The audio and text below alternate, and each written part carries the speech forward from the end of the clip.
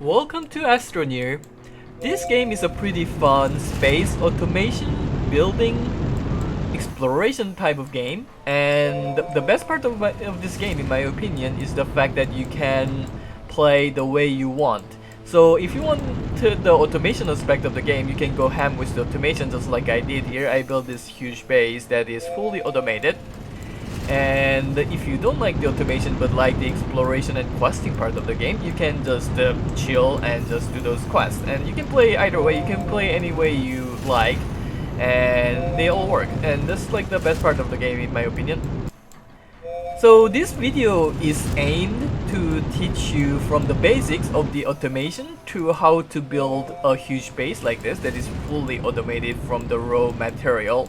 I have the this factory is making everything from the finished materials here. I have all the canisters filled with materials and the products. I have this large storage area with small printers and large printers all around here, and all of this is made from astronium that is automatically gathered through the rail station. And this video is aimed at teaching you how to make something like this, starting from the very basic knowledge. So, and since the game is kinda unkind at teaching you some stuff, because they just like don't tell you some information that you should know. Like, I feel like some information the game should be having it written down somewhere as description, but it actually doesn't. So that's why like it is kind of also difficult to learn. But so this video is aimed at teaching you like those aspects and get you into the automation.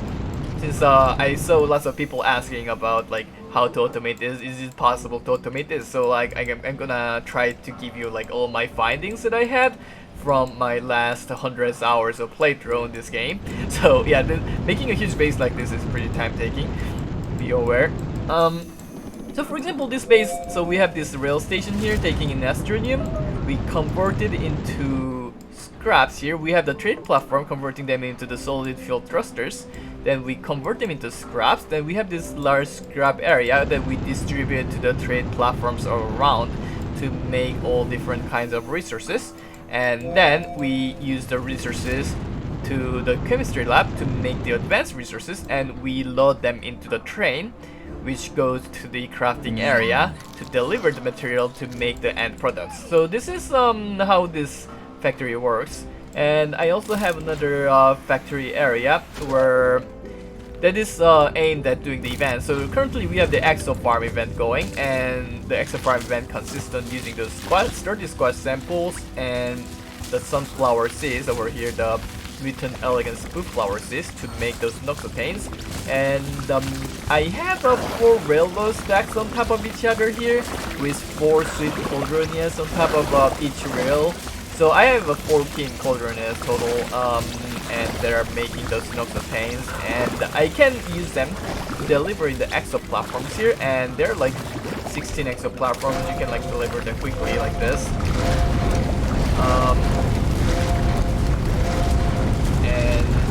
When they get the reward, I have the old worms around the space to take them out into either the canisters or make scraps with them, and the scraps that I make with them are converted into other resources that I don't have here through the trade platform. So this is like the entire system I built here for the event area.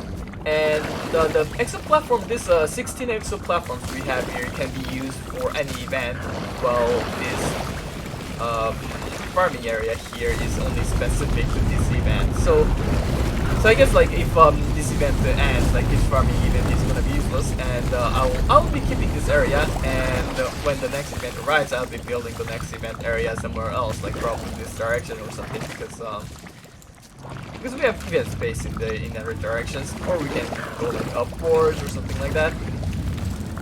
So let's get started with the basic of the basics, because it looks complicated when you see the end product. Like you feel like, wow, this is like, I'm not gonna be able to do it. No, I'm gonna try to cover like the easiest part first, so that you can build the step by step. It goes by step by step. It took me a long time to build this entire base, so I will try to teach you every step of how to build something on a fully automated base like that.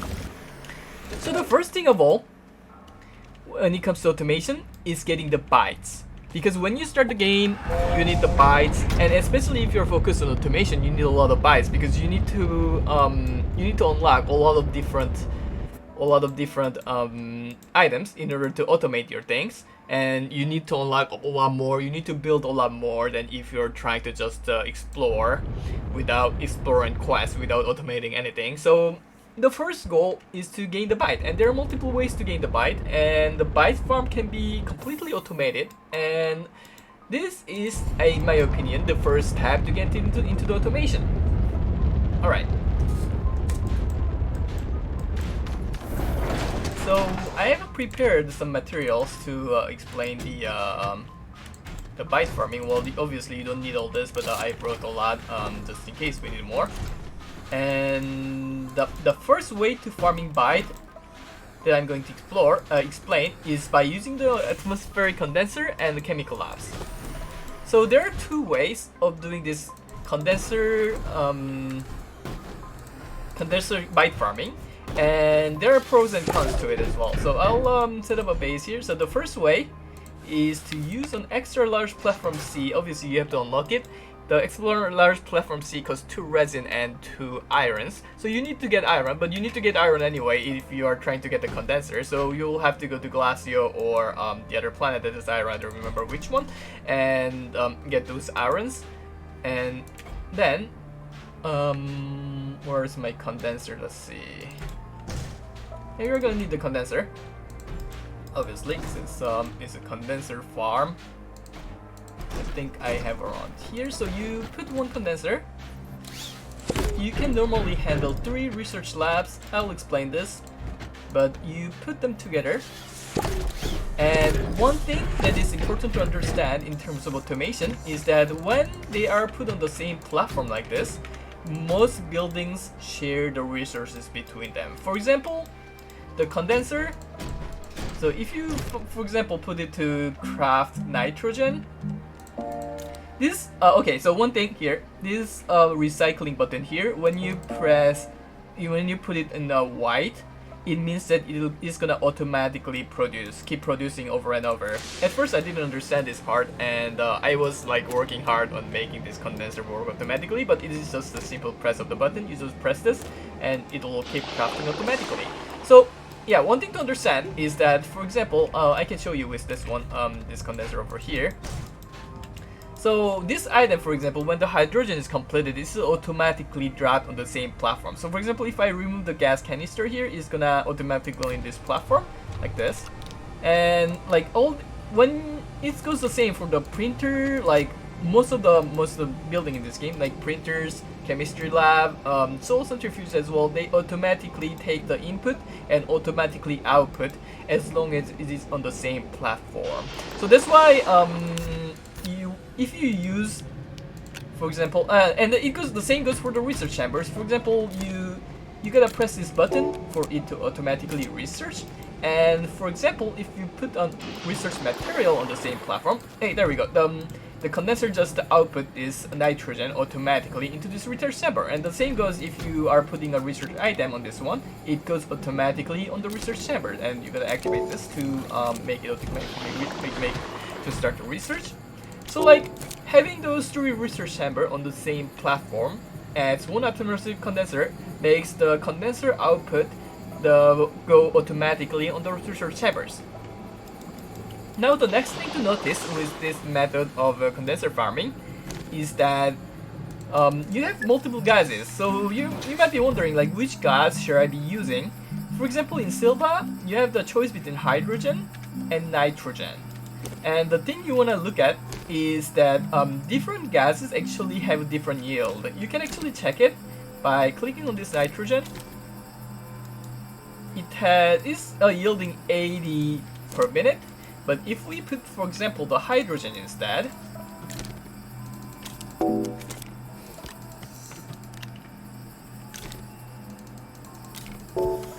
it only produces 40 per minute. So you can see that like the nitrogen is twice more efficient at using this for research. So that's why you wanna be using nitrogen if we're doing at Silva. If you're on other planet, you have more options. I think the best one to use is the methane, because I think methane yields 160 per minute, which is twice more than nitrogen, and I think Aatrox has 100 PPU. So the next thing to explain is the PPU. So we have 100 PPU for nitrogen with 75 PPU for hydrogen, and this means that the nitrogen is gonna be produced faster than hydrogen in here. And if I understood this correctly, I might be wrong, but if I understood this correctly, 100 PPU is perfect for one atmospheric condenser to produce enough material to feed 3 research chambers.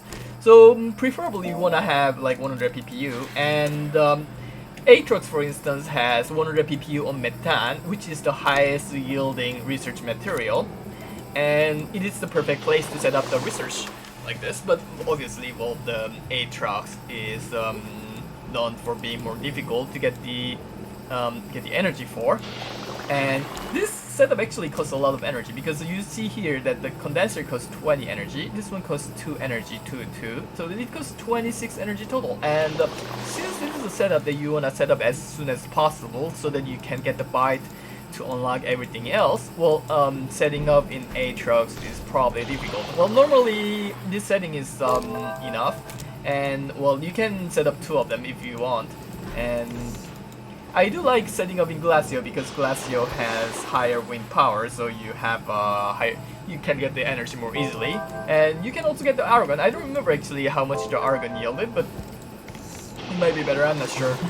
Anyway, so this is the one way of setting up this atmospheric condenser research, and if you're doing on Silva, you should do with nitrogen since it has higher PPU and it also yields more.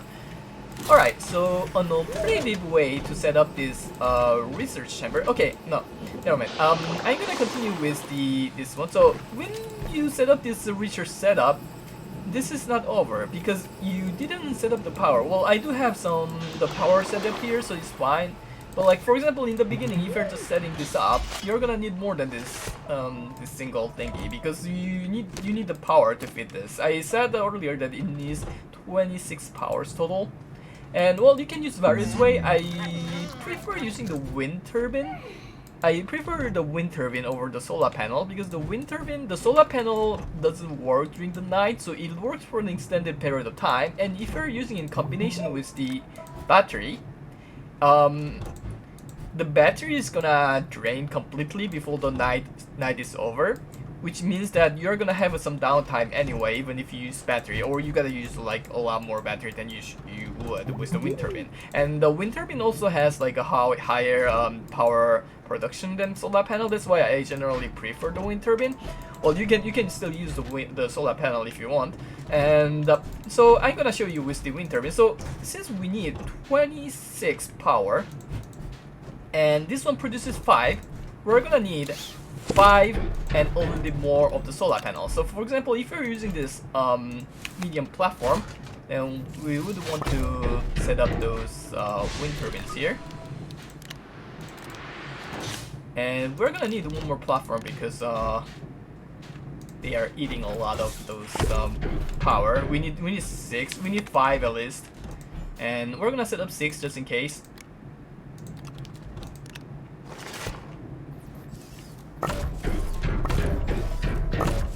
Alright, so now this setup should have enough power for our condenser research setting as long as there's a wind. But right, as you see right now, there's no wind and there's no power going into this, and we are not researching. Well, normally this can be just counteracted by like building more research centers and building more wind turbines, because like in that case, like for example, if you double the number of this research chamber and condenser and double the number of wind turbine, well, you're gonna have the same result as the power running all the time, because like having this setup running half the time, having twice the number running half the time and having the same number running all the time yields the same result. So you can just increase the number, but if not, you can also use the battery. And if you're using batteries, so batteries produces 5, and you gotta produce enough power to feed the 26 power, so you also need 6 batteries total. So we're gonna build more of those platforms here to get more batteries.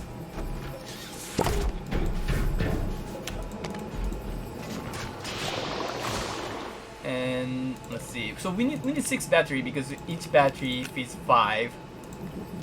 So let's fill 6.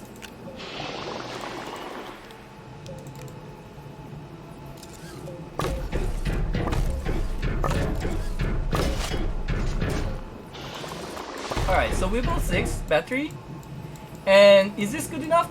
No, because we produce enough power to run this condenser while the wind is on, but we don't produce enough power to charge all the batteries that we gotta use while the wind is off.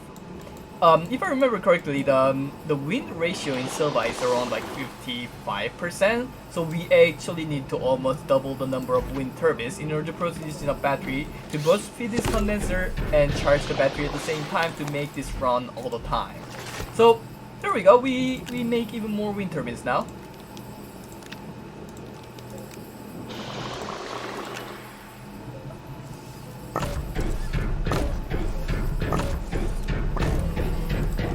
And I think one more would be enough. I will just like you can just run with this one because it is most likely going to be almost enough. If you put 2 more wind turbines here, it's gonna be a little bit overkill. Oops, be a little bit overkill. But I will just do this.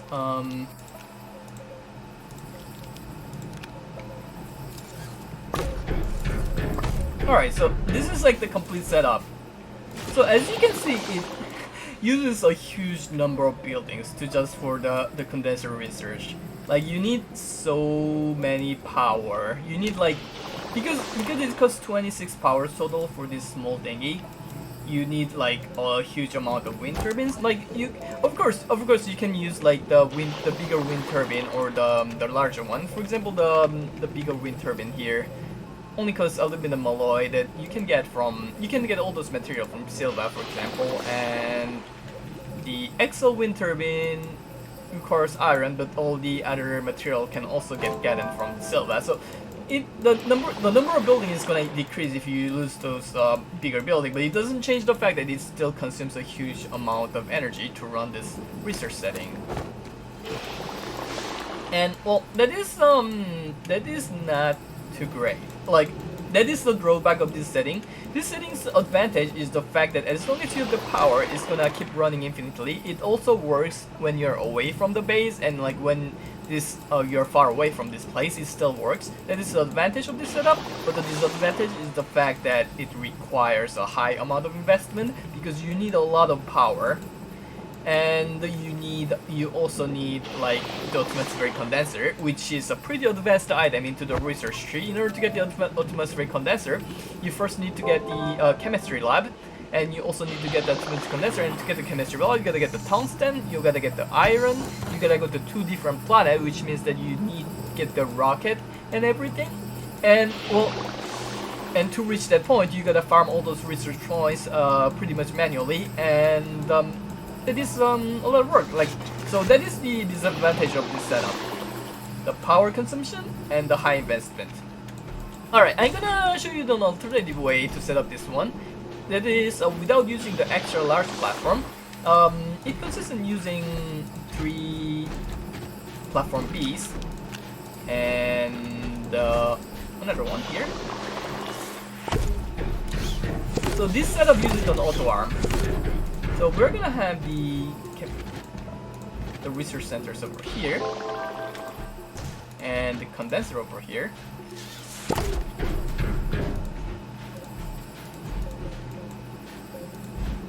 Ta-da! And okay, so we're gonna set up to nitrogen, just like the other one, because we saw that the nitrogen is better than the hydrogen. So there's no reason to use the hydrogen. And an auto arm. So the nitrogen, since this is platform, if you put the auto arm here, it's gonna output in this small space we have here, and we're gonna put an auto arm here like this to pick up the the nitrogen from this small space and output to over here. So we're gonna focus those research chambers and make them like all connect each other to over here, and we'll connect them with power. We'll connect them with power and make this place concentrated. We can like set it up like this, and then it's all in this blue area. The green area is where the other arm picks up. The blue area is where it drops the item. And if you set up this item, this like this, then auto arm is gonna drop the item on this small space, and by dropping them here, the research chambers are gonna automatically take them afterwards. So we can connect them to power, for instance, and we can connect them to power here as well. And now it's gonna produce the nitrogen and gonna output. And you're gonna activate the auto arm. And yeah, one tip here is that I'm gonna set this research, for instance.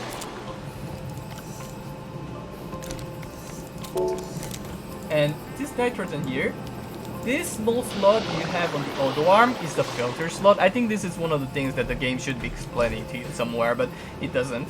And this is the filter slot, and if you put the nitrogen here, it means that it only picks up the nitrogen. So even if you have other items around, like for example, if you have a random item here, it doesn't pick it up. If you don't have the filter, it picks it up. If you have the filter, it only picks up the nitrogen. So, and now it brings all of the items here into the research chamber, and it researches automatically, and it works just the same as this one. The advantage, I guess, is the fact that you don't need to consume the iron to build this extra large platform, and you also don't need to research this extra large platform, and you only need to research the auto arm. The advantage is one, the auto arms takes 1 power, and 2, well, we need 4 of those middle platform, which is 12 resins total, which is probably more expensive than this extra large platform C. And 3, the third disadvantage is the fact that whenever you're passing around without with a space in your inventory, and it has like, it's picking up a nitrogen, it's gonna give it to your inventory, which might be annoying. This is a problem. This is a general problem with the auto arm. Whenever you pass near the auto arm with an inventory space open, like it's gonna put it in your inventory. It's pretty annoying. But anyway, yeah, this is also a setup that works, and you can do it this way if you want to. And since we have this extra space that we don't really have anything to do with, we can use them to place the wind power, because we do need all this power setting for this one as well. It's like the same as the other one. We need the same amount of power, because this one actually is even worse because we consume 1 more power because of this auto arm. So this one we have 12 medium wind turbine, which is I think a little bit of overkill. I think we need like 10, so we can put up a bunch of wind turbines here. I think let's see, we have 4. I think I'm gonna put up 4. Yeah, I brought 4. Maybe 3 is enough. Let's see. Let's try with 3. Well, this is not too aligned, but it's just to show how it goes. So like you can design your base whichever way you like. Like I'm just putting that randomly to just show you how the automation works, not the design part. So we do want to have 6 batteries, because 6 battery is 30 power when we are not outputting anything. But actually, since we have 6, which is a little bit more than what we need, we only need 26 power and we are producing 30, so we only need like 5 batteries here. Let's put 5 batteries this way around.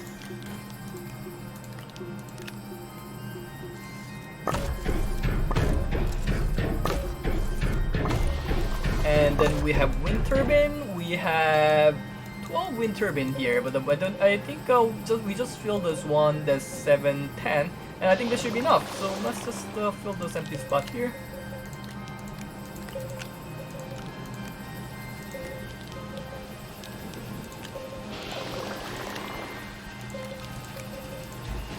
We actually use like almost all the wind turbines we brought. Yeah, this is like you really use a huge amount of power, as you can see, and that's really the disadvantage of this setup. This setup is like, in my opinion, the most intuitive, but also the most inefficient out of the setups that I'm gonna explain. But it lasts forever, which is really an advantage. And like by the time you reach like the end game where you have automated everything, the resources, the items you spend are not gonna be a problem anymore because you can craft an infinite amount. And well, that's why like it is good for byte farming in the end game, which is kind of useless. It was just kind of pointless. I'm gonna leave this one here and return. Alright, so this is the first method. I've explained. So I'll move on to the second method of research. And before moving on to the second method of research, I'd like to explain about the repeaters. So there are 4 types of repeaters. Let me pick all 4 types. Do I have the count repeater here? Alright, so next method for the byte farming involves the usage of those repeaters, and I would like to explain the usage of the repeaters really quickly. And so we have 4 types of repeaters: button repeater, delay repeater, count repeater, and proximity repeater. So what repeater does, as the name suggests, is that whenever it receives a signal, it repeats to something else. So you can put this target pin to something attached like to this. For example, like whatever that can be activated by pressing F, you can attach to it. You can attach to here as well. You can attach to, like, for example, let's show it with an auto arm, because auto arm is pretty easy to visualize. So you can attach this target pin here to the auto arm. You can, the one that is attached is glowing in white. So when you see that this auto arm is glowing in white, it means that it's attaching to the auto arm. You can alternatively also attach to the platform. If you attach to the platform, it is gonna activate both the condenser and the auto arm at the same time. So let's show you what happens when you attach to the auto arm. And you gotta send a signal to the button repeater. To send a signal, there's various methods. Like you can use a sensor, you can use various methods, but for instance, we can just press F to see what happens. So if you press F, the auto arm is turned off, because when you press F on the auto arm, it turns on and off. And by pressing F on the repeater, we can do the same. We can achieve the same result on the auto arm. And you can do the same thing on the platform. And it is gonna disable the auto arm and the condenser at the same time. Wait, the condenser is not disabled. Yeah, it is disabled at the same time, as you see. Like it is enabling and disabling. Now it's enabled. And one other feature with this thing is that it says stages 11 out of 12 segment. The segment is that you can press F to create a segment. When it's an attachable to an object, it says attach to target pin, but you can also press to create a segment. And creating a segment means that you can extend the reach. And for example, you can create a segment and attach here, and from the segment you can branch and you can attach to another object. So like you can attach like multiple objects at the same time, for example, like this. And like you get, by pressing F, you disable this research chamber and this condenser and auto arm at the same time. Well, this one is attached to the nitrogen, so it doesn't do anything. So yeah, you can create multiple branches to activate multiple items at the same time with this button repeater segment. And what you can also do is that since this reach is limited, you cannot reach further than here, but if you create a segment, you can reach further. So you have 12 segments available, so you can go pretty far with this. And you can even use like another button repeater to even extend the range even further. So that's what the button repeater does. It repeats the signal into something else. And the other repeaters work similarly, but a little bit of tweak. Delay repeater does the same thing, but it has a delay. So it goes from 1 to 25 cycles. And whenever you receive the signal, but we cannot actually activate this delay repeater unlike the button repeater, because the button repeater, you can, when you press F, it uses the button repeater, it creates a signal, it shines in green, and it creates a signal. but the delay repeater doesn't. You cannot press F to activate this delay repeater. So in order to activate this delay repeater, for example, you can use a button repeater and attach the pin here. And if you activate this, it sends the signal here, and after the delay is filled, it sends another signal. So for example, if the delay is 1, the green thing fills super fast and it sends the signal like almost immediately. If you put it to 25, this thing fills slowly and sends the signal like pretty slowly. And something you can do, for example, is you can loop those two. You can attach this delay repeater to send the signal to the button repeater. And when you send the signal on the button repeater, the delay repeater sends the signal back to the delay button repeater after the delay, and the button repeater sends the signal back to the delay repeater, which loops, and it keeps repeating over and over again. So this is a concept that when you like need something to be activated on the time-based manner, you can use both those items. And for example, you can also put this delay repeater on top of button repeater. It counts as the button repeater's pin being attached to the delay repeater. And for example, you can have this one, and you can create a segment to put it on the auto arm and on the button repeater at the same time, or on the delay repeater, but you cannot put the pin on the same item. So you put on the button repeater, and if you activate the button repeater, what it does, it activates the delay repeater, which activates the auto arm and the button repeater at the same time, which in turn activates the delay repeater. So we have a loop going, which disables and re-enables this auto arm periodically. So this is like a one important item for the automation that you can use to like constantly trigger something. So you can, for example, like trigger this auto arm periodically like this, and the other count repeater, for example, it has a repeat count, and what it does is that you, for example, if you send one signal to the count repeater, when you set to 2, if you send one signal, it fills one out of the 2 we have, and when it fills the second one, when you receive the second signal, it shines in green and it sends a signal. So for example, say, alright, let's show it with the auto arm over there, because the auto arm is our prime example. So if you attach to this auto arm, we send one signal, it does nothing to the auto arm. We send 2 signals, it disables the auto arm. So that's why it's named the count repeater, because it does something after a certain number of counts. So for example, if you put it to 8 maximum, you gotta send a signal before it does anything to the one that is attached to the pin. So like we send 4, 5, 6, 7, 8, and it finally disables the auto arm. You can combine this with the delay repeater to create an interesting. For example, you wanna do something on a time-based manner, but 25 is not enough. So what you can do is you can branch and you can put this on the delay repeater, the count repeater, and attach this to the button repeater, so that when you activate this button repeater, it loops the delay repeater, and then it increases the count. For example, we're gonna set it to 2. Now the count repeater is gonna send out the signal every 50 cycles instead of 25, because it needs to fill 2 and it fills 1 every 25 cycles. So for example, this setup here activates and disables the auto arm every 25 cycles. And by changing the number of the repeat count and by changing the number of the delay, you can set this period to whatever you want it to be. Like if you want it even higher, you can even stack like another count repeater on top of it, and it can be potentially like really huge number of periods. So this is what you can achieve with the count repeater, and as an example. And now we're gonna show the proximity repeater. So the proximity repeater is an item that, instead of having a pin, it doesn't have a pin, you can notice, unlike the other repeaters. And it is called proximity. So what you can guess is that it's gonna, it shows your range when you have the mouse over it. And it means that it activates everything that is around it when you press F on it. So for example, you press F, it disables this one, and disable the condenser.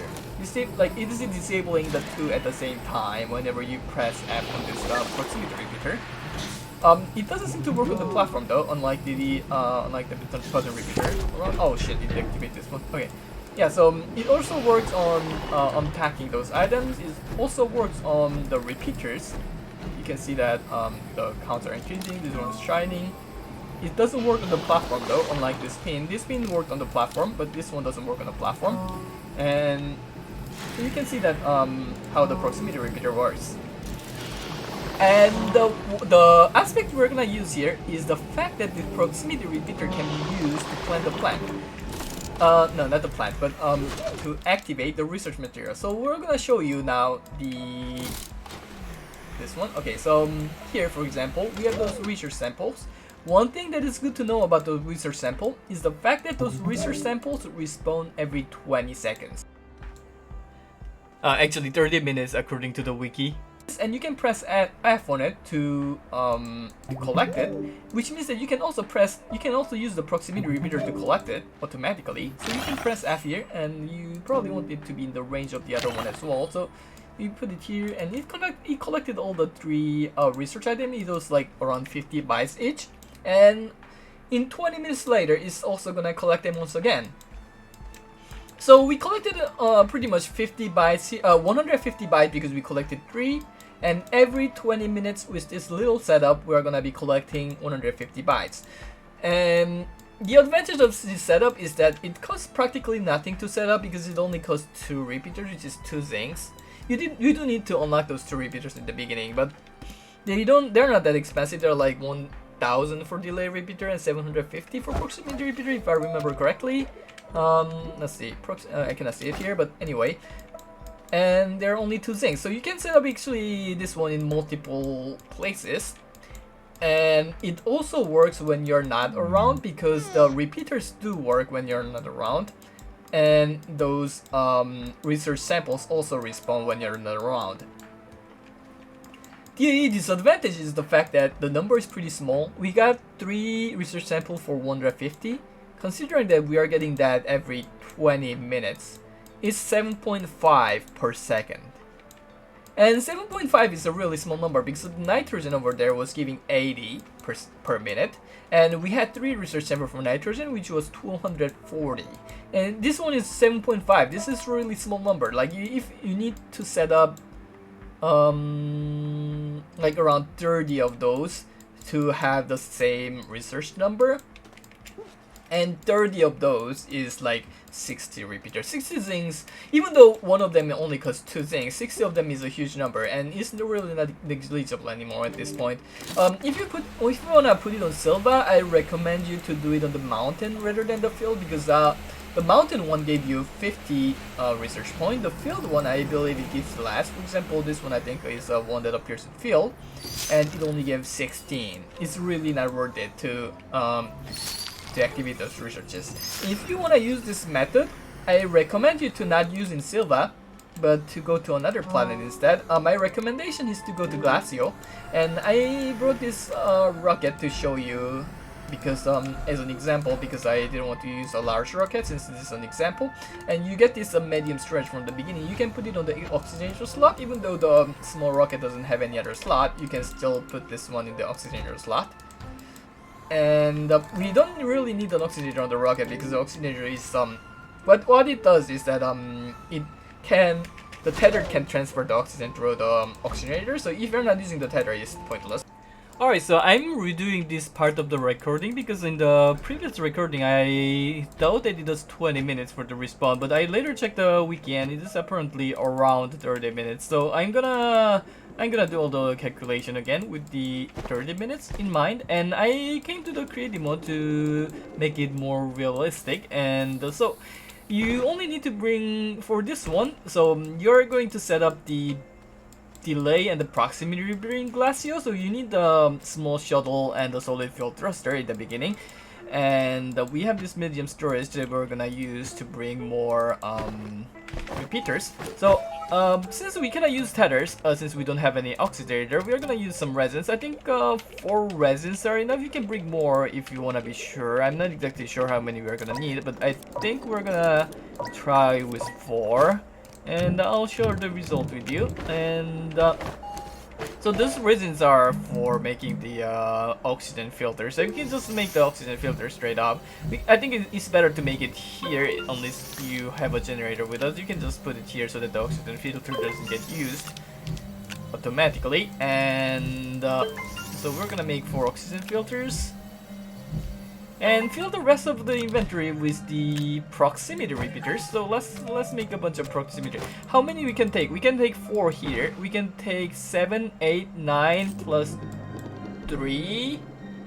So that's 13. I think let's go for 15 because 15 is a good number. I think we can carry 16 total, but we're gonna make only 15. So we're gonna make 15 proximity repeaters and 15 delay repeaters. So since we are in the creative mode, we can just spawn them. But in a real game, obviously, you gotta get the zinc and get the smelter. You gotta get the smelter to smelt them. So you can put those proximity here. You can put in your inventory most of them, and that should fit. All right, so that's 15 proximity, and we also need the delay repeaters.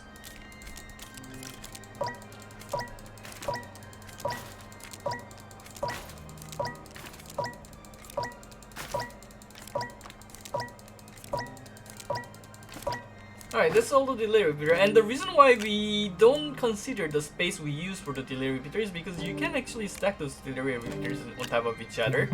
And so we can, with those 15 delay repeaters here, we can make 15, we can set up the research sample automation on 15 different spots at Glacio when we get there. So this is pretty convenient. So we're gonna stack them on top of each other. And maybe you might be thinking, we can save on the delay repeater by using only 1 delay repeater to activate 2 proximity repeater. For example, you can like have this one next to this proximity, for example, set the delay to max for it to loop, and you can attach this delay repeater to 2 different proximity repeaters, you know, and you activate it, and it is going to loop 2 different proximity repeaters. The reason why I prefer not doing this though is because those pins tend to break sometimes. Like I think it doesn't happen too often with proximity repeaters, so it might be safe to do so. But I prefer to be safe and just use 1 couple of delay proximity each time, so that to make sure it doesn't break. Because the attached pin can break sometimes. Like it depends on what you're attached to, and it usually breaks like when you load the game for the first time, but it does still break. So like that's why I prefer to just use 15 delay repeater with 15 proximity repeater. If you feel more adventurous, you can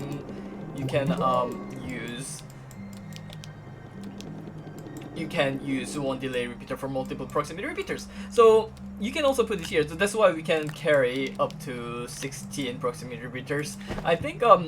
I think having drill mode 1 is also gonna be useful because we can pick up the resins from the Glacios forest. Oh yeah, actually I'm gonna take a beacon. Yeah, it's better to bring a beacon. It's not necessary, but I do prefer to have a beacon when we go here. So I'm gonna pick up a quartz. I believe the beacon doesn't require any research. I'm not sure. So yeah, 15 is like the perfect number, I guess. Then since we are using a beacon as well, so let's get this beacon and put this proximity repeater here, so we have the space for this canister, and then we can bring this one. You can put in whatever direction you want. It goes out of the rocket, but it works. All right, so now we can take off to Glacio.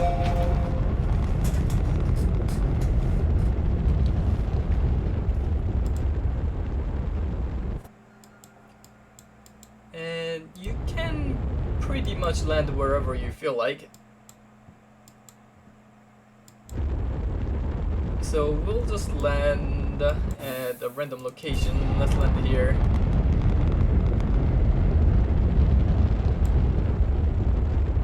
And what you do when you arrive is that you dig down. Well, you can potentially look for like some exo chip or something when you arrive there's like a bunch of hematite that we can pick up on our way back, and well, you usually want the hematite early on, so you probably want to pick them up on the way back. But for now, we're gonna just dig down, and since we have the soul can we brought the soul canister, we can make a paved road instead of building randomly, so we can have an easier time getting back up. So let's make this road, the cave, the glacial cave.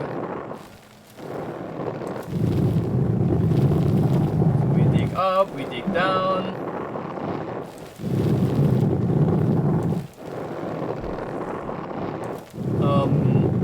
I think we would like to have a little bit more stiffer curve here. Yeah, let's go with more stiff. Alright, I think we are reaching. Okay, so we see the cave now. We see the hole, and there we go. We're gonna make a bridge here, and you can set up a beacon here. So I like to set up a beacon. First of all, it allows you to find this spot more easily so that you can come back up. The second reason is because if you are getting into like the late game and you don't need the research anymore, you might not want this repeater setup to be here anymore. So if you come to like retrieve it, like having a beacon here is gonna be useful if you want to. So now we pick up this thing.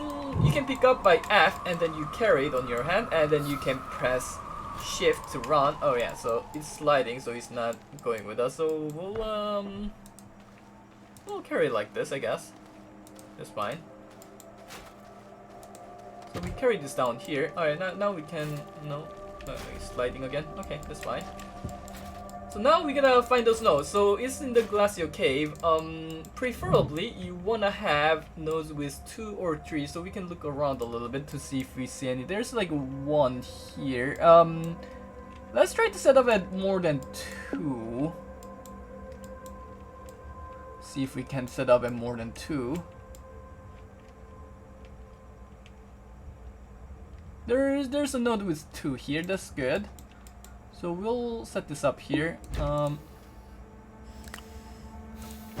and oxygen, where's the oxygen there? So we get the oxygen filter. So when you set up this thing, you want to set the delay to the maximum and activate the proximity repeater.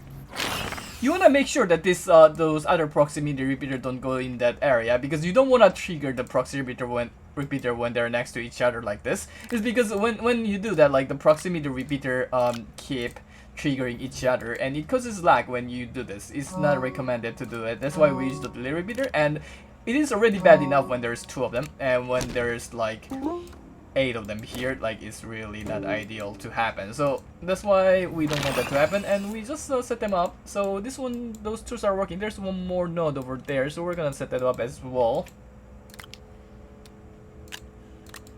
So be careful to not trigger the other one by going too close to each other, and we set the delay to max and trigger this one. So let's see what is next. Do we have any more?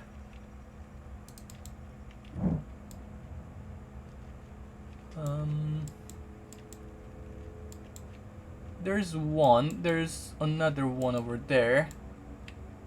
Oh, I have this. Can I not? Okay. Yeah, it's because I'm in the creative mode that the character starts flying when I double press spacebar. Well, ignore that one. So we'll find the other nodes. There is another node here, so we can set up here.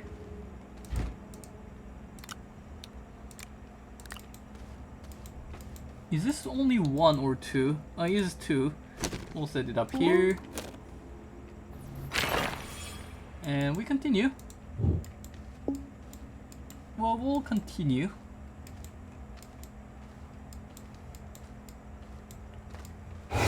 Oh shit! That scared me. Alright, he's Spain. We need another oxygen filter so we don't die. And don't explode on me. We keep exploring. Come on, man. You're scary and I don't like it. Where are those research samples?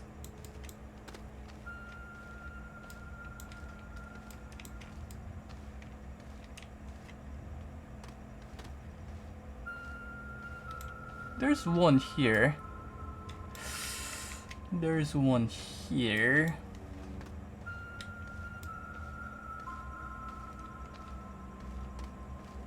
I think, to be honest, with the number we brought, we can afford to set up like some of them at like only one. That's probably fine. There's a resin node where we can recover some of the resins. So let's try to get some resin. This is why it's better to like bring some, what's the name? Drill mode if possible, because like it's difficult to dig those resins out if you don't have any drill mode. So we can get some resins to extend our duration of stay. I'll just pick up 2 because that should be more than enough. And I wanted to see if we can do everything with only 4 resins, because you might not be able to find a resin node like this. But here we'll pick it up because we found it, so why not? It is being kind of difficult to find those nodes though. We have one node here, but there's 2, so we'll set it up here. And proximity repeater. There we go.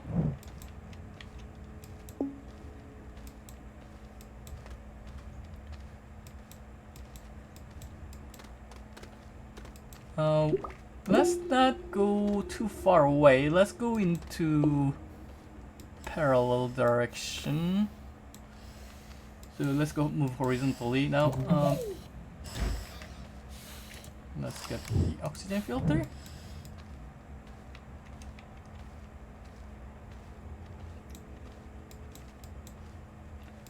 Let's see, where are those nodes? Oh, there's one there. Oh shit, no!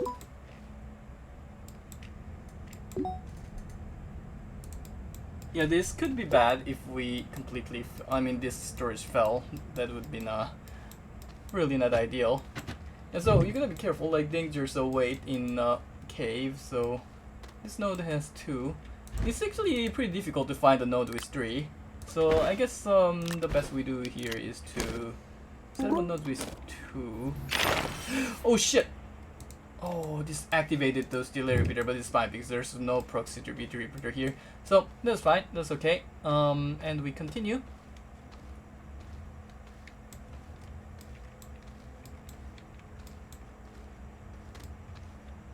There's more resin node to replenish resins if you want. I'm not actually sure if drill mode 1 is enough to get the drills. I'm gonna just set up at this node because we have quite a lot of those delay repeaters left, and well, it's being annoying to find them.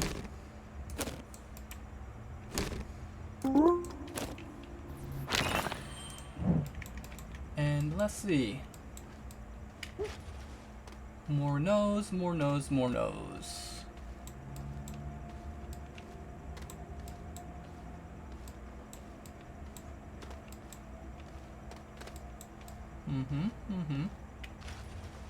So we have more resins here, and do we have any nodes?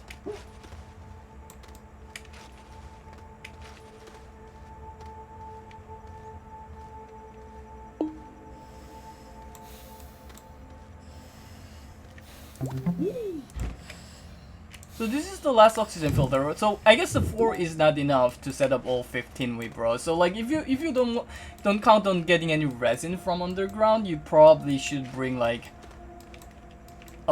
6. I think 6 resin would be good. So you can only set up like 13 in that case. But I think if you can bring like 1 drill mode 1, for example, it would be better, because I think drill mode 1 you can pick up resin pretty easily from underground. So that would make it a lot easier. Let's try to set up the rest. Okay, so this area is where we have already been through this area, so I'll try to go in this direction as much as possible to find the new nodes that we haven't seen before. I feel like I should really Maybe I should have keep going on the same direction I was moving before. I'll go this way now and try to find those nodes. We only have a few left to set up. There's the one big node here. I don't see anything in this direction. So, oh yeah, this one is a 3 node. That's a good one.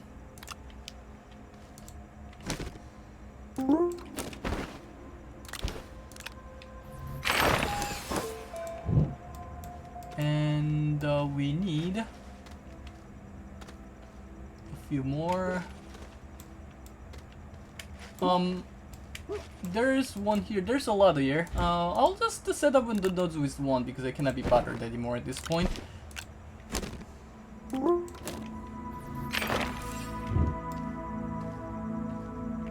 This one's only 1, 2. No, this one's 2. That's good. I will make an oxygen filter with this one.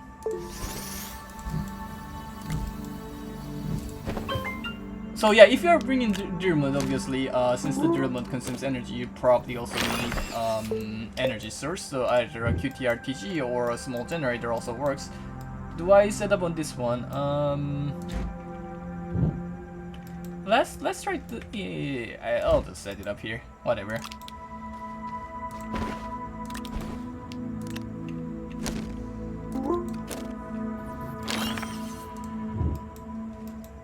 And then I saw one here. There's a lot in this direction. So I saw one here, and I saw another one on the other way around. So there's 3. This one's 3. This is a great one.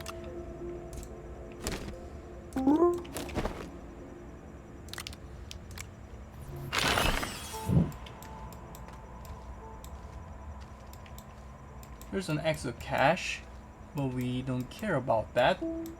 I think I saw one in this direction, but I'm not too sure. Probably not actually. Oh yeah, there's one over there. 3 place nodes. So I guess like those research samples also have like a hotspot where you find a lot of them. So we only need 3 more.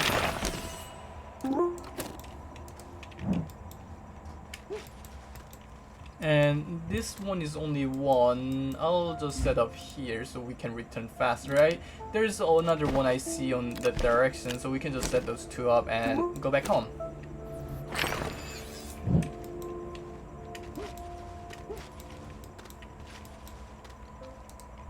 So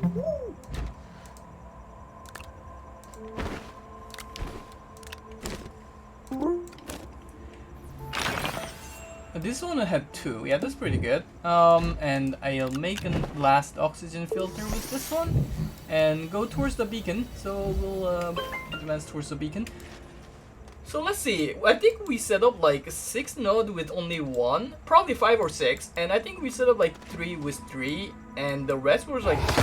So we probably set up a total of around 28. I think we set up around 28, 27-ish. And since each one gives like 350 bytes every 30 minutes, that's let's say 11 bytes per minute for each node. Since we set up like 28, that's around 300 bytes per minute. And 300 bytes per minute, the 3 nitrogen one was 240. So this much setup is gonna be yielding more than like 3 nitrogens. 3 research chamber with 1 nitrogen condenser, which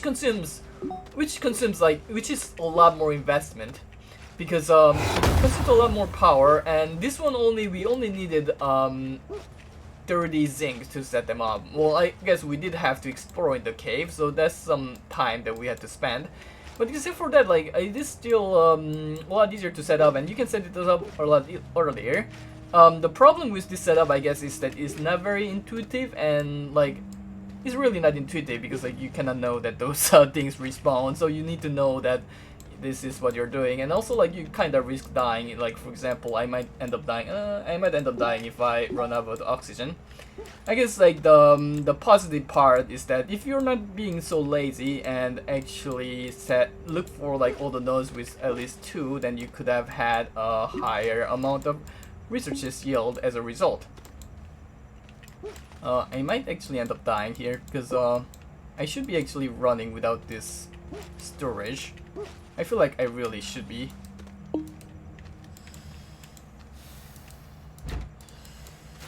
I really should be. I think I'm gonna die anyway.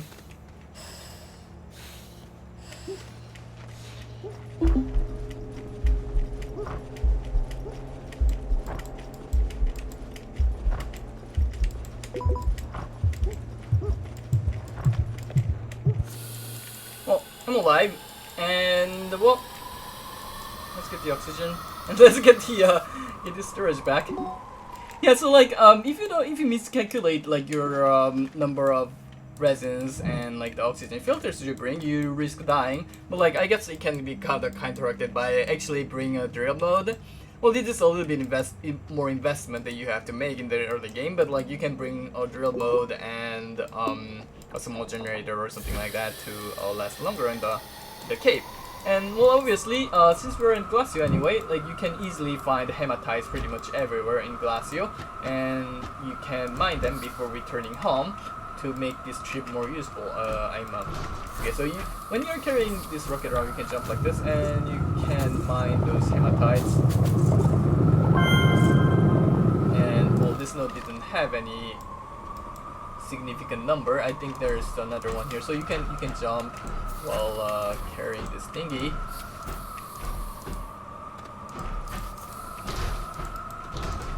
To transfer faster, so you don't get any movement penalty, because like when you're carrying this, like you barely move when you're carrying. You cannot even move, but if you jump then pick it up, then you actually don't have the penalty. So well, there is no hematite. Anyway, I'm gonna return. There's more hematite over there. You can go and you can fill up this this entire medium storage with the hematite before you go. You can also pick up some titanite depending on what you want. I'm gonna just return now. It's just showing that it is pretty advantageous to have come to Glacio like this, because you can pick up hematite on the way. So now you return, and the research should be yielding as the time goes. But this third method is actually my favorite method, and I'll show it to you. But it does have a disadvantage. So for the third method, what you need is a small rocket and a thruster. I'm using the hydrogen thruster, but you can just use the other type of thruster. I only have 4 uses on the thruster. Actually, I'd like to make sure that I have some fuels to go back to my base afterwards instead of having to craft anything here. I don't think I have any hydrogen. Oh yeah, I have a hydrogen tank over here. That's fine. So I have 4 uses back and forth, and we are gonna use 1 medium storage. So you can put medium storage here. And you want your inventory to be as empty as possible. Well, in the early game, your inventory is pretty much empty, so you can just take off everything so that you can bring more stuff.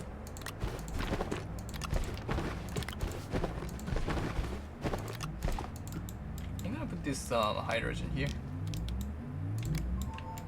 And just completely empty your inventory. And you take off. So, where we are going is Novus.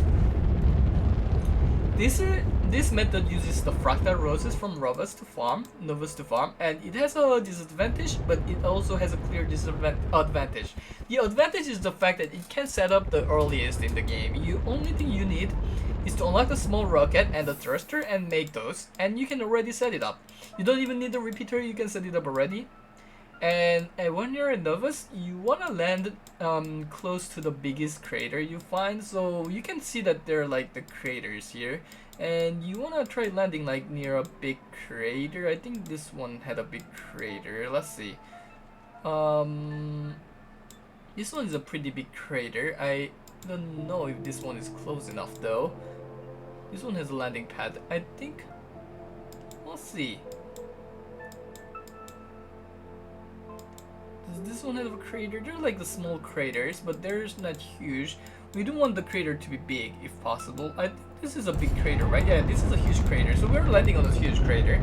And usually the fractal roses are found on the crater. This is a huge crater. We have so many fractal roses around. This is a perfect place. You can bring your rocket around like this. You can jump before picking up the rocket to like avoid slowing down. Because if you're like walking and pick up the rocket, you cannot walk anymore. But if you jump and pick up the rocket, you keep jumping at the same speed. So you do this and you pick up those fractal roses.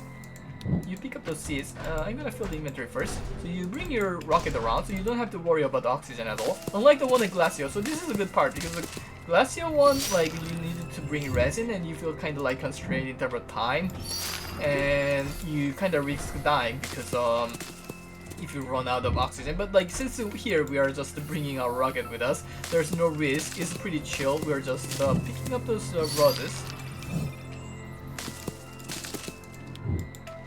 And we're gonna pick up the full amount because it's not gonna take that long. So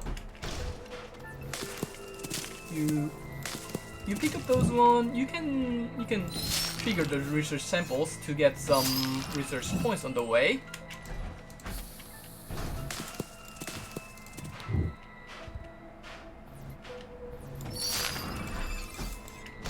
And by the point you gain, you can like unlock the proximimeter and the delay repeater we're gonna use afterwards. So, because you only need to unlock the thruster and the rocket in the beginning to start this, and you get like 150 points from completing the easiest mission in the beginning, and that's enough already to unlock the rocket in the early game. And so you only need like 500 or 750 more research points to unlock the thruster, and you can already set off. Actually, you also need to unlock the smelter because I think you need aluminum to craft the rocket, so you need a smelter.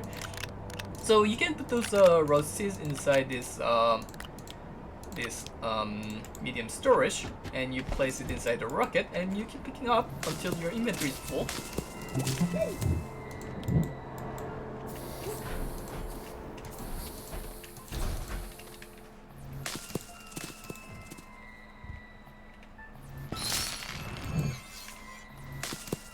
Just keep picking up, just chilling.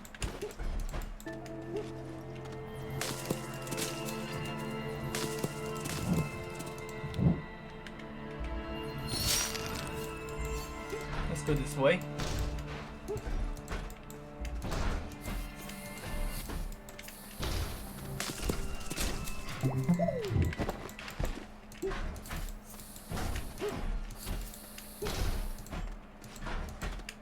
I think this is the last one we can pick up because of our inventory is completely full. So we're gonna pick this up and go back.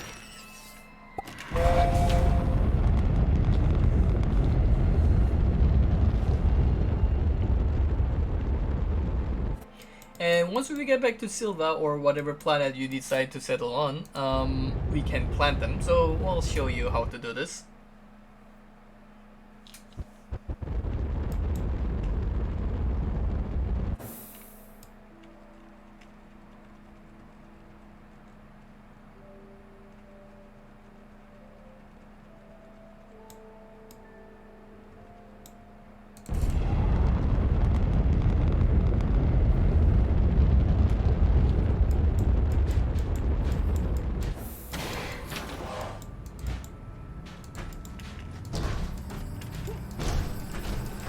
We'll plant here, because,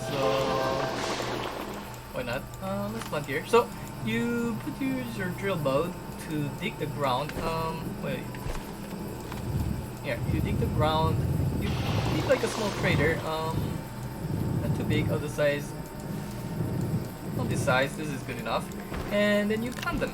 In the beginning, you gotta plant like manually if you don't have the proximimeter unlocked until you can unlock the proximimeter. So we're gonna just plant them manually.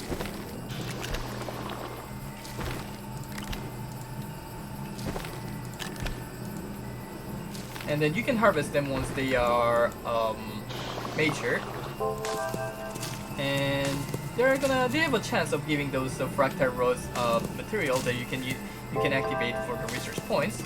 And in the seeds you gotta pick like this one, the research sample. This is one that we are looking for, and you can press F on it to activate it. and they give you research points, and you can farm research points like this until you have enough points to activate the proximity repeater. And when you get the proximity repeater, you can use this proximity repeater. So I'm gonna pick up this one here, I'm gonna bring it. Once you have the proximity repeater, you can farm those a lot faster by pressing on the proximity ring instead of pressing on them individually, and you just place it on the middle and press on them to plant them at the same time and harvest them at the same time. And you do this until you get enough points to get the delay repeater. So we're gonna plant the rest of them here.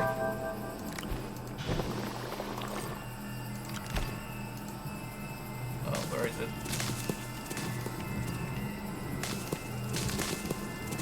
And say once you get enough research points to activate the delay repeater, you wanna craft a delay repeater. With this delay repeater, I usually like to set the delay to like 5, since it doesn't need to be that low, but it doesn't need to be that high. And you just like this one here to improve the delay, and you put it at the center. And I usually like to like make this like area somewhat flat, and make sure that this whole area is covered by the proximity repeater, and trigger it so that it keeps triggering this area. And then we can put the rest of the seeds inside. So we're gonna put all of them.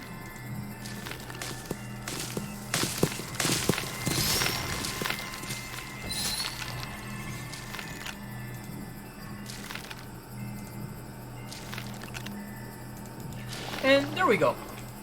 And this keeps yielding research like this. So you can wait and see a little bit to see how it goes. And as you see, like not all the plants give the research byte, but like some of them does, and that is enough. Like you do get like a huge amount from this little farm here. Some of the seeds get popped up on top of the other roses, but it's fine because like when this rose grows up and gets harvested, this seed is gonna go down to the ground and get planted again. So that is fine. So this method yields a large amount of researches. We only brought like one small rocket worth of items, and it's already yielding a lot. And it also requires a very small amount of investment because we only need 2 zincs. Compared to the previous method, we need like 30 zincs to get like enough repeaters to set up a significant amount of researches.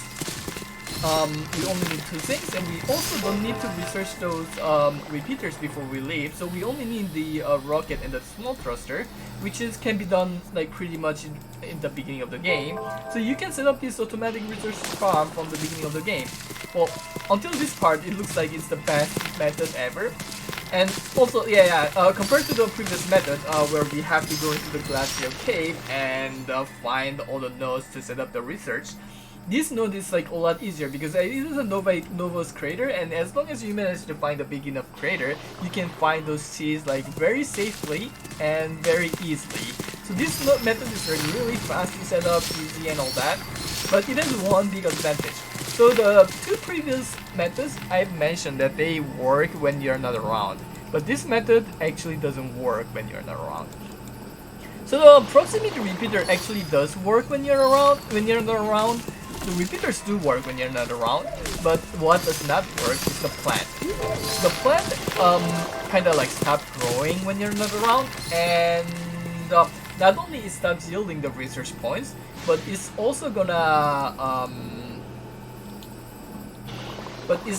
like decrease in number like over time, because like they are not gonna get planted properly and all that. So you're gonna lose those plant seeds if you're far away from the base. So this method is best used if you're like the type who stays in like a single base. Like if you're based on automation, you're most likely gonna be staying on your base, because like you're gonna be building your base all the time, and you're only gonna move away like from time to time when you need to set up like an auto extractor or set up an atmospheric condenser or something like that. So if you're staying in your base most of the time, this method of research is like best for the early game in my opinion. But it depends, it really depends. And also if you're in multiplayer, like there's most likely one person who's gonna be inside the base, so it also works pretty well.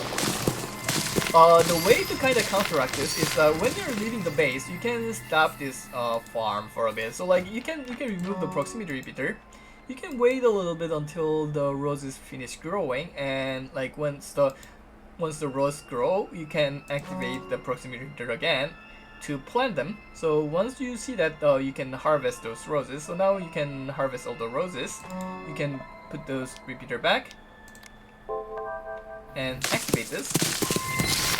And have all of those seeds planted. Make sure that all of those seeds are planted so that they don't disappear. And take off the proximity repeater. And now you can go to like do something else. So like if you need to leave the base temporarily, you can do this. And when you come back, you can put it back up and activate the research like this. So you activate research, and it's gonna resume.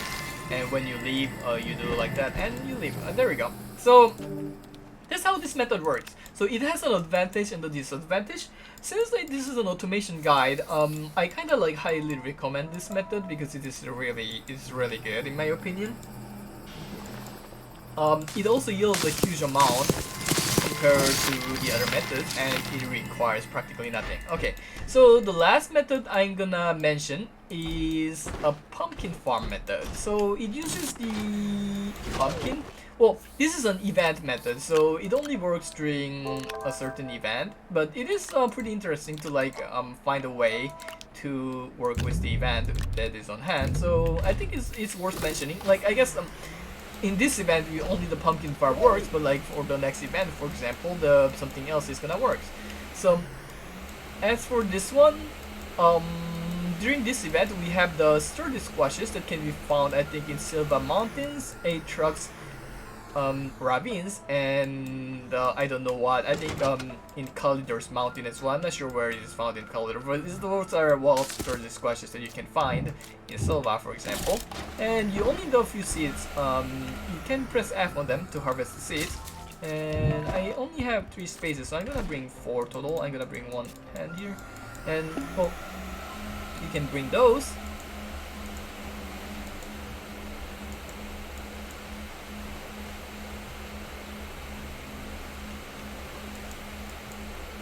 Can bring them back to the base, and you can use this as a replacement for this atmospheric condenser. So what you do is that I'm gonna pick up this one, and so this one is farming as well. So you need to, it's the same as the as this one. I don't want the alignment mode. I'm gonna remove this. All right, so you do like this. You make a small crater, and you plant those seeds. I think I had 1 more. And the same as this one, you put a proximity repeater on top of a delay repeater. I will set the delay to be 5.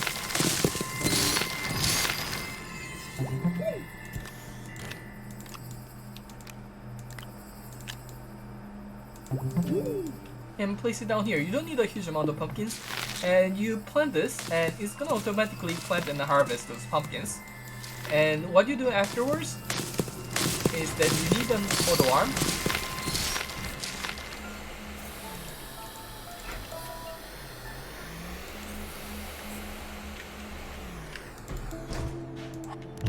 And the small platform and an auto arm. So for example, it can be this platform or a combination of those 3 platforms, doesn't matter, it's the same idea as atmospheric condenser. And you connect this to power, and you make sure that the green area, which is the input, is on this small area where the pumpkins are gonna be harvested, and the blue area goes into this platform. So I'm going to just go slightly here so that you actually see the exact amount. And when it's harvested, it yields those sturdy square samples. We're gonna put it into this one as on the auto arms filter, so we only pick up those ones. We don't pick up the seeds if we do this. And then it goes here and it starts researching those scores. I don't know. start this quest sample. So if you look at this, for example, it's not picking them up.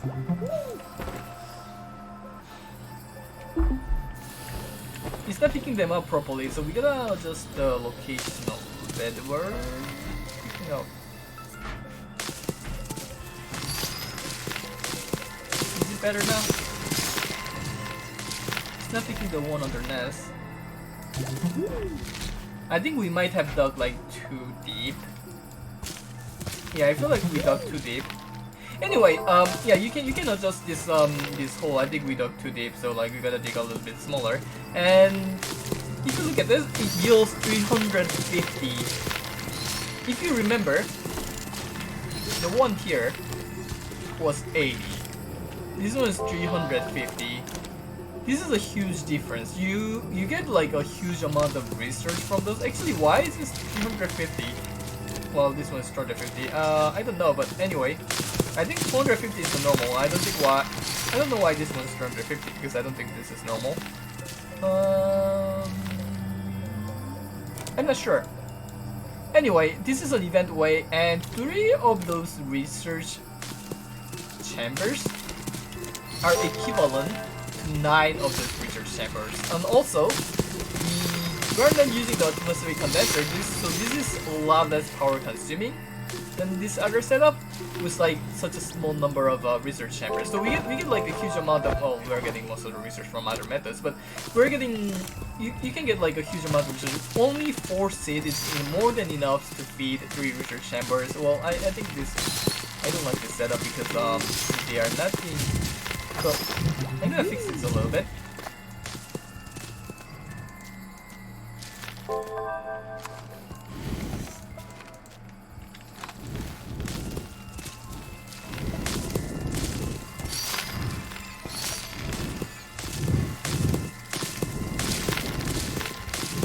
Let's make this hole relate to be smaller.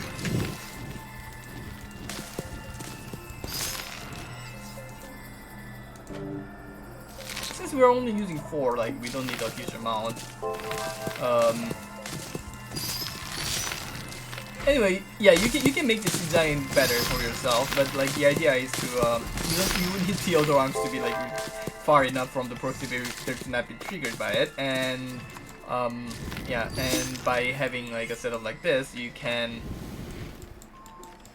harvest two seeds and research with them. And well, the advantage is that it yields a huge amount.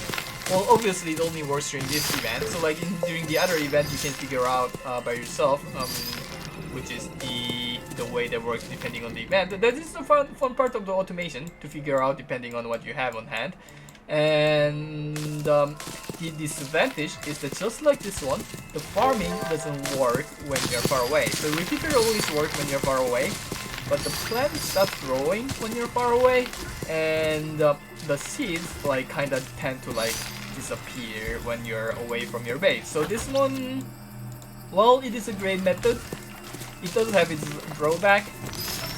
I personally find that it's like a worse version of this first crush one. Well, it also have the advantage that you don't even need to leave the Silva to set up this research in the early game. Well, this one you do need to go to Novice to pick up those crystal samples, but I still prefer this way, and this one only works in the event, but I wanted to show this one because to show you that depending on the event, you have more ways of setting up your research. So anyway, I'm gonna cancel this one and get back to the condenser research.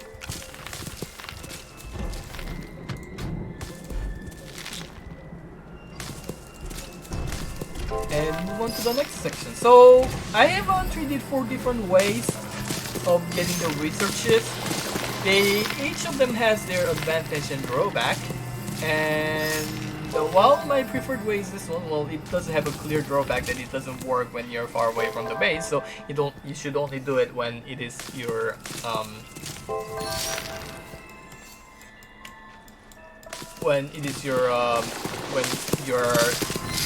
when you're mostly staying in your base, or some of your teammate is staying in your base. Alright, so let's move on to the next one. Alright, so the next tip we're gonna show for the automation is the soul to scrap automation, because this is the very next automation you can do after research center. Like, you need a very small amount of investment to achieve this. The notable thing is you need the medium shredder and the trade platform for this soul to scrap automation, because you need this shredder to craft the scrap, and you need the trade platform to trade the scrap into different items. So you need, this one requires 2 iron, while the medium platform, not the medium platform, the trade platform requires iron, tungsten, and exochip. So you're gonna need to get those items. So you most likely wanna go to Glacio for iron and probably Collider for tungsten. That's what I usually do. And once you get them, and you also need an exochip, and you can craft those items. You can start the soul to scrap automation. So the idea of the soul to scrap automation is that, okay, so with the soul centrifuge here, you can craft different items from the soul centrifuge, from compound, resin, organic, clay, quartz, graphite, and ammonium. And with those items, you can craft some item with the resource that you create with the soul centrifuge, and you scrap them with the medium shredder, and you trade the scraps through the trade platform. So trade platform allows you to trade the scrap into all different items. So this is like all the resources in the game, basically, except for gases, of course. There's like every single one of them here, except for astronium. You cannot trade scrap from astronium. The astronium can be traded on the bottom menu by different things. The most notable item you can trade with the astronium are exochip, solid fuel jump jet. You can also trade for dynamite if you want, hydrazine, and the portable smelting furnace. Like, there are a lot of useful things. You can also trade for gravity glove if you want to. And this fault finder, we are gonna ignore it for now. And yes, so that's the idea. And while you can craft a different item with the soul centrifuge, you wanna, in order to automate it, you need certain conditions. So okay, let me craft a small printer here. I think in the creative mode we can craft a small printer like this. So I'm gonna put it here, and the condition for crafting is, for example, medium printer, it comes out as packaged, and when it comes out as packaged, you cannot put it directly into the shredder. You can only put in the shredder, for example, say let me show you. Where's the packager?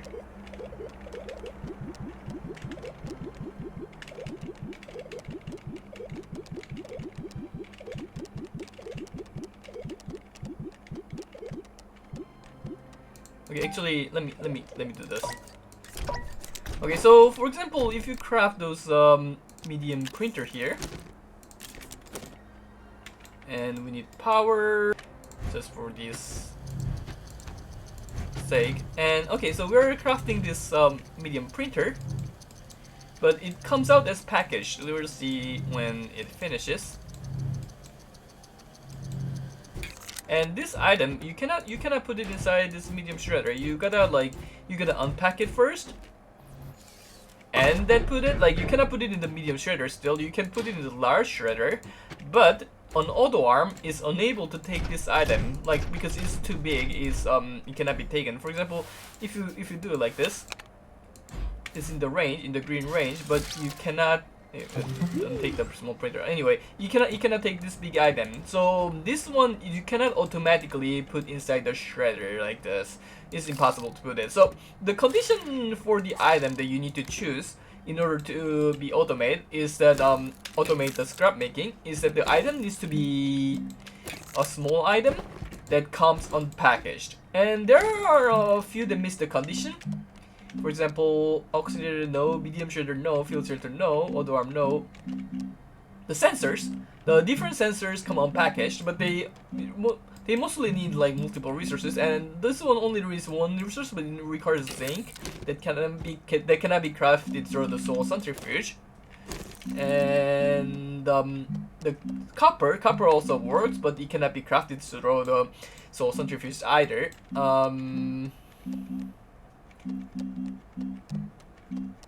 And what else do we have here? Let's see. All of those cannot be like come packaged, so you cannot really like use it to automate the scrap farm. The relic post bundles, those work. For example, the aluminum works, but also it cannot be crafted with a soul centrifuge. The graphite works, but graphite you only craft 2 out of two packages of the full soil. It's like 1 full pack of soil is like 2 soil canisters, and it only craft 2 graphite out of them, and so it is really inefficient because the packager only gives 0.25 scrap. The graphite is really inefficient. The small canister is what we're gonna actually use, because the small canister, unlike graphite that only make 2 graphite out of 4 stack of soil, the resin we make 8, so that is 4 times more efficient. And it also crafts the same amount of scrap. You can actually see on the wiki page how many scrap each item gives, but the small scrap is that's why like it's usually the best used. The work light and the fluid light also work, but it require copper and tungsten that cannot be crafted from here. And yeah, that's about it. So yeah, so really like if you wanna automate this process, the crafting resin from this one is the only option. So we are gonna put this one to craft it automatically and press this green button to like produce resin automatically whenever we have the soul, and then we put this one at crafting the small canister as we said before, and we press green. That will make this like as we said before on the same platform. Whenever we craft resin, it's gonna go on the same platform, and since it's on the same platform, it's gonna go onto this small printer whenever we have resin. And since we have set those to craft automatically, they are gonna craft automatically and produce a bunch of small canisters here. Alright, so we can test this one out, see how it works out so far. So let's make a few small canisters.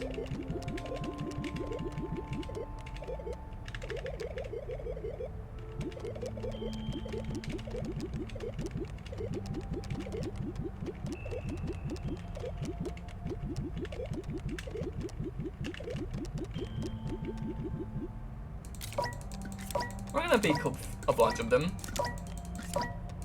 So usually when I do the scrap farm, I like to have a bunch of the small canisters to fill the inventory.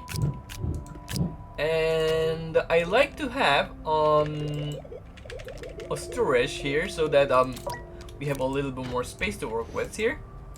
So this is all the items that you can get in the early game. And then you can dig the soil like around your base. You can make a cavern here to like dig a bunch of soil, but like as you see, it's kind of slow. And my recommendation for it is to use some mods to make this faster. So the mostly I recommend is to use the boost mode and the wide mode. So those two you can unlock with the science post we farmed previously, and you equip this on the terrain tool. You might also need the drill mode, but it depends on the terrain. For example, this terrain is a soft terrain, so we don't need the drill mode. If you're digging into the mountain, you probably need the drill mode. Obviously, you're also gonna need some power. Since we're in the creative mode, I don't think we need power. Actually, are we consuming power? No, we are not consuming power because we're in creative mode. But as you can see, because we are using the wide mode and the boost mode, we are drilling a lot faster than normally. So, normally the full setup I would go with is like those 2 items. I would usually use one of those oxygen tank here. It only requires 1 glass, and it is gonna allow us to like have enough time to dig everything, and probably a QTRTG or a small generator, either a QTRTG or a small generator depending on what you have. QTRTG is the better option, and then you just dig until you have full soil. And well, I usually prefer to dig like in a cave so that it doesn't create hole everywhere, but I mean you can just dig here and until you fill all the soil canisters. I'm gonna not dig the entire thing for now, and I'm gonna show you. So if you place this one soil here, since we have automatically set this soul centrifuge to automatically create the resin, it's gonna start creating the resin as soon as we just put those in here. So we all we need to do is to put the soul here, and it automatically creates. And once the resins are complete, the small printer is gonna automatically create the small canisters. While waiting, I'm gonna prepare the next items that we're gonna need.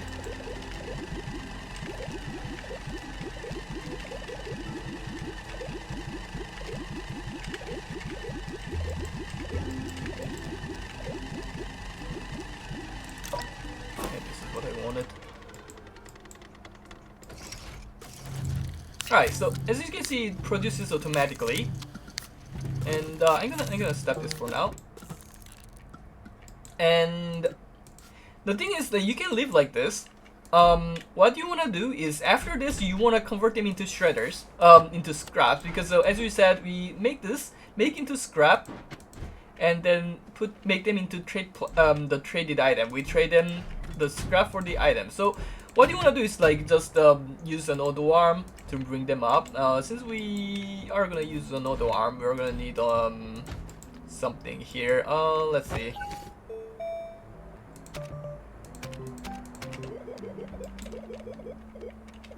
I'm gonna need some platforms. So I'm gonna make 2 platforms to be sure. And so you can place an auto arm to place those items on the shredder, and you want to set a filter because otherwise it's gonna grab the small printer. And you set the filter like this, and you activate it. You give them the power, and it's gonna automatically get the item on the shredder. And it shreds, and then so we want this to be far enough. Actually, it's fine because if we place this one here, that will be fine. And so we then place this on the trade platform so we can trade for various resources. So we do want to have storage here so that we can have multiple outputs. And we put this scrap. We don't have enough scrap. All right, this one too. So that once we have the scrap,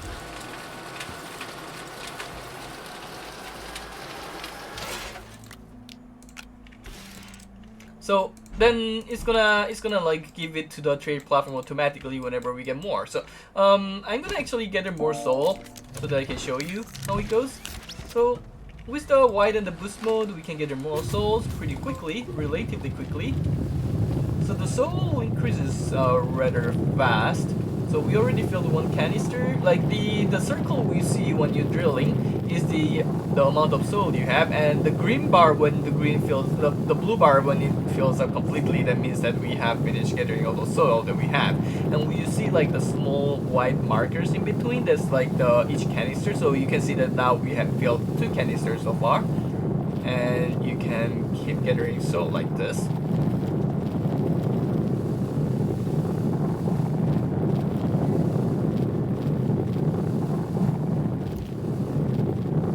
So now here we do need a drill bud to dig into this mountain. Well, if you don't have a drill bud, we should avoid digging into the mountain for now. Actually, yeah, you should avoid digging into the mountain, and you just dig the soils.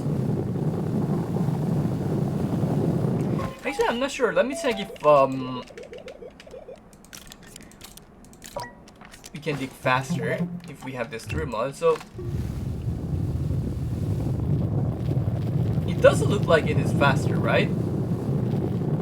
Yeah, this seems to be faster. So you do also want to have a drill mode when you're doing this, like at least a drill mode 1, I guess.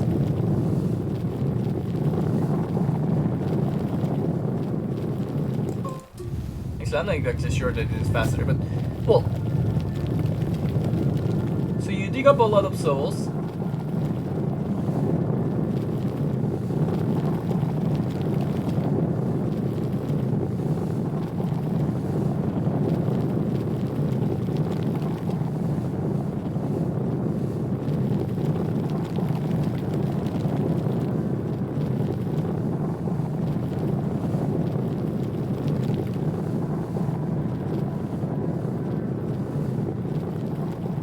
So we managed to fill all the 8 canisters we have, and so we place it here, and it is going to automatically produce. We're gonna place 4 for now, and it's gonna automatically produce the small canister, the resin that turns into the small canister that gets put into the shredder that makes the scrap and get put into the trade platform, and then you can use the trade platform to trade into whatever resource you feel like. So if you're using the scrap farm, you practically never need to go to the other planet anymore to get the other resources. You only need to gather the soils from the soil nearby, and that's literally all you need. So like that's why the third method of research I mentioned earlier about the crystal research, the Crystal Rose research, is really good if you're combining with this soil farming, because you're never gonna leave your base practically unless you need the gases, and the crystal farm's only disadvantage is pretty much removed because you're not gonna leave this space, right? And here you can see that like the small canisters, they kind of go on the ground like this, and they can roll around and all that. And you can, well, it is possible to dig a small hole here, like you can dig a small hole to make them stay on the same place. What I prefer to do is to have a platform here, so that it is crafted, the canisters are crafted on top of this platform, and we'll also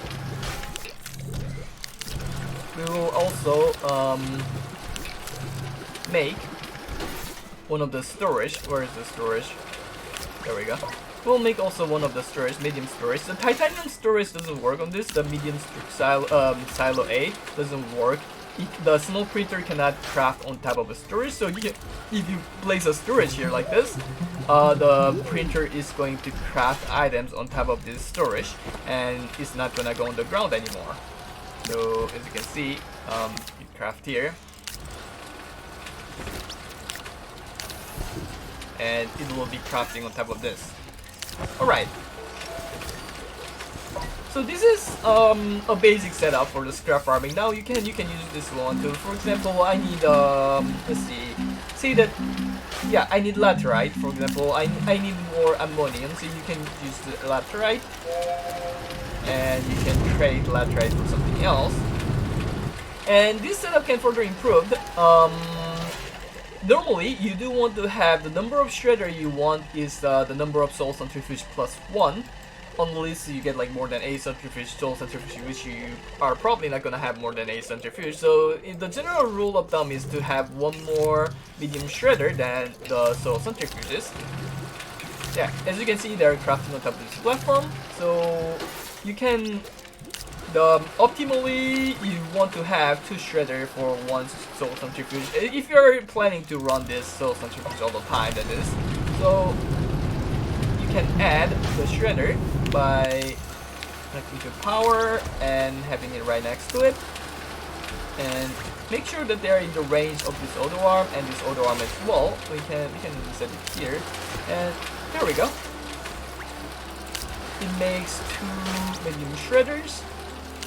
And if you want to even further improve this setting, what you can do is that you can create a large platform. I'm gonna create 2 because I'm gonna use the other one for in the future, and you can use the soul centrifuge here instead. And you can use like 2 or even 3 soul centrifuges, but I recommend 2. I usually don't use more than 2 soul centrifuges because it is too much effort to farm the souls at some point, and I don't really like 2 is already enough to craft most of the resources until you move to the next automation. So I don't use more than 2. So for example,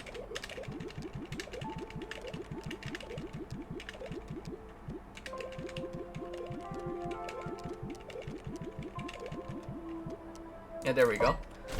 You can use 2 soul centrifuges here, and if you're using 2 soul centrifuges, you do want 1 more shredder, because as I said before, the number of shredder you want it to be 1 more than the number of soul centrifuges. So we'll add 1 more shredder.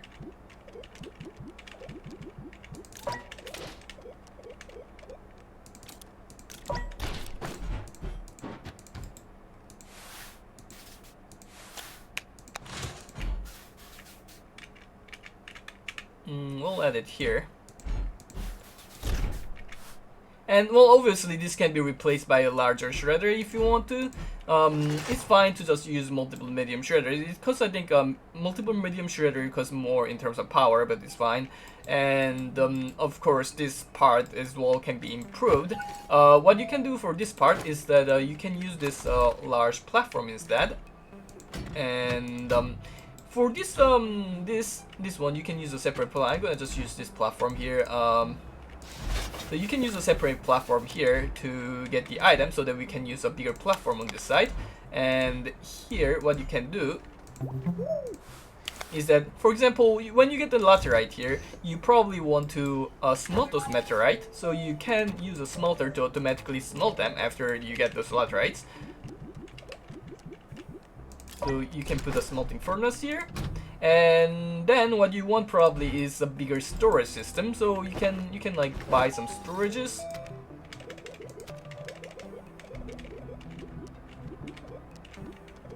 You can get larger resource canister, but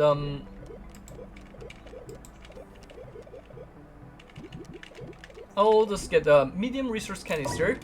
And for example, if you put the medium resource canister here and enable the output, it means that it's not gonna take any item that is on this platform. So for example, even if you have laterite on this platform, it's not gonna take if it is enabled. Like if it's disabled, if the output is disabled, it's gonna take the item that goes on this platform. So but if you have it enabled, it's not gonna take anything. And the only thing this one is gonna take is the scrap from here.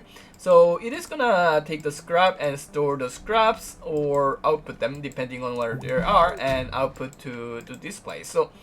So for example, yeah, once you activate this and craft those items, we are gonna have this storage here filled with items that you can use for other uses afterwards. So this is a pretty much a little bit bigger version of the previous setting, but also kind of still a basic setting of this trade platform. So you still have to like manually choose which item you want, but that is better because for now we are still working on a small number of items, and we are probably not gonna be having a big we're still not at the level where we are mass producing items. Alright, so this soul centrifuge farm is pretty good, but the problem is that you gotta continuously farm the souls. So like even if we're only using 8 canisters, it still takes a while to farm the souls. As we said earlier, like we are using wide mode, which is like which makes it better at farming the souls, but it still takes a while. Actually, let me check with the drill mode because yeah, it's pretty much the same. It makes no difference. I think this makes no difference. Yeah, so like it still takes a while, and you're gonna be spending less of time farming the souls until the soul centrifuge works. And yeah, that's it. And there is a tip for farming soul, and the tip is by using a large rover. And so this is probably the next step you can do. Actually, the next step after, yeah, if you want to improve this soul centrifuge farm, you can have this large rover, some source of power. As a source of power, you can have either like a RTG, but RTG you probably don't have yet. So what we're gonna be using is the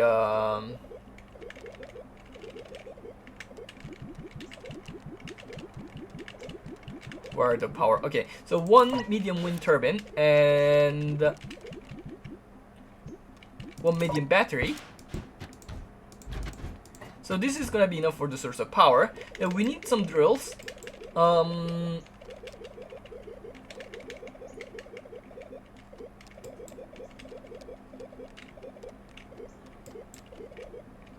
We need a rubber seat.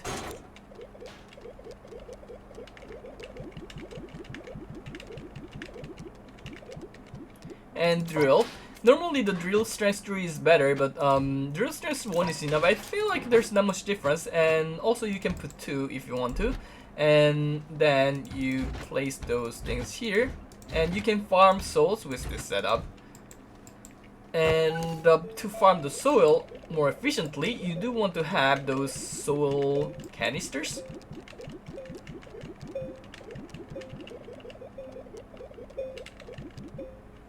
So this one, it requires plastic and glass.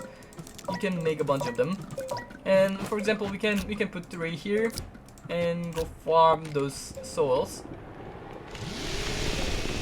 And as you see, the amount of soul goes up pretty quickly, and it's a lot faster than the other way around, because this one full soul canister is equivalent to 24 small soul canisters. And as you can see, we have 3 of them, but we are still filling pretty quickly. We're almost finished filling like one of the soul canisters already, and this method is really fast. So you do gather like soul like extremely fast when you do this, and you can run the soul centers very quickly. Well, obviously it does require a lot of investment because you gotta craft a large rover, which requires 2 exochips. So you do this if you're gonna be more invested in the soul centrifuge automation.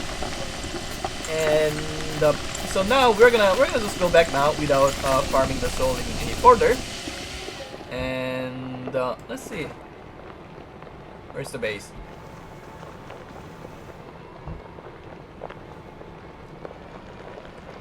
So now when you're back, what you do is you put this one on here, and you place a number of canisters equal to the number of soul centrifuges, and then it is going to automatically work. I think I didn't set this one up, so I put it to resin, and this is going to keep producing those scraps until we run out of soil. So we'll watch this going for a while and see how it works. While this is going, this medium storage here, when you're getting a bigger setup, you probably want to replace it by the better one, which is the storage silo. So this one, you can replace this by this. And for example, so now it is making the resins. When the resins are made, it is going to automatically craft all those small canisters. And once this is empty, it is going to start crafting resins again, while this one keeps working on making the resins. So now this place is full and it is still crafting resins, but it's fine. You might want to add one more auto arm here if you see that like this is not taking stuff fast enough, but I think it should be fine. We'll see.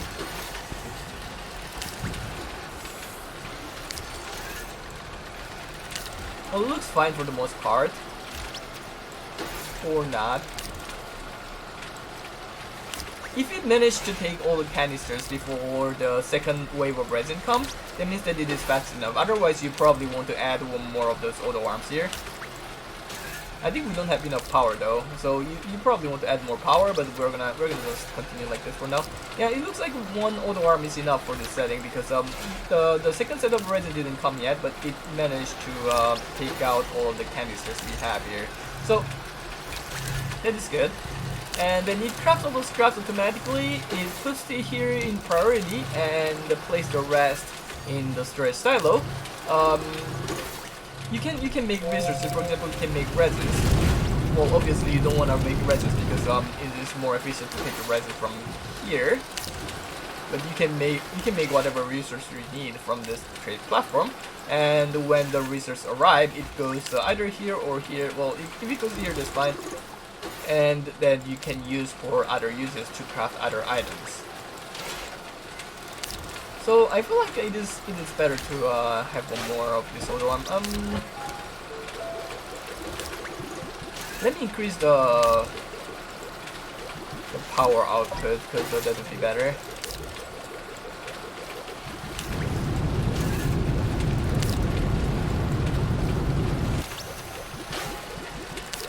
So yeah, now there we go. We got the resins here.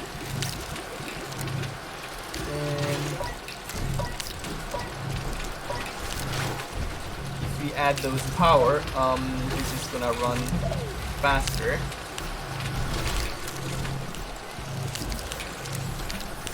I feel like this is still not gonna be enough power, but at least that's something. I think that this means that we still not actually. Is this full? You can see by the power cable if we have enough power or not. This is like almost fine. So we're gonna leave it at this. I'm pretty sure we actually need one more auto arm here. So.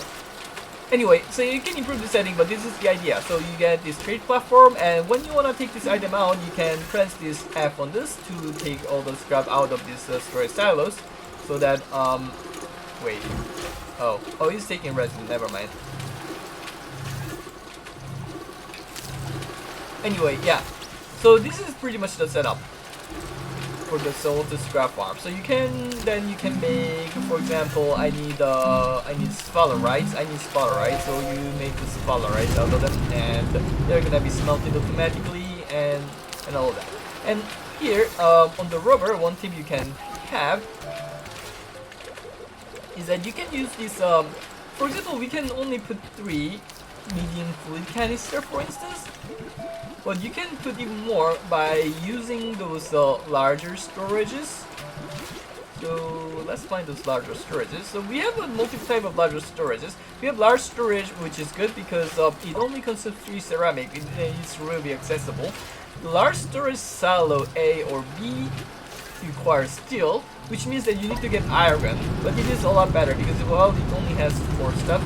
Well, this one has 12 slots. So this is like a lot better version of this one for being more difficult to craft, but it doesn't require argon. So for example, if you're using this one, you can put all those soul canister here, and you can put 2 more soul canister basically by using this one. And you can also put those one here, and if you are using this storage silo, obviously you can put 12 of those here, and this is a huge amount. One thing to note with this storage silo is that when you're riding with this storage silo, your vision is very obstructed, so I prefer putting this storage silo behind this area, and you can put the power here as well, and you can have this one here, and since this one doesn't really obstruct the vision that much, you can put it here, and you're gonna have like a lot of soil canisters that you can bring in one trip. And in my experience, it takes like 15 minutes to fill 12 soil canisters, which is full of this large storage silo. And when this storage silo is full, you can directly put into this slot, and it is gonna automatically craft the scrap for you. So this is the soul to scrap farm. The soul to scrap farm allows you to trade the scrap for all kinds of resources. Don't really need to go to other planets except for gases. The gas is the only reason why you do want to go to the other planet. So we definitely need one more auto arm, so we can add that one here.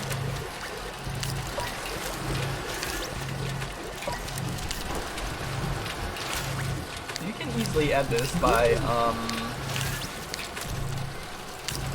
doing something like this. So make sure that everything is in range and you activate it. So you can see that if you don't have enough auto arm, the canisters start dropping on the ground and they start rolling everywhere. So you do want to have enough auto arm and shredder to use all the items you get from the soil centrifuges. So this setting is gonna be able to like use up all those oil canisters and craft them into scraps until the scrap is full, of course. But well, it works until then. And now we don't have soil anymore. Okay, so this is it for this soil to scrap farm. So with this setting, you only need to farm soil to get all kinds of resources. And this is one of the first automation you can do. And you only need iron, tungsten, and the exo chip to make this trade platform and the shredder, and you can start going with this setup. Alright. The next setup I want to talk to is an automatic printer setup, because we're gonna be getting a lot of resources from this. And if you're using like the printer, like I'm gonna make the printers first. I'm gonna make a small printer. I'm gonna make 2. A medium printer, a large printer. I'm gonna also make the extra large platform, for instance. Alright, so if you're using like, for example, like on a single platform, like if you have this one platform, yeah, okay. So for example, if the small printer, you can use it without the platform. But if you wanna, for example, craft something, say you wanna craft the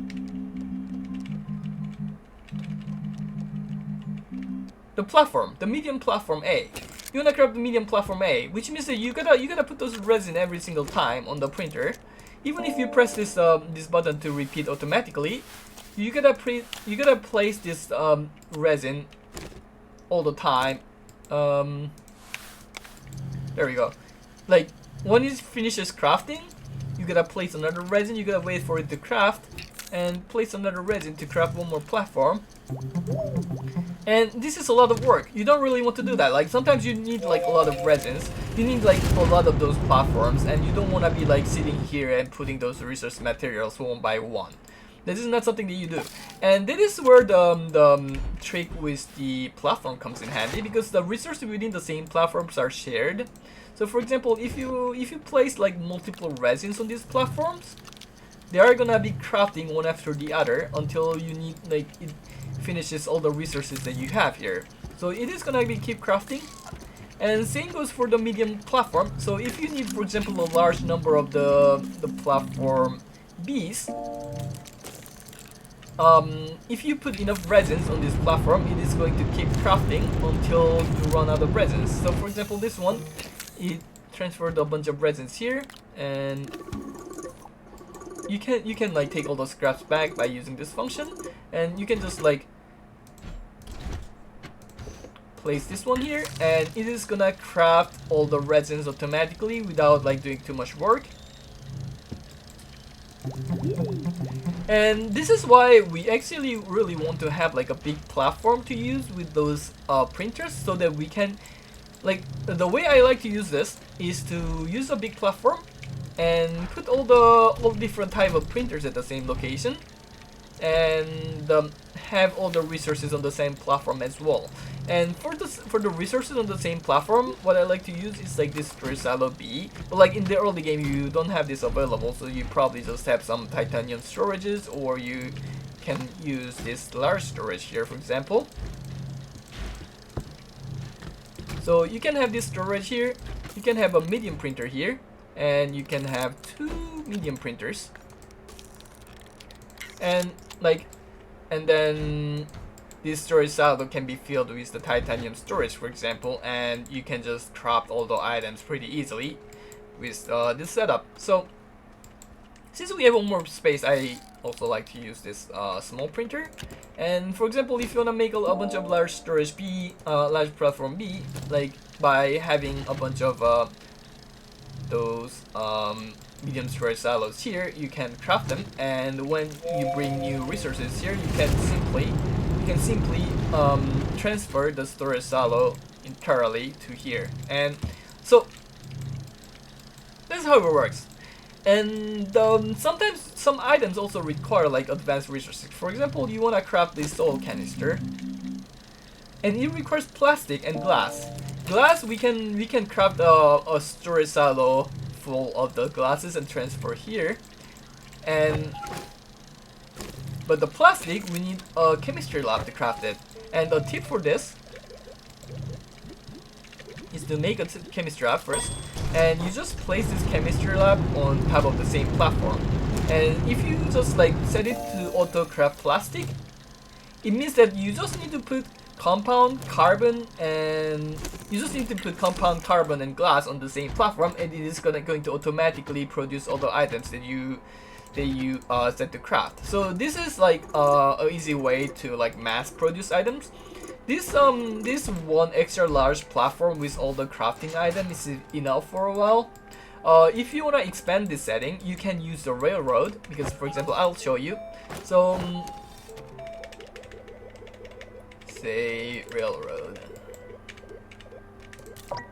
You need 1 rail plus bundle, and you need 6 rail cars.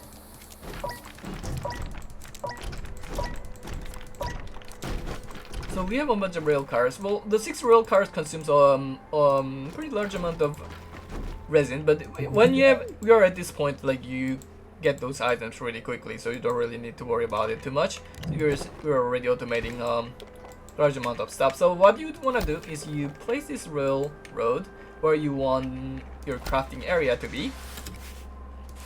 You want to connect it to power. I'll connect it here.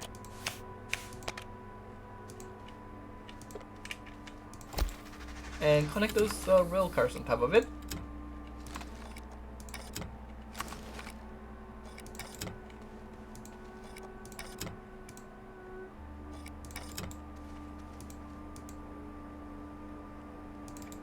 This is not long enough. So yeah, we do want to have a little bit longer road.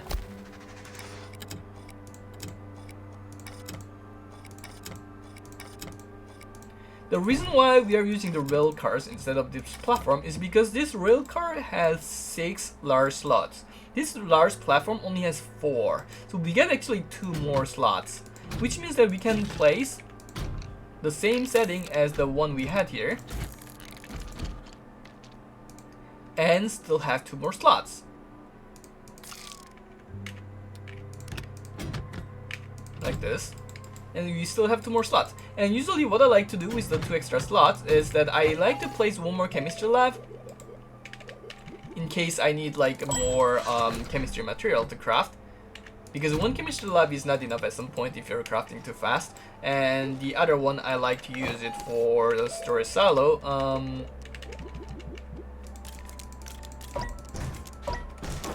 Alright, so we can use the storage silo here, and this one can also be replaced by a storage silo. So like this, something like this will allow to, I'm gonna put it, yeah, I guess this one's better. So something like this, a setting like this allows you to have a large amount of resources because you can fill those storage silos with all the titanium storages, and you can pretty much craft whatever item you need pretty much infinitely and whenever you need to, as long as you fill those storages. So like when this point comes, like your goal is probably gonna be to have this trade platform make like all the items that you're missing, and so that you can put it on these storage silos, and then you can craft whatever item you want at the amount at the quantity you want. So this is a pretty convenient printer setting that allows you to craft a lot of items. Let me show one example. Let's see. Well, for example, what we need the most right now is like the titanium storages silos. So this one is the medium storage silo. For example, we need a lot of this, and well, we're gonna need well, I've made those ones, but you probably want the titanium, and well, you can order those titanium when they're up, and you can place them here afterwards. Well, for example, right now we do want to place this titanium storage here. Well, we don't have enough storage right now, but anyway, that's the idea. So you transfer those items here and directly start crafting a bunch of different items. Since we have the resins, aluminum, and soil, let's see what we can craft. For example, if you want to craft a bunch of rail bundles,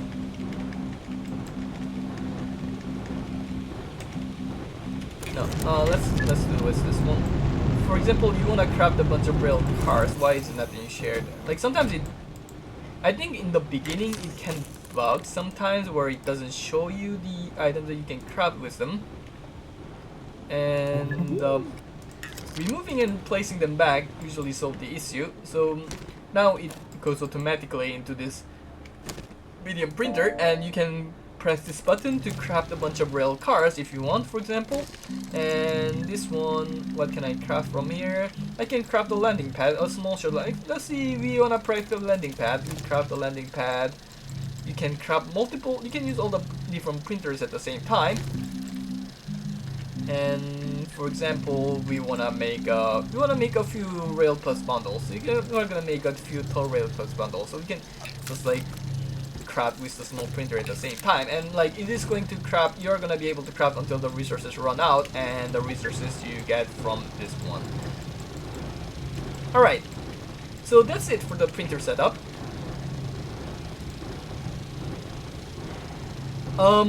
The next step I wanna talk about is the railroad.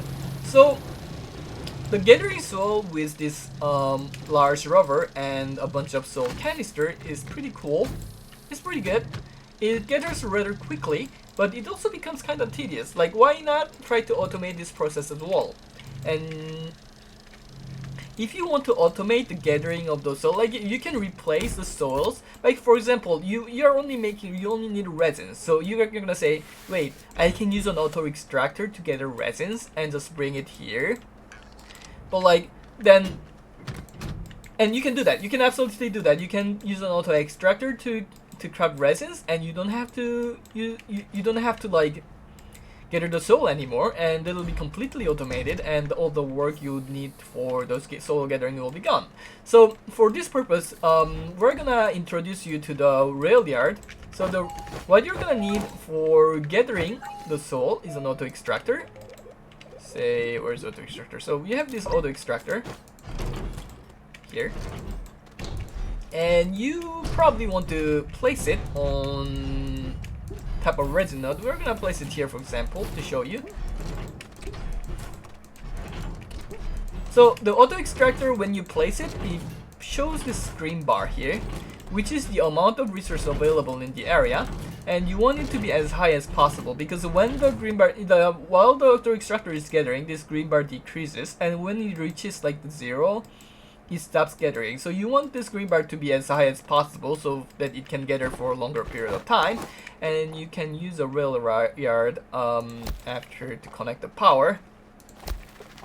So for example, we're gonna want this rail to come all the way here, because we're gonna want this one to bring the resources to our soul centrifuge. So we connect it to here, and connect the power, and once we run the auto extractor, it's gonna run the auto extractor. There's a tip with the button repeater that can make the auto extractor run faster, but I don't usually use it because it kind of feels like a bug, so I don't do it. This one gathers the auto extractor, but it doesn't really transport it. So when it comes to the transportation, there's a tip. Alright, so what you need for the transportation is a rail station. You need 2 rail stations. You're gonna need some rail cars.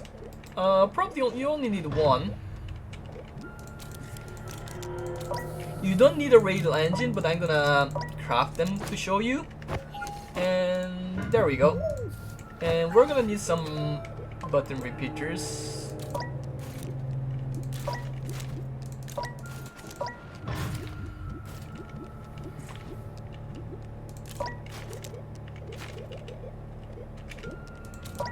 Okay, so there are 2 different ways that I know that works pretty well for dealing with this railroad. So I don't want this one to be connected to this rail right here. Okay, so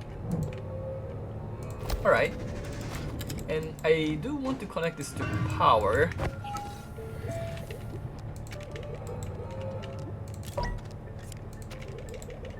I'll just bring a few of those powers here.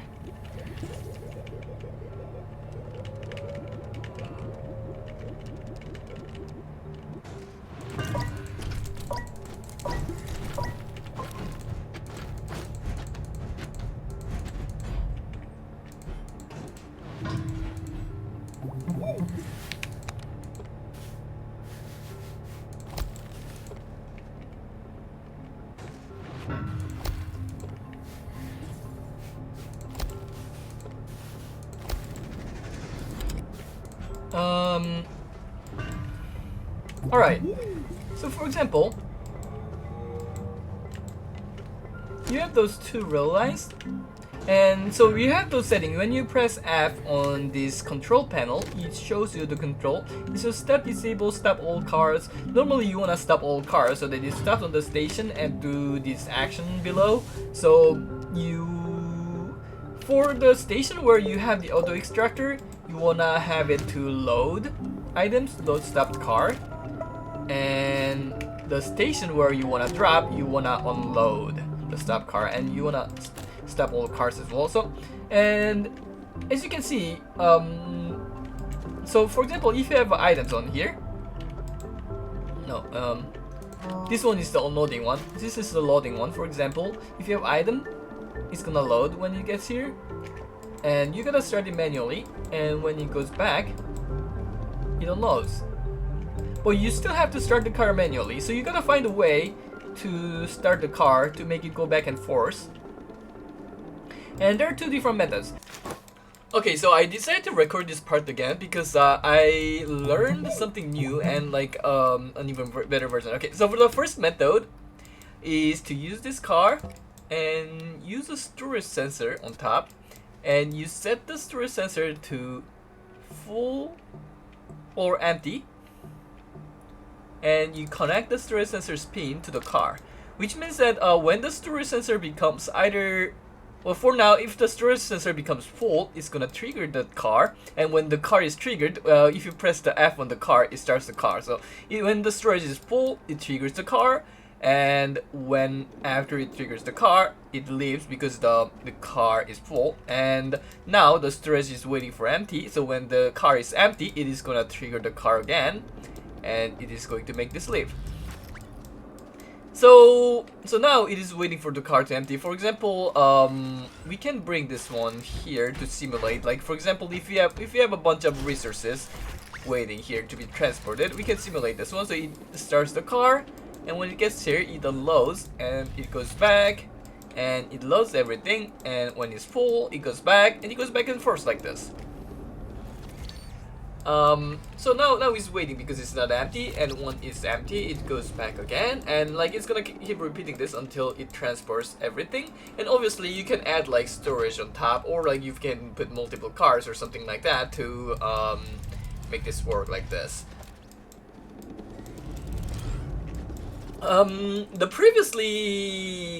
Previously, I think lots of people were saying, for example, to use a proximity repeater on top of this storage sensor. So let's see, we got a proximity repeater. So lots of people say, like for example, to use the proximity repeater. I really don't recommend using a proximity repeater, even though it works, because the proximity repeater can trigger something that you don't want to trigger accidentally. For example, it's triggering the car, the rail station, which is fine for now, but it can potentially cause problem. And like for example, if you have an auto arm on this platform, it can also close the auto arm, or you can potentially stop the auto extractor and stuff like that, and that's really not ideal. You don't really want that to happen. So the proximity repeater is really not recommended, and lots of people will say to use the button repeater here and connect the pin of the button repeater.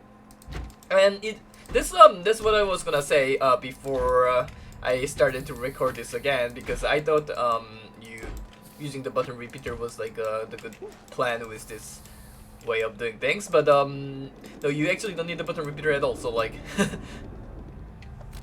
like we go back here, like having the button repeater or not like doesn't change anything. Why is this not working? So storage to fill, stop all car, load stopped car. I think this one was kind of bugged, not properly attached. So yeah, like if you have the button repeater here, it goes back and forth. If you don't have the button repeater, it still goes back and forth. So like you can just save the button repeater by not using it at all. So you don't need this one. So you just use the storage sensor, and like this method works pretty well. It's pretty cheap because you only need one storage sensor to work with. And as you can see, it works pretty well. It works when you're far away as well, and but it has like a crucial problem in my opinion, is that when you have more than 2 stations that you want to transfer resources in between, it doesn't work too well. Like for example, if you have another station, let's see.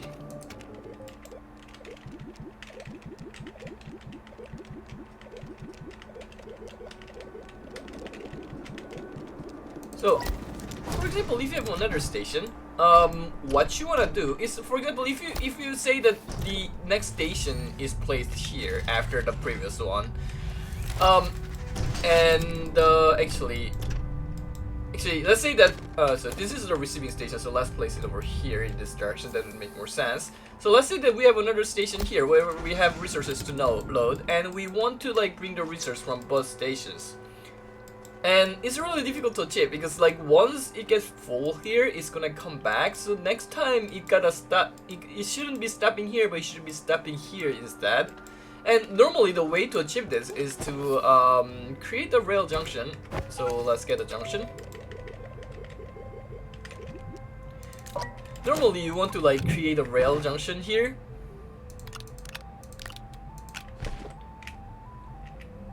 Over here.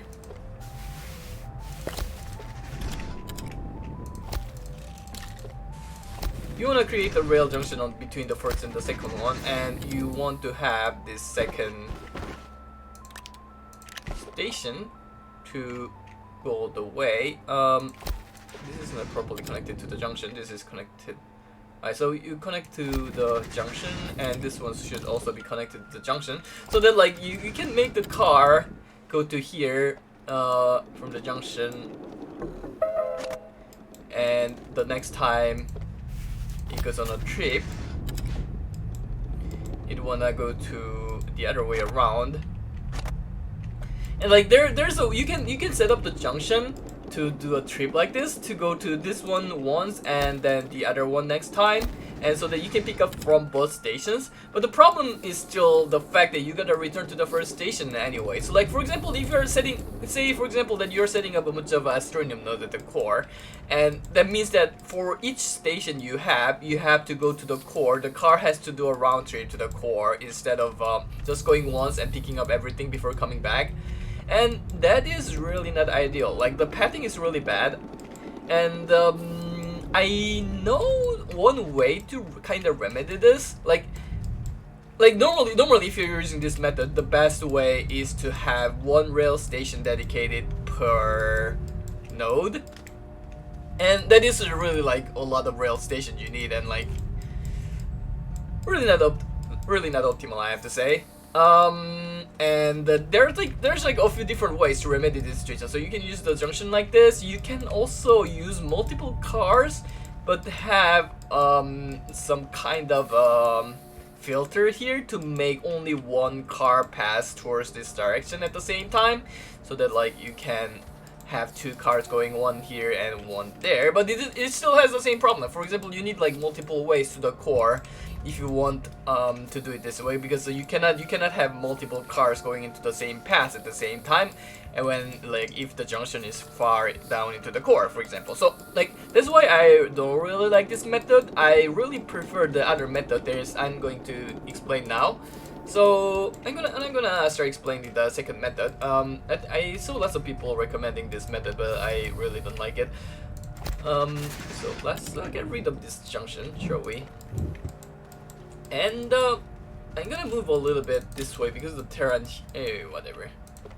And because the railway kept like destroying the terrain, it is in a pretty strange shape right now. So let's do this. Okay, so instead of using the storage sensor, so what we need to know is so the rail station has those things, the target pin and the pin slot, and it doesn't explain anywhere what they do, but what they actually do is you can find out by putting a button repeater. Like if you're not sure what they do, using a button repeater is a good choice because it shines when it triggers, it does anything. So for example, if you bring the car, actually let me put another button repeater. I'm gonna put the delay repeater here. So when the car arrives, when the car passes by here, this button repeater shines, and when the car passes here, the delay repeater here shines. So those pins, what they do is that they send a signal when the car passes by this location. For example, so we start this car again, and it's gonna send a signal when it arrives here. And those pin slots here, what they do is that they make the car leave in the direction of the signal. So for example, we attach the car here and we activate this button. So we send the signal here, and it sends the car to the right side.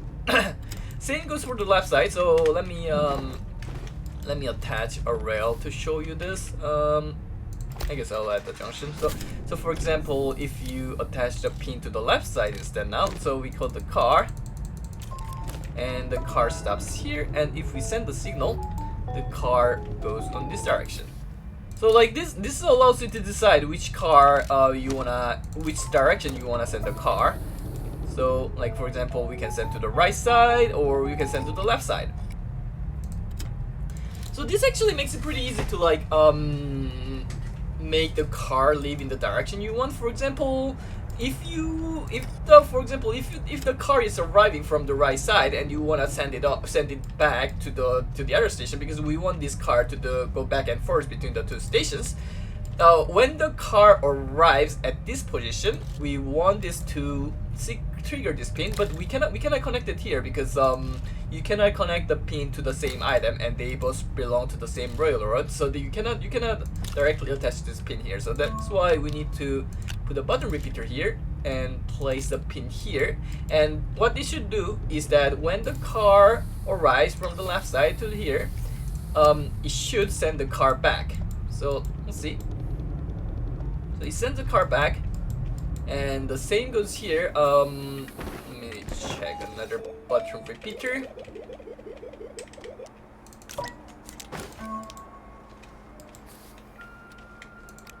And if you put it here, then this is gonna do back and forth. So we can now add those here to see how they unload and load all the items. So it goes here, it loads all the item, and goes back here and unload the item. And of course, if you set the storage here, it is going to transport all the resins on this storage here to this storage by gradually going back and forth. Well, right now the auto arm is too slow to process everything, but normally you don't really have this issue because the rail line is gonna be a lot longer than this. This is just an experimental rail line, which is super short. That's why this auto arm is having issue taking up everything. And okay, so you might be wondering now, what if I put the button repeater here, right? What happens when you put the button repeater here is that this button sends the signal when the car is here. So it sends the signal now, but when the moment the button repeater sends the signal, the car is not stopped yet. The car is still here, it's still moving. So sending a signal here doesn't do anything because the car is still going into the station. That's why you wanna put the button repeater here to make the car arriving from the right side to go to the left side. So like for example, if you want to make the car continue in the direction it was going, so you can put this button repeater here, and it should, when it arrives, it continue this way. And you can also put this. I'm gonna just put the delay repeater. So if you put this delay repeater here, when the car arrives from the left side, it is going to continue to the right side. So you can see already how it is going to work with multiple stations, because you can control with this the direction the car is going, and the car doesn't have to be full to depart. The car departs immediately after loading whatever it has. So for example, if the car has like a storage on top of it, it's gonna carry all the resources from here at once. And of course you're gonna need enough storage to unload as well. So this is how it works. This method has a small issue, which is that this works pretty well when the rail is like is pretty close to where you are, because as you know, the game works kind of differently when you are far away and when you're close. And this method, while it works pretty well when you're close to it, it has a problem when you're too far away. So I think it's too far away means like when you're setting up the resource node all the way to the core or even farther. I think even far, it has to be like quite a lot horizontally as well. But like when you're super far, I think the game like skips frame, and when the car arrives, like it's supposed to send the signal as soon as the car arrives, but I think that it sends the signal before the car actually arrives. And what it does is that like the signal is ignored because it is sent before the car arrives. And like as a result, the car like just stops in the rail station down there and doesn't move anymore. Like it happens. You'll notice that happening if you use this method to a node that is like very far away. It usually works pretty well like this on the surface nodes, but when it's super far away, it doesn't work as well. So the method to remedy this is to use delay repeater.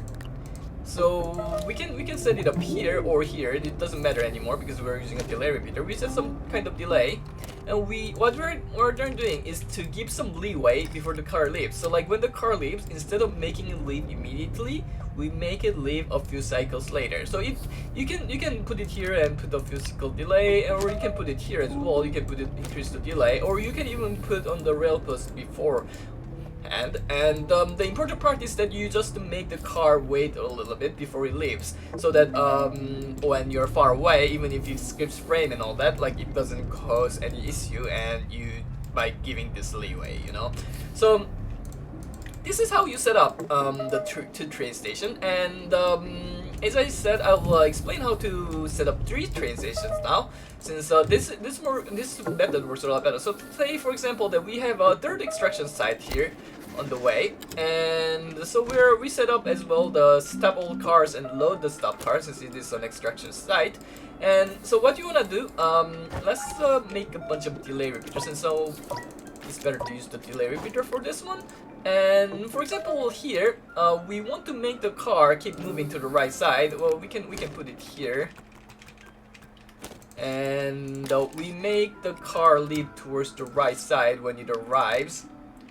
Alright, so for the intermediate side, you can put it like this. For example, when it arrives to the left side, you make the car leave to the right side, and when you arrive from the right side, you make the car leave to the right side. For example, you put the 10 cycle delay on each one, and when it arrives, it's gonna trigger this one first, and it's gonna leave to the right side, and vice versa when it comes from the other way around. So we can set up this one as well while we're at it. So for example, if you set up this way, when it passes here, it triggers this one. It triggers this one as well, but this one sends the signal first, so you continue this way. And when it comes here, it leaves back to the right side.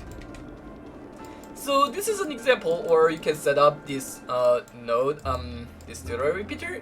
I usually prefer to. Do I have any rail post bundle? Okay, I have a rail post bundle. I usually prefer to set up like because you usually are gonna have some intermediate rail post, and I usually prefer to have this repeater placed here. Like I usually prefer to have those repeater placed here and have like a max delay, for example.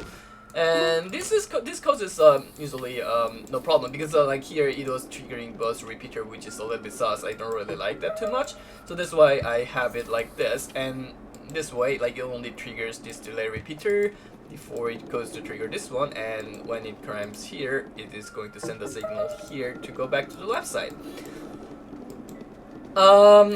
Now, you just need to have enough storage on this solar car and enough storage on the receiving station to like transport enough resources. But if you wanna stylish, you can add a rail engine to make this one go faster. So if you attach this rail engine, it goes faster.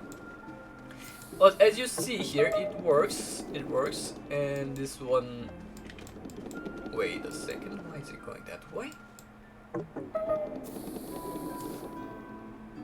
Oh yeah, because it is yeah, this is why I said that like I prefer having this one at putting those sensors on a rail post in between, because you're most likely gonna have a rail post in between. Like you're pretty much always gonna have a rail post in between, actually, because like you're not gonna have extractor site right next to each other and put like 2 rail stations so close to each other. That's not really realistic, because if you have extractors like so close to each other, you're gonna just have them transport to the same station instead of setting them up to each other. So we are gonna have this rail post here. We're gonna also put it here. We're gonna increase the delay to the max, and have this car move. So now it should be going back and forth. After a delay, it departs. It goes here. After a delay, it departs, and after a delay, it does depart. So this is the problem when you're using the rail engine.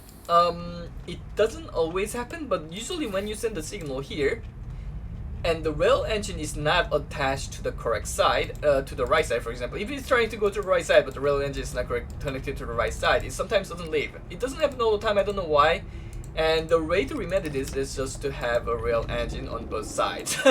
So if you do this, then this car is gonna go back and forth without any problem. Of course, you can just use no rail engine at all, and it's gonna be slower, but it still works.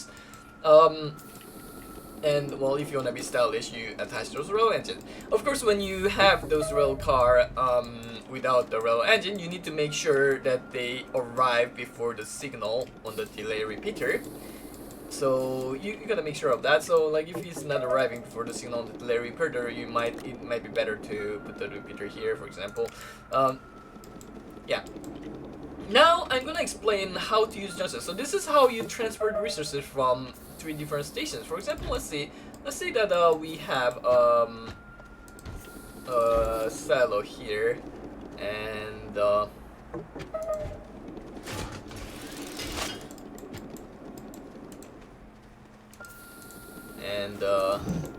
one here, for example. Say we have some resources to transport from all the way here as well, and so like right now it's not gonna transport everything at once. It's gonna get everything and it's already full, so it's not gonna be able to load anything anymore.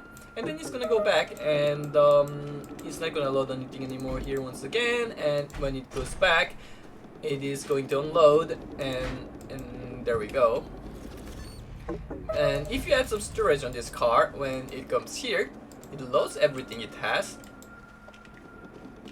Then it loads everything it has here as well, as long as there's the space. Then it goes back to unload. You probably want to have some storage here as well, so it can unload. So when it arrives, it unloads all the resources, and then you can do the sorting here. You can like add odd arm for one odd arm for resin, one odd arm for compound, for example, to like put them to like different storages and stuff like that. So this is how.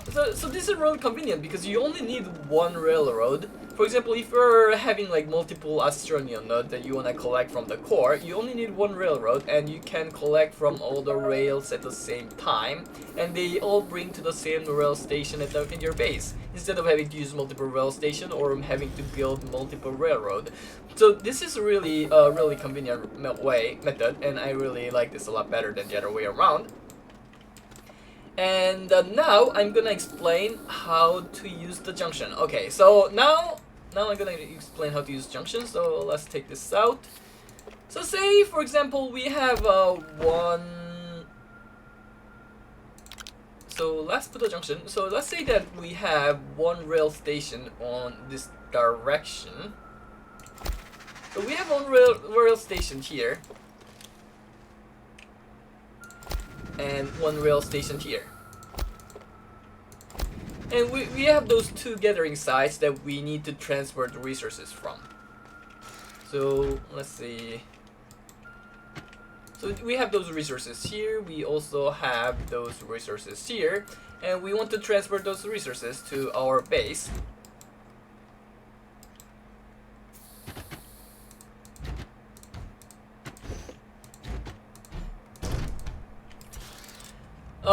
So how to automate this? So what do you want to do? Okay, so there's where comes the one thing that you want to know about the railroad and these what's the name? The rail puts as well. So the railroad, when you press F on the rail junction, it switches between 3 different positions, one after the other. And there is actually another way to deal with the rail station, and that is by using those pins. If you look at this, there's this pin slot. 1, 2, 3 pin slots attached to this rail junction, and you can use those. So for example, this one, you can send a signal here, and what it does is it connects this road here. And if you send the signal again, it stays the same. So this pin slot, if you send a signal here, it connects the 2 adjacent rails to this pin slot. Like unlike the junction that like rotates between the 3 position, this pin slot only connects to the adjacent position, and it like if it's already connected, then it doesn't do anything. So like this one, for example, it connects to two adjacent one, and if you send the signal again, it doesn't do anything if you send signal like 1,000 times. And same goes for this one. If you send the signal here, it is connected to adjacent ones, and if you send the signal again, then it doesn't do anything. So for example, now we need to decide on the pathing you want to take with this junction.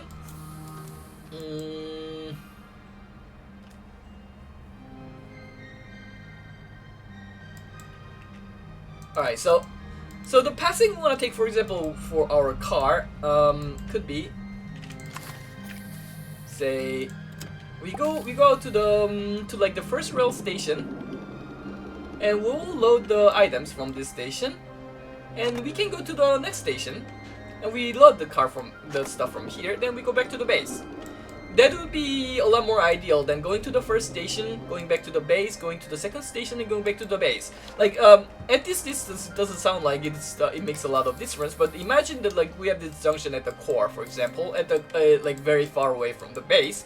You don't really want to go back all the way to the base before going back to the second station. It is a lot better to just go to the first station, go to the second station, and load everything, and go back to the base. That makes the passing a lot shorter. So that is what we're gonna try to do.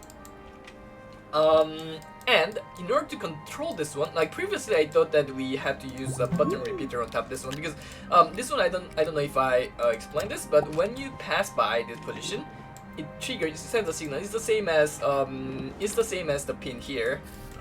Whenever a car passes by this location, it sends a signal, and the signal is sent to whatever the pin is attached to. So you can attach the button repeater, and you can attach the button repeater here, and whenever you passes by this location, this junction is gonna be activated.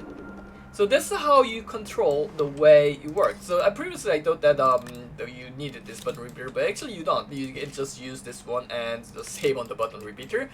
I actually reworked on my railroad after realizing this fact. So you can just connect this one and make it go this way. And the same goes here. We can connect this one. So we want the car to go this way after going there. So we connect this one. And here we can connect it to here, for example. This is not properly connected. You gotta be careful, because when it's not properly connected, it is going to activate the junction instead of this pin here. And as you saw, activating the junction makes it rotate between the three positions, and activating the pin makes it connect between the two adjacent positions. So it is different. So if you activate the junction when you are trying to activate the pin, it is going to dysfunction. It's not going to work. So yeah, we want to make sure that it is connected to pin, and we can see what happens when we do that. So we also need a delay regulator. So let's have those stations. So for this station, we want it to come back when it arrives at this location. So this one is correct. This one is also correct because we want it to come back when it arrives at the station. And as for the last one, we are going to need, since we only have this slot, we're gonna put it here and put the delay a little bit shorter. I think like 5 delay should work. And we can now activate the car, and when it arrives, it comes back, it unloads, it comes back, and it goes to the first station. It activates a pin to this one, and it loads and goes back, and this one is already activated, so it doesn't change the road. And when it goes here, it activates the road, and it loads, and it goes back to the first station. So this is how you set up like the junction automation. So like now we have this system that brings all the items. Like right now we don't have the storage for the receiving station. That's why it's not bringing now. But like you can have like some storage here, so that you can bring all the items without any issue. So for example, the car is going back and forth.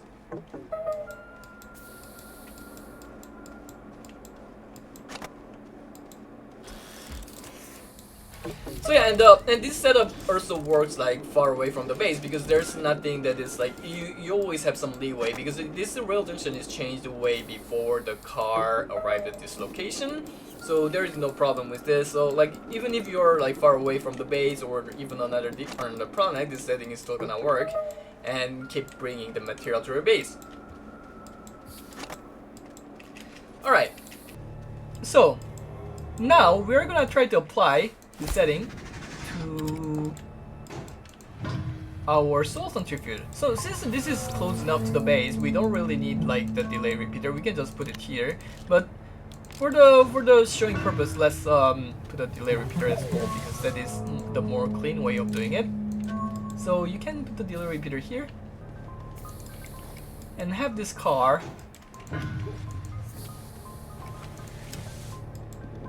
come this way.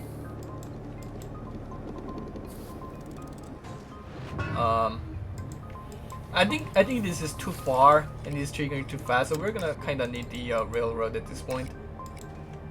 I guess we do kind of need a rail engine if we're using this setup.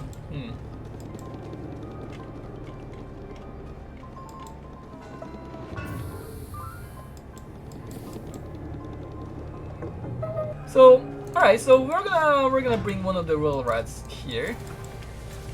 So we are gonna be dropping the resins next to the soul centrifuge. We're gonna use a delay repeater on the node before and make it so that it goes back. And this one we're gonna make it so that it unloads the stopped car, and we're gonna need auto arm.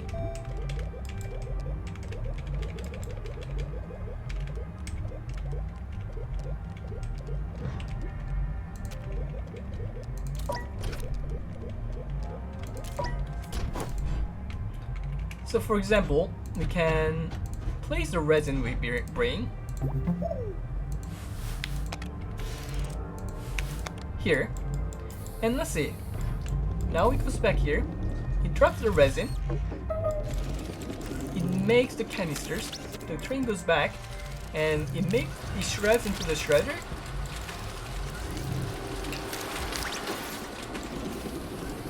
So this is an automatic setting that works. That whatever resin that the auto extractors is gonna collect is gonna be brought by the car.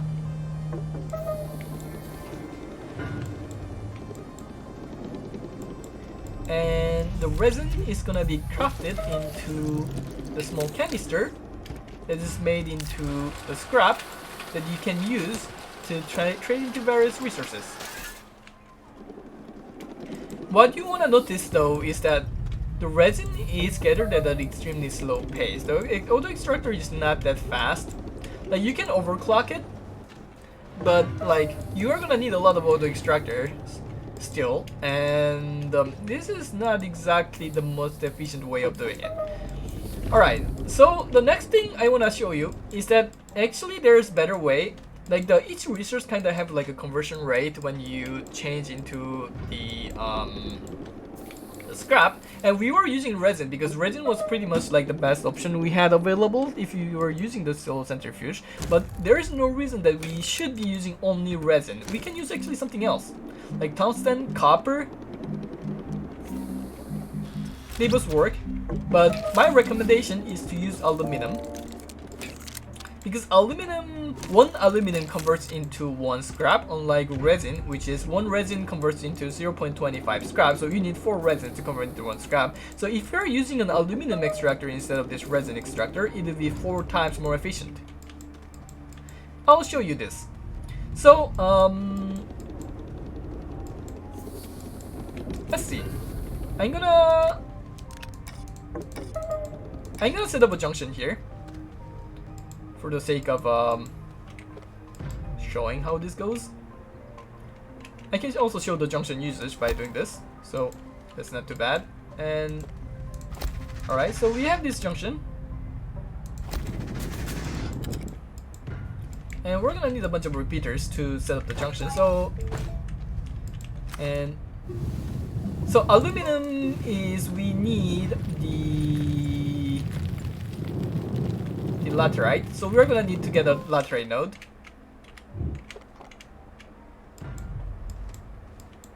And we have this junction.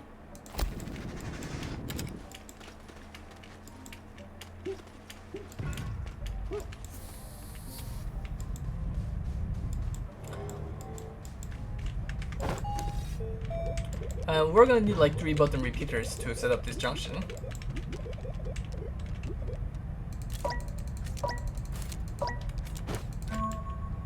So when it comes from, the car comes from this way, let's say it goes here, and when the car comes from this way, let's say that it goes to the aluminum node, it's gonna be under NAS, or it's too far away, so we're gonna make a segment.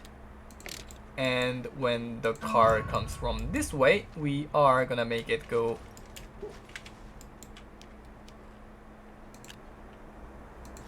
back to the base.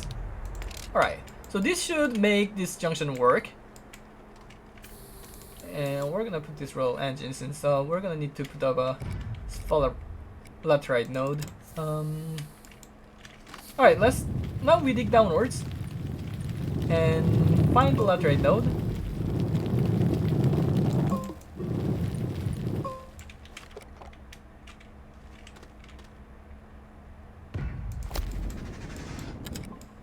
So laterite nodes are found like pretty much in every planet, and they're also pretty abundant. There's one over there, but I think that's a very small node. I think I'd like something bigger if possible, but I am not seeing anything else. Well, since I'm just showing, I'm gonna just pick up that node because I cannot be bothered to find a better one. So what we're gonna need an auto extractor, a rail station.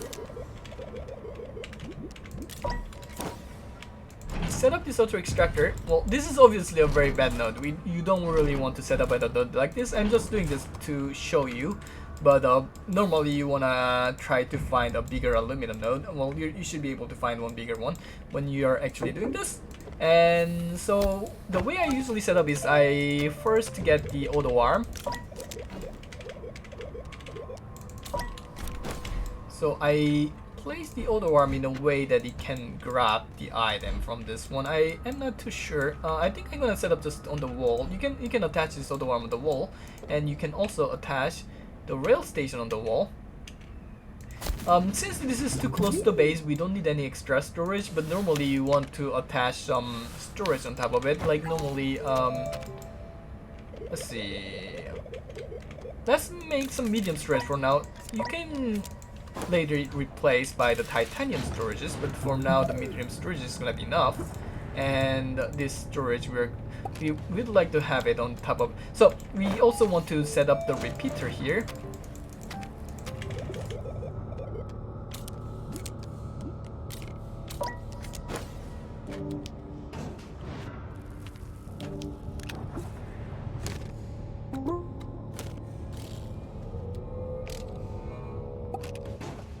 And don't forget to set this setting here, stop all car, and load the stop car, since it's a loading load. So we get this one, and the car goes here and goes backwards. And at the junction,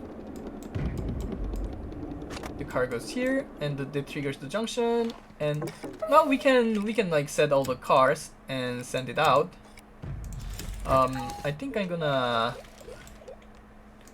put a medium storage just in case and send it out.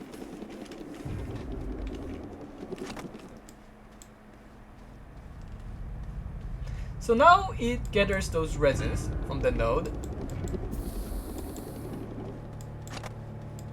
Ew, I think this station is kind of fucked. Okay, so we do want this auto extractor to bring items on this rail station, and this car should be coming back pretty soon because it's pretty close. And now it's coming back, and he's bringing some sphalerites. Well, since the sphalerites, we are gonna need like a smelter, because sphalerite, of course, we need to smelt it first.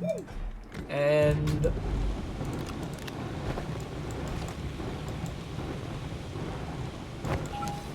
we're gonna need another small printer and make this craft.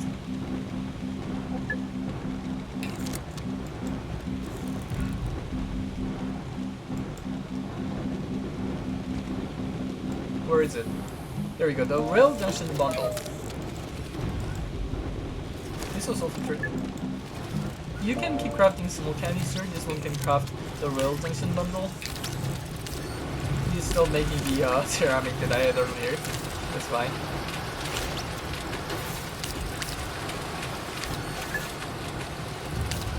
So this is an example.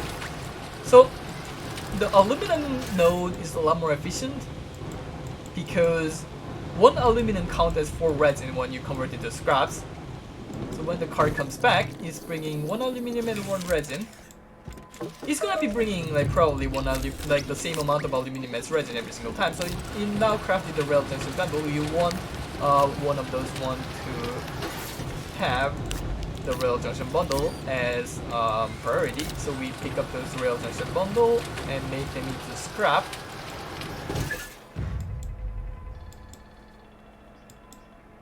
And automatically craft the scraps.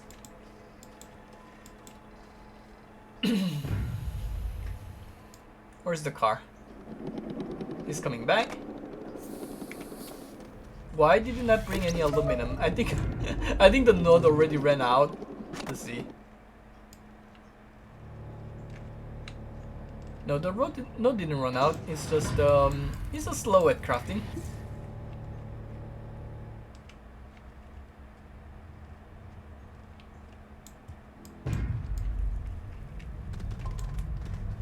And well, what you notice now is that the Ether is still slower than using the soils because the auto extractor doesn't gather that fast, and like you can see that it's still slower. And while aluminum is 4 times better than using resin, it is still like not the fastest in the world. All right, so as you can see, the aluminum when it crafts, it's going to be crafted into the rail junction bundle, which is shreds, and this one is going to make 2 scraps out of this one. We'll see. So I'm going to turn this one around so you can see better. You can see that this is getting shredded very slowly, and you craft the scrap pretty quickly, and it made 1 scrap, and it's making the 2nd scrap.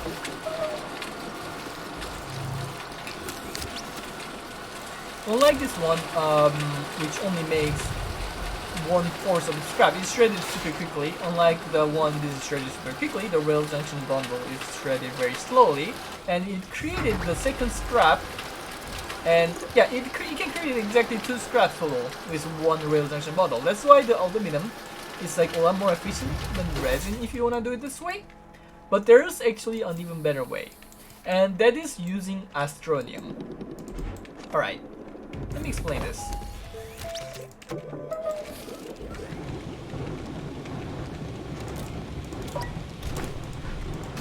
So astronium can be, where is it?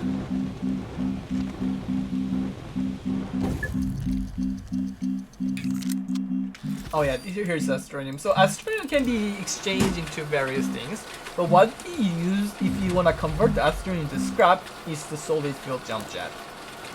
So what we do when we want to make the astronium to scrap is that when the astronium come into the trade platform, we put them into the trade platform by using the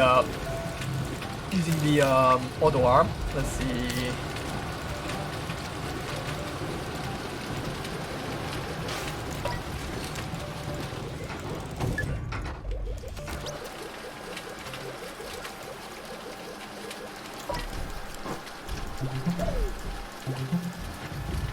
So you will probably want to have like only astronium coming to this station, or you set up a filter for the astronium on the other arm. So you can put this astronium on the trade platform. You normally don't want to have this one having this area included in this output area. So you wanna have it like this, so it only puts into the trade platform.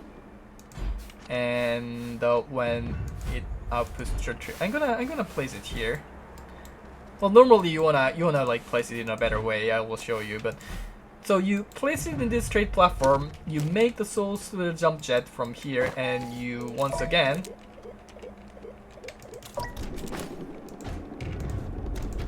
make the jump jet transferred to this area. And this is like a lot better because I think I'm pretty sure one solid fuel jump jet creates 1.5 scrap and one astronium creates 2 of them, which means that one astronium can create 3 scraps. Aluminum creates 1 scrap, so astronium is actually 3 times more efficient than aluminum. Obviously, the problem is that astronium can only be found at the core, so you gotta dig all the way to the core, which requires that you need the drill strength 3, and you also need more rail. You need more rails, and you also need to dig. You also need a longer rail line. But this is the most efficient. Astronium is the most efficient scrap making farm, and you can set it up by gathering astronium from the core and setting up a trade platform. And we normally want to automate this trade platform because we don't want to be clicking on the trade platform all the time to make the solid fuel jump jet. And the next thing I'm gonna be explaining is to how to automate this trade platform. Alright. Alright, so the trade platform, there's 2 things. We want to click on this trade platform so that it can trigger the item. So for example, let's use this one. Since we don't have any astronium right now, let's use this one. And we do want to click this one. Actually, I can spawn some astroniums.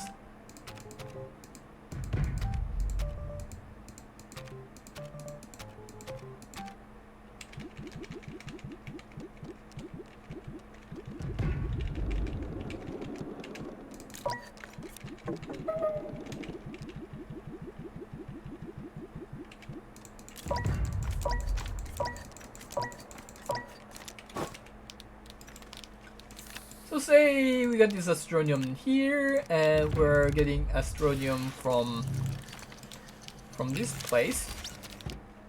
Oh, this filter is not sad, so he's grabbing this one. So, and we want to set this full jump jet. There's multiple aspects you need to think about when you're using the trade platform. One of them is that you need to trigger this one. The green button here needs to be triggered automatically.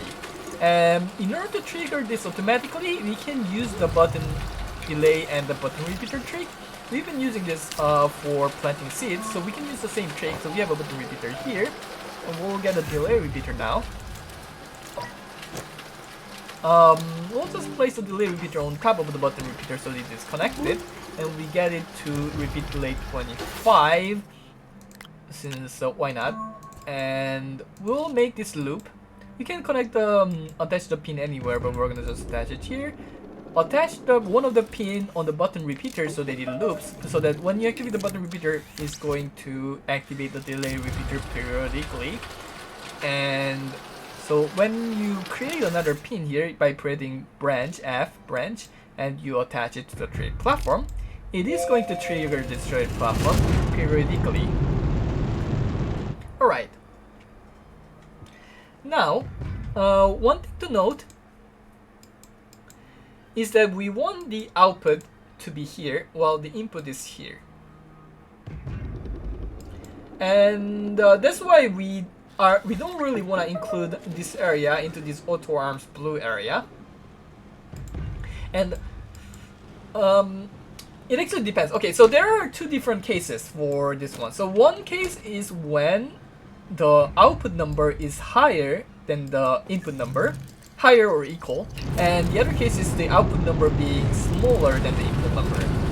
If the output number is smaller than the output number, you can just like use the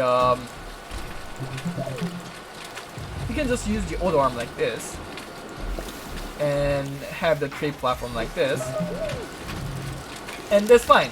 Because the output number is gonna be smaller, which means that you're always gonna have, even if you fill this area, so for example, we are probably gonna want to have a titanium storage at this point.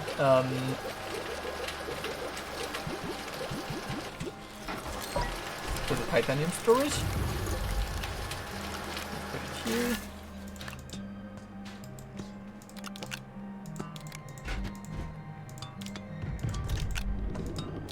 So if the output number is smaller than the input number, then even if you fill this titanium storage with the input, you're gonna be using all of them, and you can fill the slots back with the output number because the output is smaller. But in this case, the output is bigger. We convert one astronium into 2 solid field jump jets, so we cannot do that. Like if we use a setting like this, in this case where we have 2 solid field jump jets for 1 astronium, we are gonna fill this titanium storage with all of the astroniums, and one is filled, it's gonna keep triggering the trade platform, and when it does that, it is gonna cause that there's gonna be more output than the input.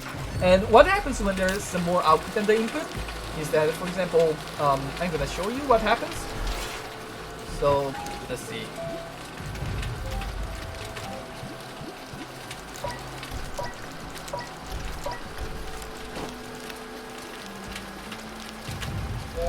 So it triggers when it has those things, and we have one more astronium, and you'll see what happens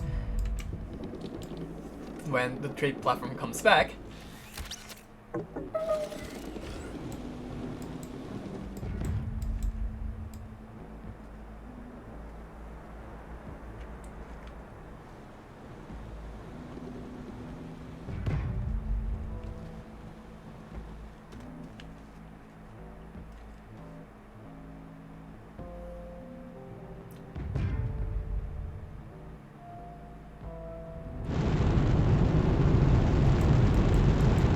Alright, so we're gonna have some leftover solid fuel jump jets, and when the new rocket fires, those solid fuel jump jets drop on the ground. And you don't want to happen. You don't want that to happen. You don't want the item to drop on the ground, because when they drop on the ground, they're lost. Like, if you get lucky, this auto armor is gonna pick them up, but most likely they're not. And you really don't want this to happen. So like that's why I'm separating 2 cases. When this number is bigger, when this number is smaller, when the output number is smaller than the input number, this problem never happens, because whenever the trade platform comes back, the outputs go back to the storage and the inputs go back to the trade platform, and the input number is smaller, which means that this problem is never going to occur. But here it occurs because the output number is bigger than the input number. That's why we are gonna use a different setting here. And what I like to use is to have a titanium storage on this direction, have a separate platform for auto arm, make sure that the auto arm doesn't reach this titanium storage, and we get medium storage on this one. Let's see.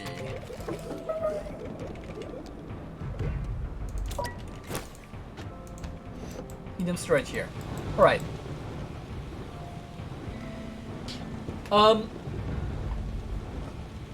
What we want to happen is that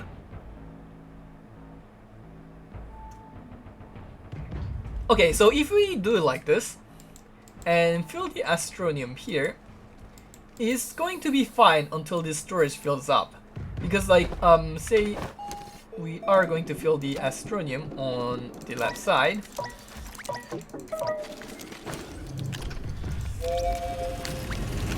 And the rocket departs, and when it comes back, the outputs are gonna go this way. But actually the outcome can also go this way, and you don't really want the output to be on both ways. So we're gonna actually make another auto arm to transfer the output from the left side to the right side. So we're gonna set this filter, place this one here, and it makes it like those 4. I think this one reaches the 5 slots here, and when you activate it, it places the storage here, and it brings here. Alright, so this one works fine. until this storage fills up. But when this storage fills up, you want to stop it, because when this storage fills up and you keep bringing astronium here, there's gonna be an axis, and the axes are gonna drop on the ground. So you need to set a stop condition here. To set up stop condition here, you can use a storage sensor and the button repeater.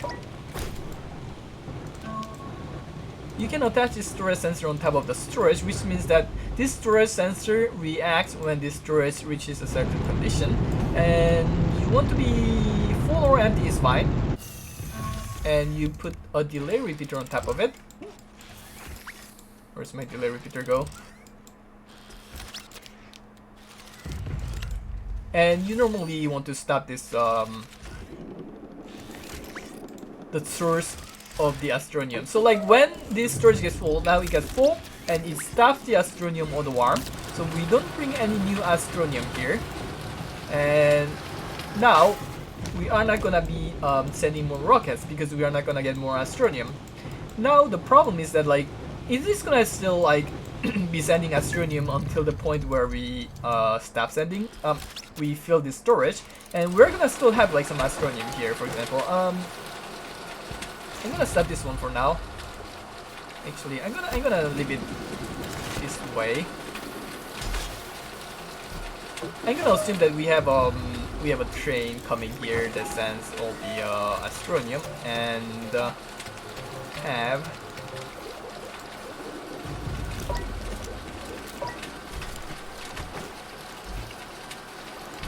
to say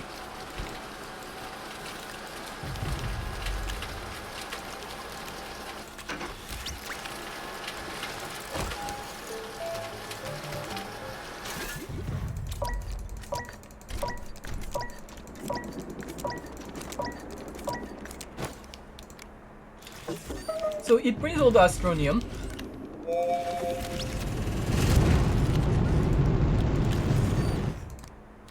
So it's gonna be filling all the storages here.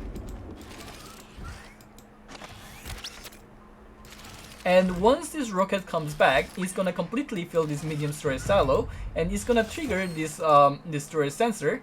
It's waiting for the storage to fill or empty. So when it's full, it's gonna trigger this storage sensor, which triggers the button repeater, which stops this auto arm from picking up any more astronium from here. But we still have a few astronium that the trade platform is gonna send. So we're gonna see.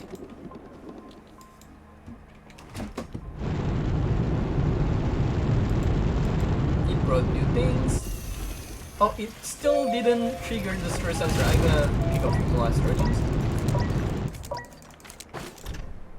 Oh yeah, it did.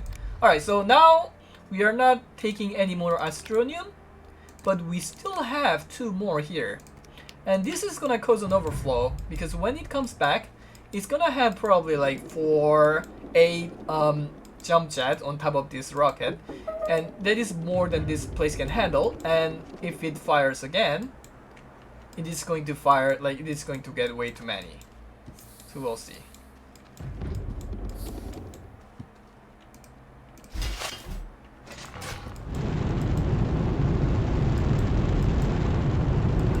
Astronium goes onto the trade platform. It is launched automatically, and the soul fuel jump jet drop on the ground. Well, certainly there's not that many because we're not gonna get more astronium on this one, but it still drops on the ground, and that's not ideal. And to solve this issue, what I like to do is to place this auto arm here in a way that it only reaches 3 slots. So now, if you place it like this, it is only going to reach the 3 slots here. It is not going to reach, actually, yeah, it is not going to reach those 4, the others, and which means that it now is going to stop when it gets full. So let's show you. I'm gonna drop them over here.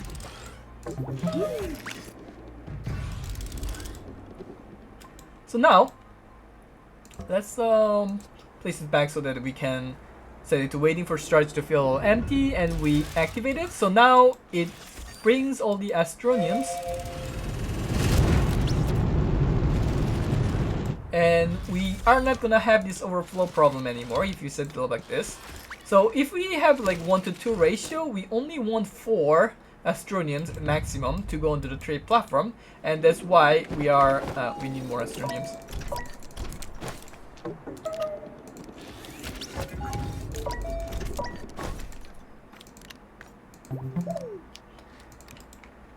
That's why we only allow 3 slots here for the astronium to be. The other slots are gonna be occupied by the Solifer jump jets. They're gonna be just staying here.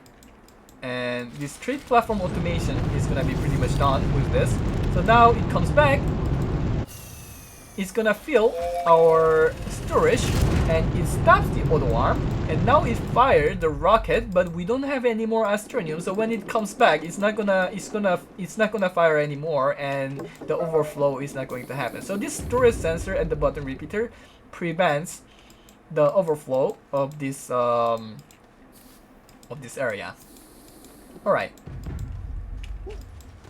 So now, if you're actually crafting the... let's wait for the trade platform to come back for now.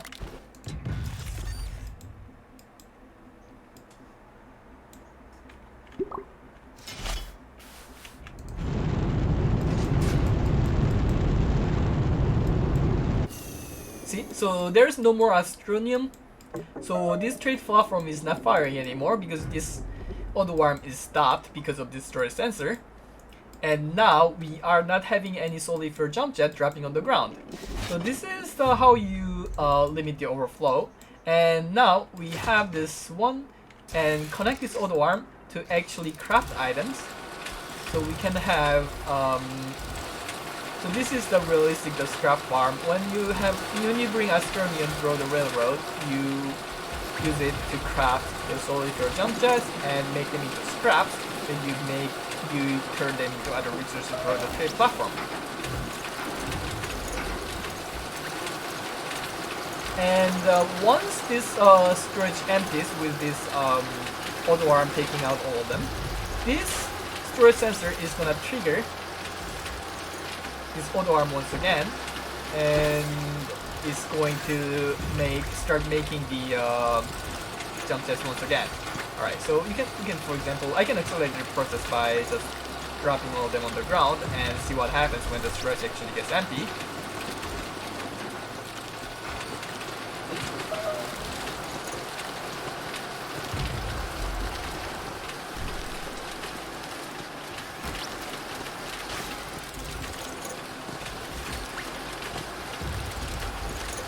So when the storage gets empty, it triggers this auto arm. Because we are set it to storage full or empty, and when it's set to auto arm, it starts picking up the astronium again and sends the trade platform to get more Solifer jump jack. So that's how it works. Alright, now that you might be thinking, we have different modes for this storage sensor. This can be full or not full as well. And maybe that's better because it's gonna be picking up, like, even if it's stopped, because when it gets full, it's gonna like resume the process whenever it gets empty, and you're gonna be able to pick up new ones. But well, I don't recommend to use this mode when the output is bigger than the input, but you can actually use this mode when the output is smaller than the input. So what happens if the output is bigger than the input? Let's see. I'm pretty sure we need to use the delay repeater for this. I'll explain this later.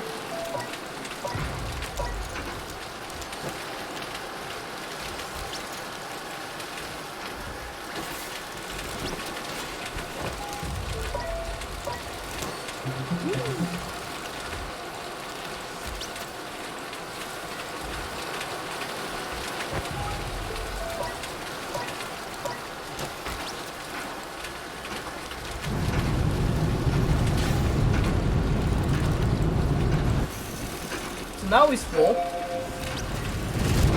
It stops the auto arm, and when it stops being full, it's gonna trigger the auto arm again.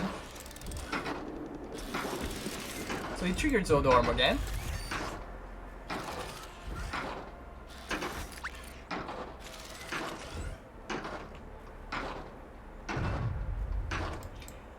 And when the this the scrub is full here,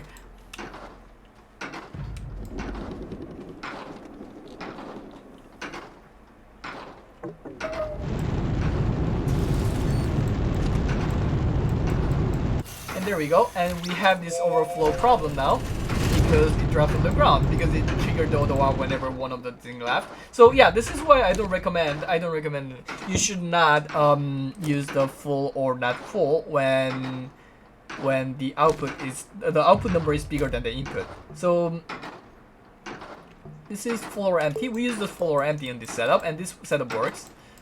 For example, if the output is, in case where the output is bigger than the input, for example, let's say lithium. Lithium has one input for 4 scraps. This is the case where you really want to use the full or empty setup.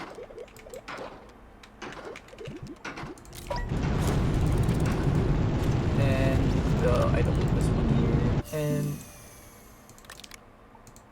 so I'm trying to place the titanium silo. So same thing here, we want to automate the trade platform launch by using this repeater setup, but we don't need to place another repeater. We can just drag the pin from here and connect it to the other trade platform, and it is going to fire this trade platform at the same time. And it is going to send all the lithium in this direction. And so here, we want the storage sensor.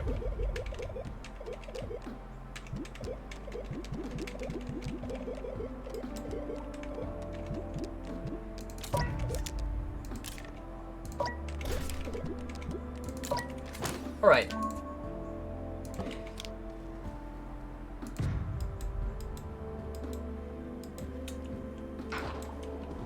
Okay. You don't exactly wanna have a setting like this because if you don't wanna, you wanna have a limited input of scraps on the trade platform. So we're gonna have it here and have an auto arm take the scraps.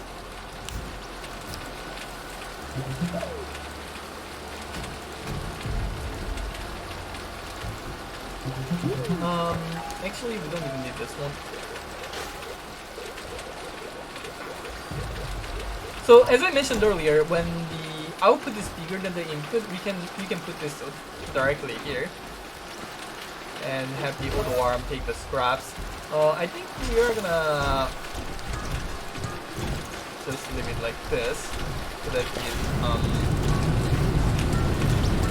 Alright, so now it takes the auto arm and go into here, and it sends the rocket when it reaches full. So this setting creates the lithium until this storage fills up, and when this storage fills up, you want to stop this auto arm.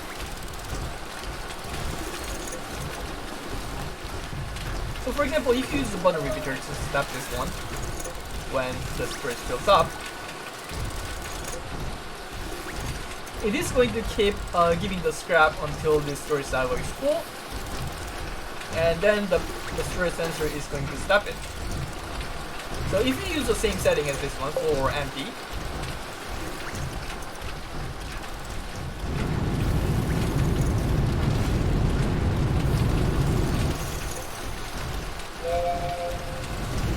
and this takes a while, so we'll watch until it finishes doing it.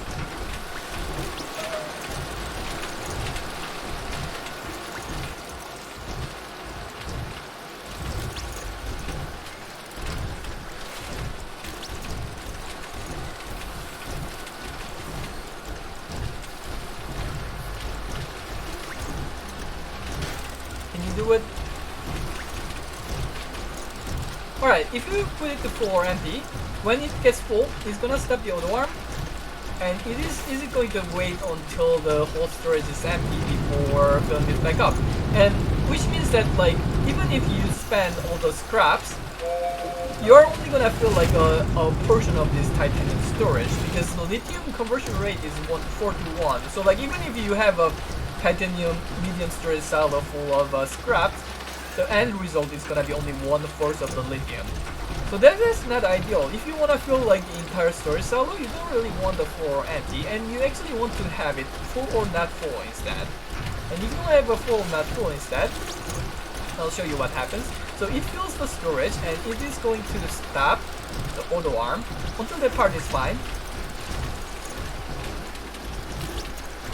So So fill the silo. Oh no, he's already coming. It's gonna take longer to fill the silo.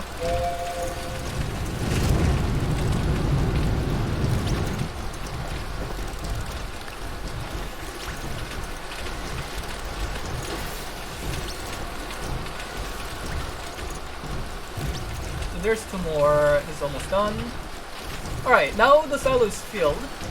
He stops, and when the rocket arrives, the scraps are going into this trade platform, and it is not gonna be full anymore, so it is going to reactivate the auto arm normally, and you'll see what happens.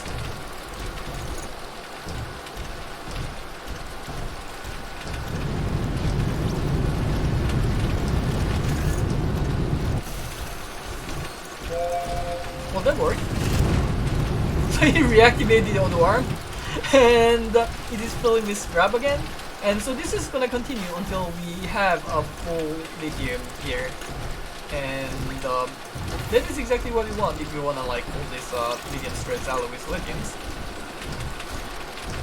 So now we stop, and when he comes back, it's gonna reactivate again, and it's gonna refill the scraps until it becomes full. Well, what I wanted to say is that sometimes you notice that it bugs and it doesn't properly re-enable the auto arm when it comes back. I was expecting to actually not do it because that's what happened last time. But apparently here is fine, and if that problem I mentioned occurs, you should use delay repeater with like 5 delay or something, and that works fine. So, well, this setting works, so that's good enough. But keep in mind that you can use the delay repeater instead of the button repeater here. So for example, this delay repeater here instead, and attach it here.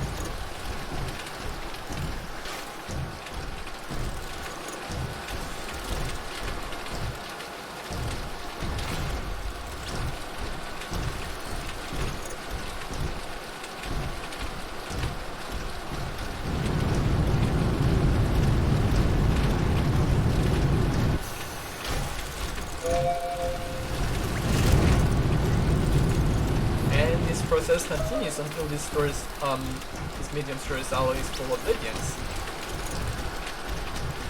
Alright, so this is how you automate the trade platforms. But note that when you automate the trade platform, it is pretty much like bound to one type of resource.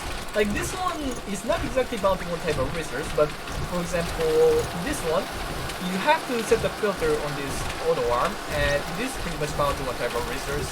And well, this setting can be used for multiple resources. At this point, if you have the astronium, you want to use a portable smelter here because you can get the portable smelter from astronium because it was paid astronium, so it's not cheap.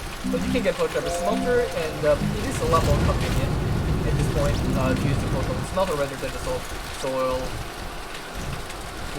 fuel jump jet, and you can attach a portable smelter here if you're using it for like stuff like hematite, lithium, and stuff like that. And so this is the trade platform automation. So this is how you automate the trade platform. Alright, so we have explained up to the rail yard and the rail yard automation and the trade platform automation. We're gonna show you a little bit about how we the implementation of those rail yards and the trade platform before moving on to the next explanation. So the next explanation is gonna be about the last one is gonna be about the utilization of those rails to transport items between the different buildings. For example, this base is like one of my very first attempt at making a base that is fully automated up to the final products, and this base is pretty hectic because it uses one of my earlier builds, but that I'm gonna be explaining later. But let's see for now this car here. Come here, come on, you stop moving because this car departs automatically, and that's why it keeps leaving. But I wanna try taking it, so I will take this car on this side. Stop moving. Okay, so this is one of the earlier builds, and it uses the button repeater instead of a delay repeater on the serial station. That's why it leaves automatically whenever it arrives. And then the first node is this hematite node, and it continues. So this is my earlier build where I learned the lesson that I need a dedicated storage area for those items, otherwise it's gonna lag as shit.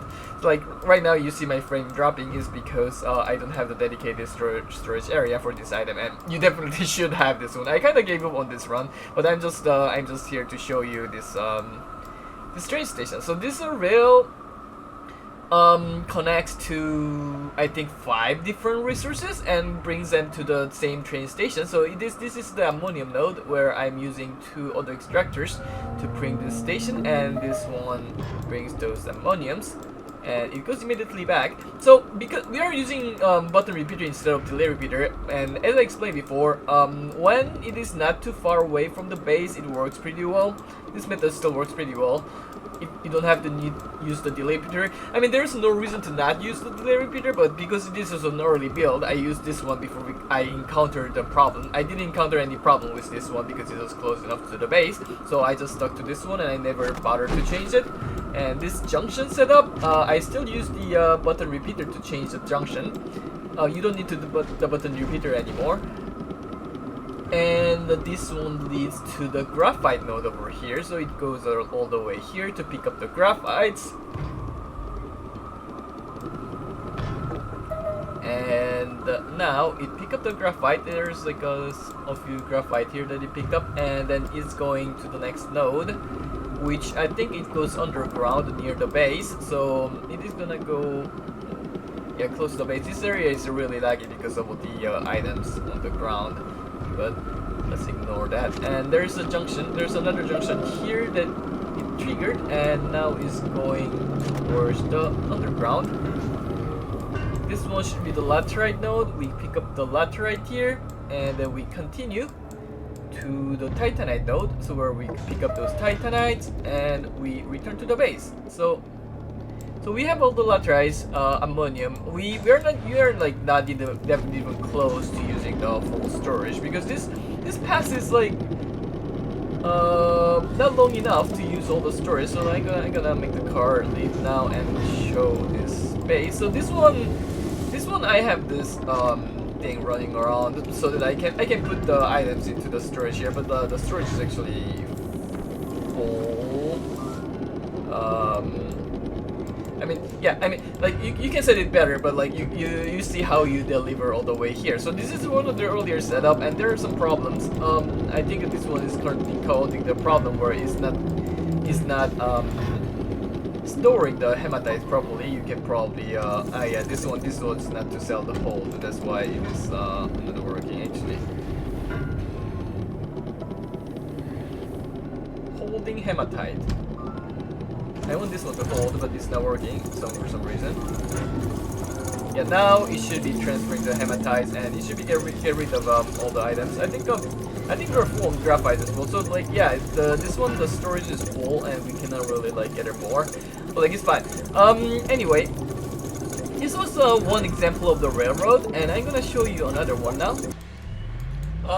So this is my most recent base. It's a lot more sophisticated. So this is the area, the rail station that gathers the astronium. As you can see, I have this auto arm, the 4 auto arms that take the astronium. So this auto arm takes astronium from this portion. This auto arm takes from this portion. This auto arm here, there's 2 hidden under this one, and there's one here and one there. Those 2 take the astronium from those 2 parts, and they put them on this medium storage silo, and I either take them here if this one is not full. So this storage is set to full or not full, and if it is full, it triggers those auto arms to put here instead. So I have the storage at the front are set to enable output, and the storage is behind are set to disabled output. They are holding astronium. The ones behind are holding astronium, while the ones at the front are dispensing astronium, so that I can fill all the storages behind before filling the front ones, and then I can replace with the storages here. So last time I set up a bunch of new nodes for this one after realizing that I don't even need to use the button repeater for the junction. So I set up a bunch of junctions, and I realized that I only need 1 delay repeater for the rail station. So I removed all the button repeater from the rail stations. And I left it run for a while to test if it works for a long time, and it filled like my 8 storages canisters with those Astroneer actually 1 to 7, and there were even more. Like it was completely full, so I placed some new large resource canister here to get the astronium that comes now. So I'm gonna be showing you this system, and I have this coal to get faster. I normally use the normal rail engine, and so this base is built like high up into the sky because it's cool. I like building high, so yeah, I built it there. And so we gotta go pretty far. Like it's really like as far as you can get. Like even if you build on the other side of the planet, it's gonna be like not much longer than this railroad. Actually, maybe it's probably gonna be longer. But anyway, yeah, this railroad is really long, and we are gonna pick up a lot of astroniums. So I'm gonna take my hands off. Actually, from the keyboard, I'm gonna just control the vision with the mouse and show you. So this one goes like straight down to the core. It's like a roller coaster. And once it gets to the core, so we are at the mantle now. And we should be getting to the core anytime now. This storage is like hindering our vision, but whatever. Okay, so this is our first station. I just refreshed those nodes before showing you those ones, so I don't have to refresh while making this video. So it picked up a bunch of astronium that was on that node, and it's going to the next one now. And it triggered the button, the delay repeater, and now it picks up and it continues. And now it is the third one. It picks up and continues. So I mentioned that I made like a bunch of new nodes. Originally, this railroad only had 4 stations, so until here, that was like all this railroad had. And I added like the next node like later on. Now we come back to the junction, and we are stopping on the station like on the way back. But well, I mean, it does make a big difference. Like I guess we stop for a few seconds, so we lose a few seconds, but that's fine. And so we'll be at the junction soon, and the one after the junction I have a setup afterwards. So the 4 stations actually were already enough to produce like to feed my huge factory already. And like everything after this, like I set up a huge amount, like this station after the first junction, and there's another junction that goes the other way, and now we go to the next station. And I have set up a bunch of stations, but they're like just luxury. They're like just like here to bring some overflow, some extra items.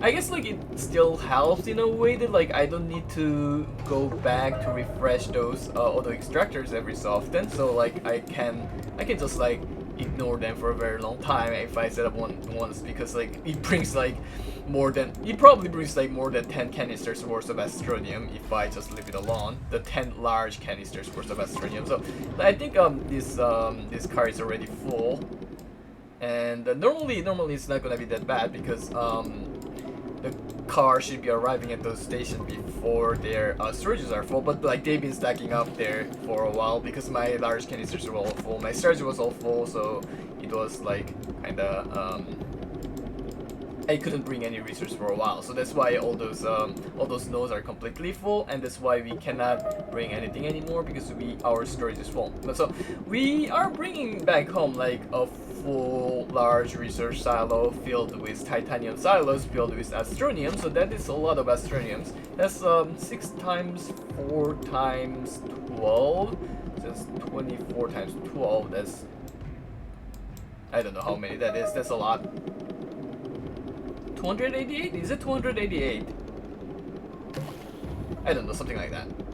Because again, one stress silo is 6 times 4, which is 24, and this is 12, so that's 288. Yeah, that's 288. This 288 astroniums we're bringing, so that's almost like one. Yeah, so this node is like the one that gives quartz. There's like one node that is like a few quartz mixed in. That's why I have like a canister with quartz at the receiving station.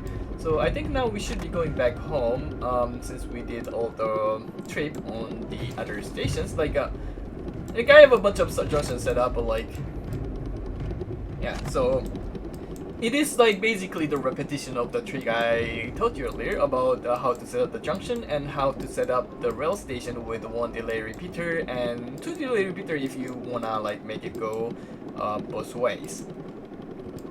One delay repeater if you wanna like make it return to the where you came from. Two delay repeater if you wanna make it continue because you have two different directions you gotta make it work. So yeah. And now we're going back to the base, and when we arrive at the base, we are gonna drop the resource and go back down to the mantle. And well, I'm gonna just leave this car when we get to the base, and I normally leave the coal out as well because I just use the rail engine. And well, I think at this point we are bringing too many resources. And if we wanna actually bring more resources than this amount, like the problem why we are lacking storage is because it is really long, and we also have a huge amount of extractors. We actually didn't even manage to like pick up like all the astronium from this place before we came back, but this is partly because we're using coal. So like if you attach the rail engine here instead, we should have time to pick up all the astronium from here. Where's the rail engine, by the way? I cannot find the rail engine here. I don't know. I think I need to pick up this one. I will place this one here and send this one back down. It's gonna come back like eventually.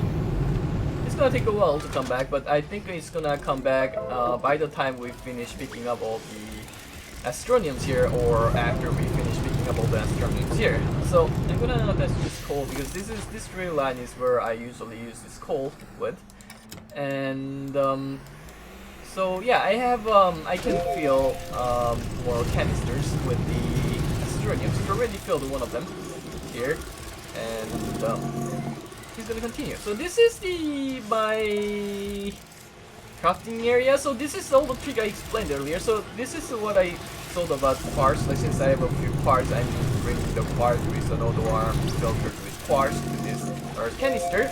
It goes into this large resource canister where we dispense, and it is going into different trade platforms. So the most important part is this one. It is making the solid fuel jump jets. It's set up exactly the way I explained earlier. This photo arm is picking up 3 slots. Like I have a few extra right here, but I think that's because it's like I don't know, something happened earlier. So it is set up the exact way I explained. So with the storage sensor for empty, I have the button repeater here, but I actually don't need the button repeater. I can actually just use the storage sensor, but yeah, I realized later that I don't need the button repeater. That's why I have them set up. It's still handy because you can just press the button repeater to activate this one instead of pressing the auto arm itself.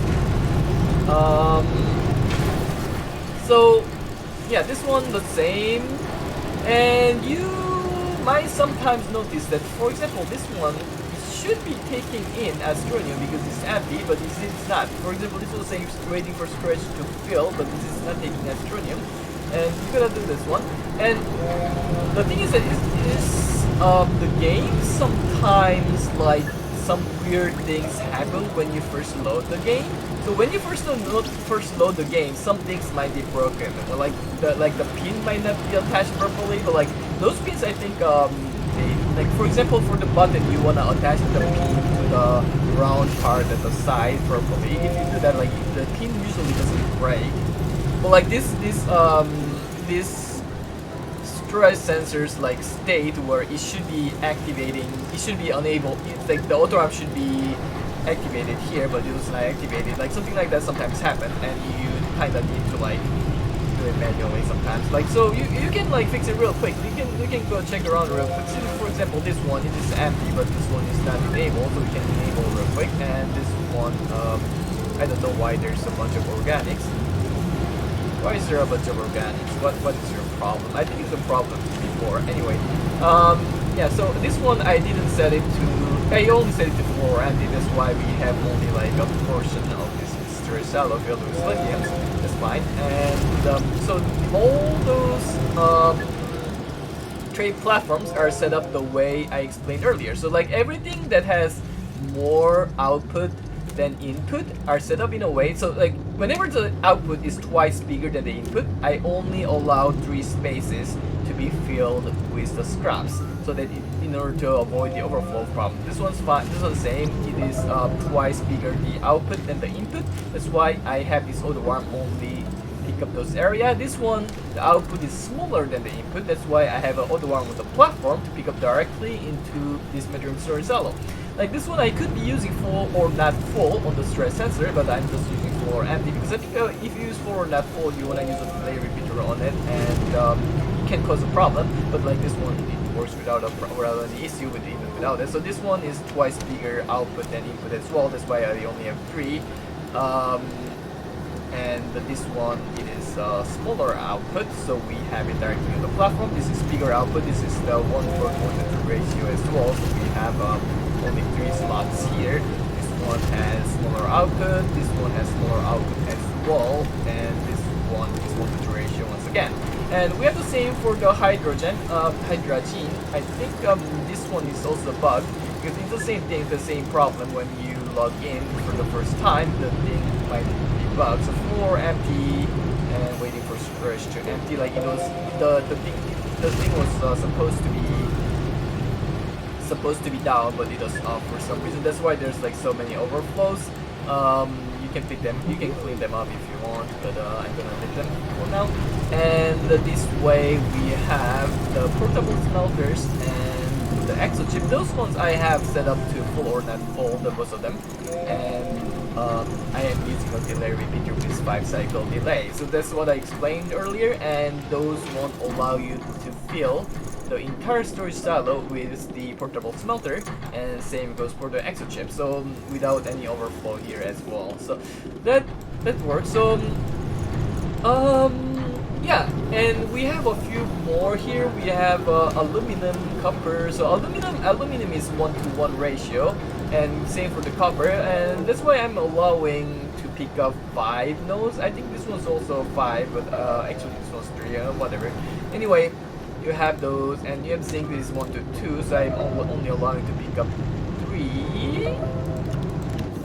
I'm allowing to pick up 4 apparently, which is kind of unusual. I'll fix that real quick.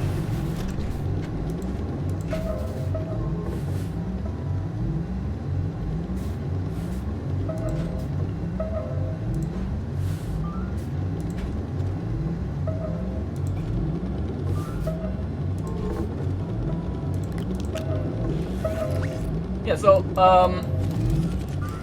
there you go. So that works, and it's only pick up 2. Well, whatever, that's fine. Anyway, let's leave it like this, and we have this one that is clay 1:2 ratio, so we're only picking up 3, and then we have all those storages, and we also have the chemical labs. This one only had, this part only has aluminum alloy. The chemical lab is simple. You just transfer with auto arm towards the chemical lab, and you produce from the chemical lab. So this is until this part of the map. So behind here there's also a bunch of chemical lab where we are taking resources from this side. I think we have the nanocarbon factory as first one. The nanocarbon factory includes the graphene. The first trade platform on this side is the graphite and hydrogen. So we have the graphene here, and the next one is the titanium, and this one is the titanium alloy factory that is on the same platform as the graphite factory. So that is graphene factory. So the graphite comes directly in here, and we also have the condenser for the nitrogen on the same platform. And then we have this auto arm to transfer the titanium alloys to this one. This is the steel, and I have the condenser for the helium, and I have another condenser here. No, I have a argon canister. I have like, wow, I have used a lot of argons. Like this one used to be full with argons, but I have used, actually I only have like 1.5 medium gas canisters of argon left to make the steels. So I should be bringing a new one, but like I'm at currently eight trucks, and argon is like the only resource that I need to bring from outside. So this one I will need to bring from outside, and so I have this one crafting steel. Then I craft another carbon alloy. I have the item I need for the steel on this direction. So I have iron and carbon. So this one is the graphite, then titanium, then argon, then iron. I think that this one also had a problem when you first started, so we will enable this one.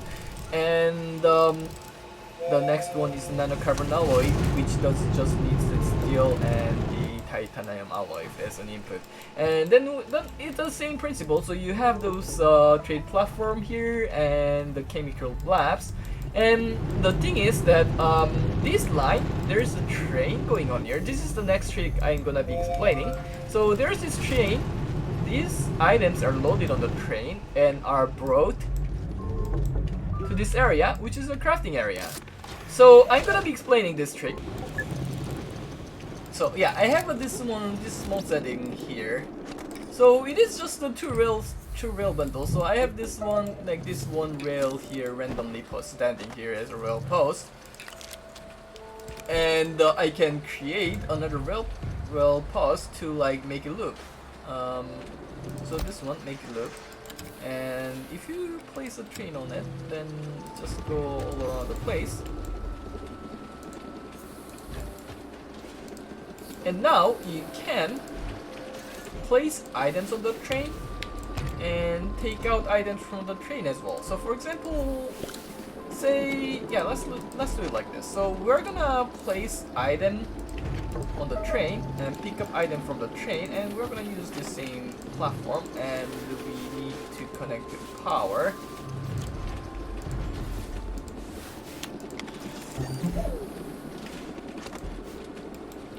So for example, when the train passes, it picks it up, and when the train passes over here, it's gonna pick it up and drop it here, and when it picks it up, and when it passes again, it drops it here again.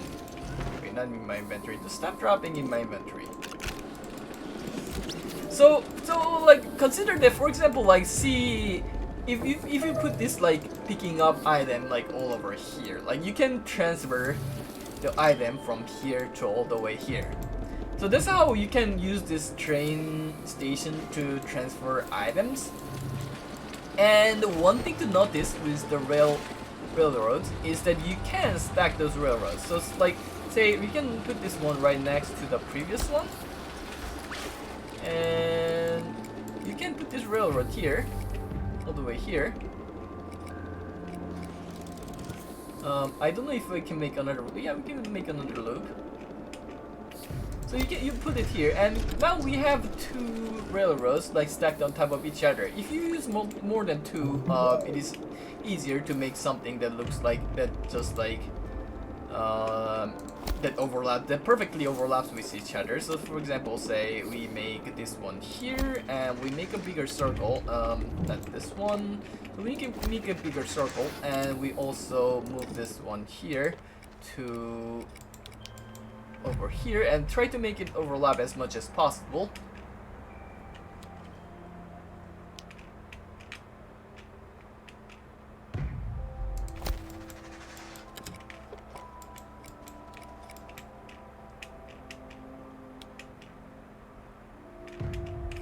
Oh, it overlaps pretty well. It overlaps pretty well. So yeah, like for example, you can make this to make the two railroads overlap with each other, and you can keep doing this. Like you can place more rail posts and make like a lot of rail lines overlap with each other. And that's how, yeah, like you can, if you can, like on your item area, you can make as many railroads as you have the resources to transport, and just put them on like one car each. You can transport all of them to like your crafting area and craft with them. So that'll work. The better idea is to use this medium storage here, and like for example, say it is here. It is here, for example, and you're trying to put the item, but you place this this thing No, it's not here. The one where you're trying to put the item. So you place it here, far enough that it doesn't reach the left side of the storage, but only reaches the right side of the storage. And you try to place the items like this. And by doing that, you can place one type of item on the right side and the other type of the item on the left side. So you practically only need like the number of items divided by 2 of rail lines to transport all the items. But that's still a lot. Actually, like this method also has like a few constrictions because, for example, if you're trying to put up item, for example, this one has like resin. Do I have anything I can use as an example? Like say, for example, I have this ceramic, and we're using this auto arm to input ceramic onto this rail car. But you cannot really use it like this because it's gonna input to this rail car, but we are gonna have other rail car passing on the other road. So for example, if you make another rail car, like this rail car is passing on the different road and this rail car is passing here, and if you put it like this, then not only is gonna output to this rail car that you wanna output, but it's also gonna output onto this rail car. So in order to avoid this problem, what you need to do is that you need to so for example, the one you wanna output is this one, and you need to create a small area like this. So the point is that this auto arm that is trying to output ceramic onto this station reaches one of the rails but not the other. So like if you put it in this position, for example, it can reach this rail but it cannot reach this one. And by having this, like this rail car is never gonna have ceramic on it, but this rail car is gonna have ceramic on it. And same for the outside, you can set it up from the outside to input into this car from the other side, and you make sure that it only reaches the half. So you probably need to put it all the way here so it reaches only the half of the car. So when the cars come here, when the car comes here, it loads the right side with ceramic and left side with something else, and then like it continues. And yeah. So, like, you can do something like that, and that requires the number of resources times divided by 2 as the number of rails if you wanna, like, craft everything. And that is a lot. Like, if you look at the resources, like, there's a lot of resources. We have probably, like, even if we don't use those ammonium, there's, like, quartz, resin, aluminum, lithium, clay. Even if we don't use clay and only use the ceramic, clay, zinc, compound, malachite, titanate, graphite, organic, and we are also gonna need carbon and wolframite.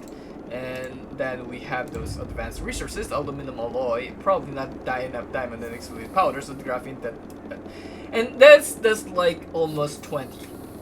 Like a rough estimation, that's like 20. And you need like, actually that's more than 20, and you need like more than 10 railroads by using this method. And you can see the implementation of this method on my older save. It does work. My older save, the problem was that I didn't set up the storage area, but the factory itself works pretty well actually. So I'm gonna show you the factory itself. So this is my old one, and this word lags because I didn't set up the storage area, but it's fine. So I have the number of resources divided by 2 of those rail lines stacked on top of each other. I have those raw resources coming into this one to get smelted, and then we'll load it after. I didn't use the portable smelter at this time. Like I should have used, but like I was kind of new when this happened, so I didn't use the portable smelter, and I had this smelting facility here. It looks really messy because I had this area set up before I didn't plan for this area, and I made the resources come over here afterwards, so like I kinda adjusted by adding the rail lines here. That's why it looks kinda messy, and it loads each type of resource by having a small like bump where the rail line comes. So like for example, this one, it lost the zinc into like a half of the train that comes here. So for example, this train has zinc on like the half of the train, and the same goes for the other resources. This one, for example, lost titanium for this car that came just now, and like every type of resource is loaded on one side of the car, and the other side is loaded with other resources. This part used the soul centrifuge, and I think this was later replaced by the other train station that gets other trains. That gets other trains, and so it lost all the resources, and then it unloads into those chemistry lab to craft the advanced resources, and the chemistry lab also outputs the resources the same way. So this way, for example, outputs the aluminum alloy into this bomb, and whatever car that comes here are gonna get like the right side is gonna get the aluminum alloy. And all the car pass by through this area, and on the other side I have the printer set up with this auto arm picking up from this area. Like all kind of resources are gonna pass by through this area, and the auto arms are gonna pick up and craft items. As you can see, like the I didn't set up the storage area, so it is a big mess, but it does craft items very efficiently, and it crafts a lot of them. So this is a method that works. I don't like this word anymore because, like, you know, when you see that I didn't set up the storage area, it's really a big mess. Like, you know, you really don't want this to happen. So, like, you wanna set up the storage area like I did in my new run. But just to say, this is a method that works. So it looks pretty messy because you have a lot of rails going, and it also consumes a lot of items because you have on top of the rails, you can increase the output rate by increasing the number of cars going into the same rail. But for example, this resin, we use a lot of resin, so I have like, I think I have like more than 5 cars going on the resin road. I probably have like 8 cars actually going on the resin road. So like it also consumes a lot of cars, and when you have a lot of cars, it also adds lag and like some various problems. So I mean, this worst lag is mostly caused by the items, by the way, not by the cars. But yeah, having lots of cars also adds into the lag. So this method is one of the methods that works. And let me show you some stuff.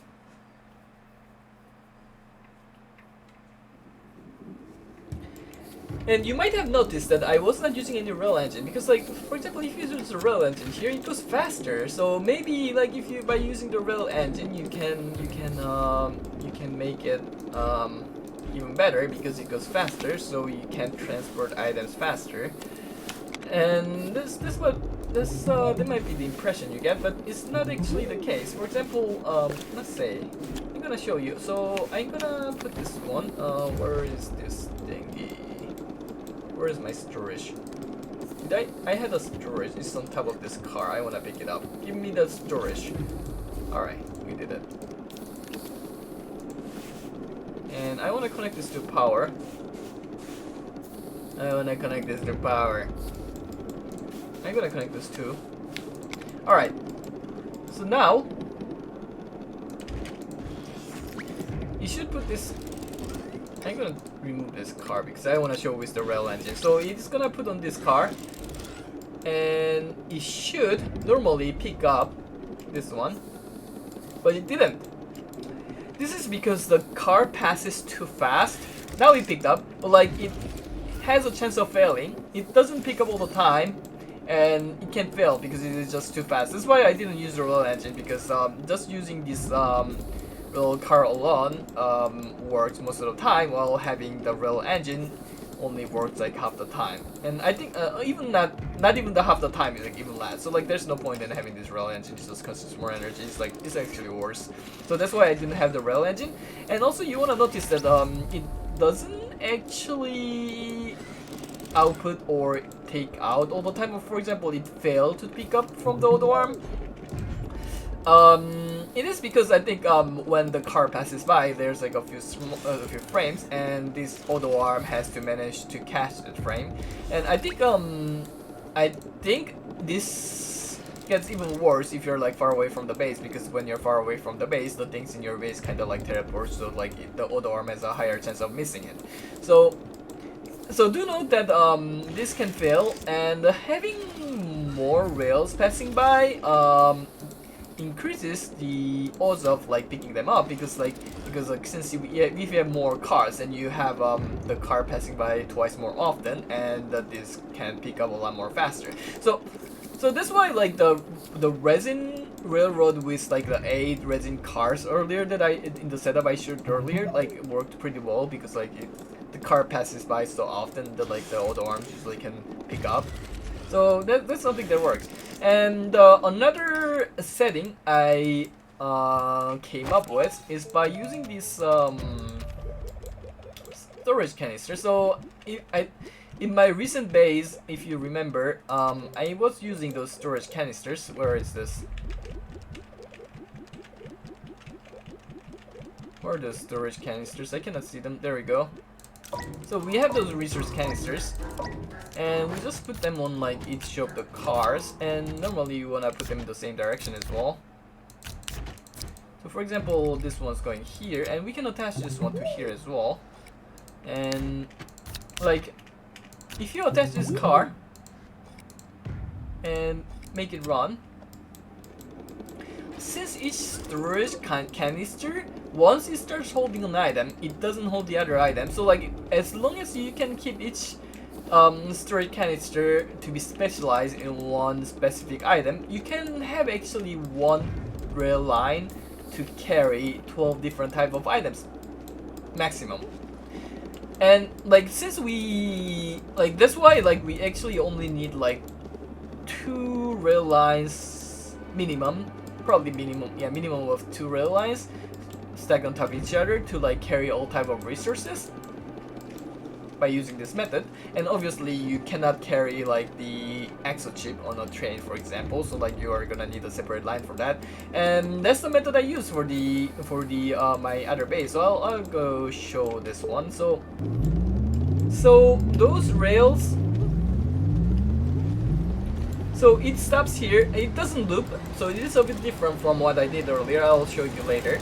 And when it stops here, it loads all the different for example, the resin has this auto arm here that is loading to the canister that is here, and I have like all those auto arms are loading. For example, this one arrives here, and the things are all set to enable the output. They're all dispensing the items, so they are gonna load here. For example, it dispenses iron, so it is loading iron when it stops, and then it goes back, and when it goes to throw the crafting area, since it is dispensing item, the other auto arms are able to pick them up. So they pick up here and craft the item.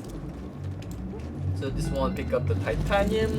I think I'm only crafting this titanium and the auto arm right now. And as you can see, like, it doesn't pick up all the time. For example, this one has the titanium, and he managed to pick up the iron, but this one failed to pick up. I actually managed to pick up the titanium, and this one, for example, didn't manage to pick up the aluminum that I need to use to craft this.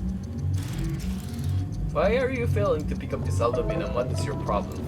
Anyway, yeah, it failed to pick up the aluminum. Actually, yeah, the aluminum output is disabled. That's why it's not crafting anything. So yeah, you need to make sure that those things are always enabled, because obviously if it is disabled, you cannot craft anyway. Come on, can you stop going and let me fix you? Alright, so I enable, so it dispenses aluminum, and now the auto arm crafting should be working. So like, it goes all the way here, and when it passes by this area, it should pick up the aluminum. It failed to pick up the aluminum. So it was working pretty well earlier, but I think using a medium canister has like a little bit smaller chance of picking up the item, successfully picking up the item, than using the car itself. It still works though. Like, it managed to pick up the aluminum and it crafts those auto arms. So this setup, the advantage obviously is the fact that it can craft all the different items, and you can like set up a multiple crafting at the same time to fill your storages, and you can like just yeah, you can set up a bunch of different item crafting at the same time like this, and this is a pretty advantage. I especially like it for this portion where I have this small small printer setup, because you can set up the you can set it to like stop crafting when those filters are full. For example, this one storage center is set to full or not full, and the button repeater on top is not necessary, but it is helpful to make sure that it is properly attached to the printer, because if it's not properly attached to the printer, this kind of thing happens where you craft a bunch of them because you don't have the stop condition. It is fine because it's just a medium platform, so we're gonna be using them eventually if we keep playing. And yeah, so you can set those stop conditions. Most of them worked pretty well, but like if it is not attached properly, it might it is gonna keep crafting and cause an overflow. But if it is, as long as it is attached properly, like this one was not attached properly in the beginning. I think I accidentally attached this one to the wrong printer, that's why it has like a bunch of overflow over here. And the same goes here, like we have a bunch of small printers area where we prevent the overflow through the storage sensor, and like whenever we need like a certain item, like we can just for example say we need the RTG, and you can just drop the storage sensor and put up a new storage and put it back up and activate by using the button repeater. And this small printer actually sometimes when you log out and come back, it sometimes stop auto crafting, so you need to check if it's actually still auto crafting. So you can set it up and it is going to craft until the storage fills. So yeah, this is how I set up this crafting area. There are improvements that can be made. For example, because for example this auto arm doesn't pick up all the time, so it is not the fastest. If you want to like make one specific item the fastest, then it is best to use the large canister and attach it directly to the auto arm to bring directly to the printer that you want to craft something with. And yeah, I want to show you something in that aspect, and show you one more trick about this train transportation. So I'll go to the creative mode. So our previous setup was set up a little bit differently from this one, because it didn't loop, it just went back and forth between two areas. And the way you can set this up is, for example, you want this train to make it go back and forth. There's two ways to set this up. One way is to use the count repeaters. So I want one button repeaters and two count repeaters. And you attach this count repeater here. So whenever the count repeater, the car comes here, it triggers, and you make it trigger this one. So whenever the car comes here, because the thing is that when the car arrives on this node, it triggers when it arrives, it triggers when it departs. That's why we're using a count repeater, because whenever it comes here, it triggers it twice. So every twice we activate this one, so that the train goes to the other way around. And we do the same thing on the other way. And we set it up here, and we attach to the other side of the rail. So like if your rail is like a small rail that has like a limited length, you can do it like this. And for example, we set it up here. When it comes, it's gonna only trigger once. You actually wanna, and when it departs, it triggers once more. So what you wanna do is that you set this one to 1, so that when it comes here, it becomes 2, and it departs, and it becomes 1 again. So now it should be going back and forth. So this one became 1 for some reason. So now this car goes back and forth. So this is one way that works.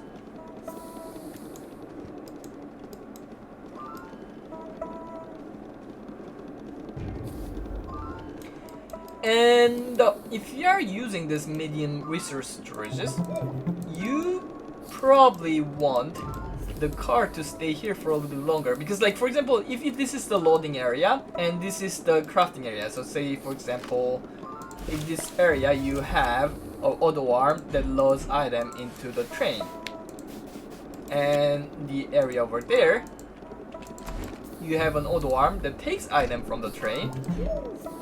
And since if the train becomes empty, this storage becomes like empty and other items can be taken into the storage. You don't really want the storage to be empty. That's why you want the car to spend more time on the loading area than the unloading area. The unloading area is fine if the car just continues, but the loading area you kind of want it to like stay for a little bit longer. And what you can do here,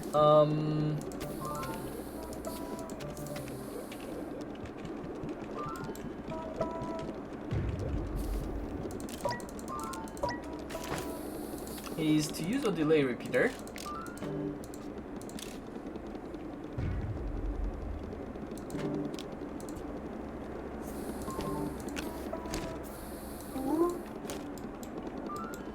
To make it stay for a while and then leave. So for example, if you do it like this, it is going to depart after the delay, and from here it departs immediately. So you can do something like this. This one works. The sad part is that well, you can stack like multiple delay repeaters on top of each other to make it stay even longer. So like for example, if you stack 2 delay repeaters, it is going to stay here until the both delays get filled,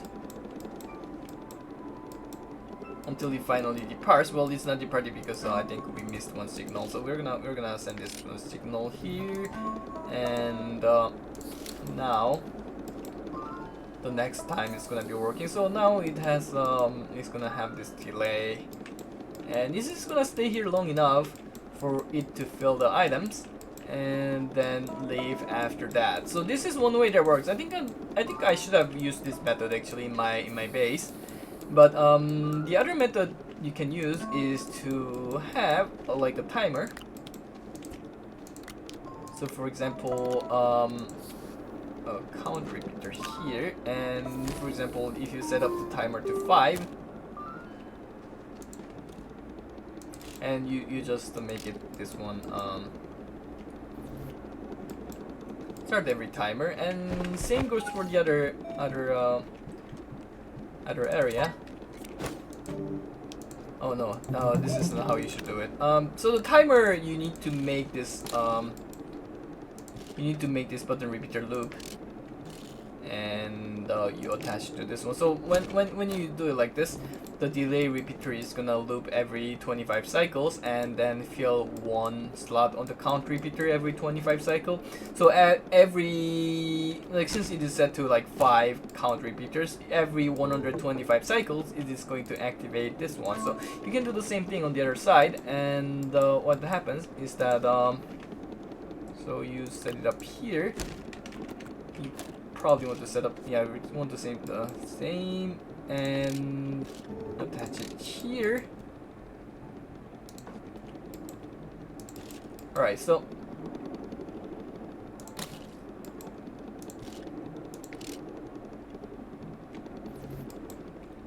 alright, so what happens is that it's gonna call the car at some point over there, and then it's gonna call the car back like periodically. I think 5 is too high as number. I think we'll reduce the number of count. I think we'll put 3 because this row line is really short. So we'll put it at 3. And then now it comes back here, and it's gonna stay for a while until it goes back. And it recalled too fast, so you want this to recall one cycle later. So we're gonna change this. So whenever you change the count goes back to 0. So we change this count when it was at 1 to make it one cycle later. So now it comes here, and it stays here for a while until we load, and then it goes back. And hopefully it is going to recall the train pretty fast. So it is recalling pretty fast. So it recalls, and then it stays here for a while before it goes back. So you can, while it is staying here, you can load like all the resources you want, and then when it's over there, you can unload everything you want. So the advantage of this part is that if you're using like multiple railroad, so for example, say you have two railroads going here, say you have another railroad stack on top of each other, you can use this count repeater to connect to both railroads. So like instead of just connecting to this one, where is it connected? I cannot remove the pin because it is hidden behind the thing. I'm gonna remove the pin this way, and so for example the count repeater, you can connect it to both of them, and you're gonna be triggering both cars on the two rails at the same time.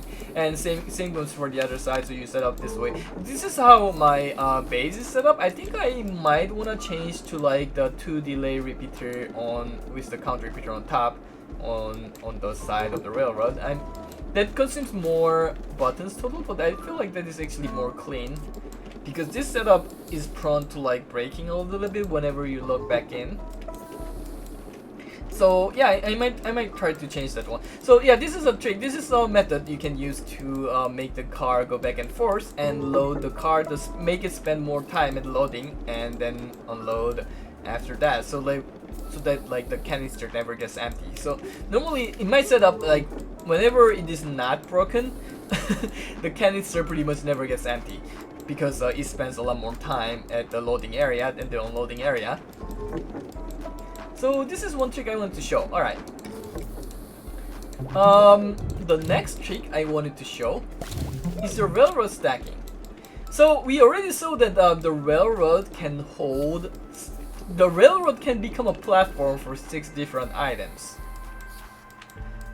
This is bigger than the biggest platform we have available in the game, which is this extra large platform C. So railroad is like kind of like the best platform in a sense that it can hold 6 large slots on it.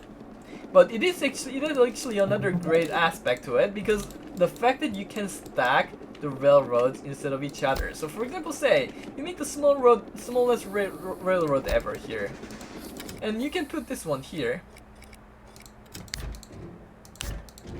And say for example, you can use whatever building you want. You can for example use a chemical lab. You can put a chemical lab on top of this railroad. I'll send it to the center because I wanted the center. So come to the center. There we go.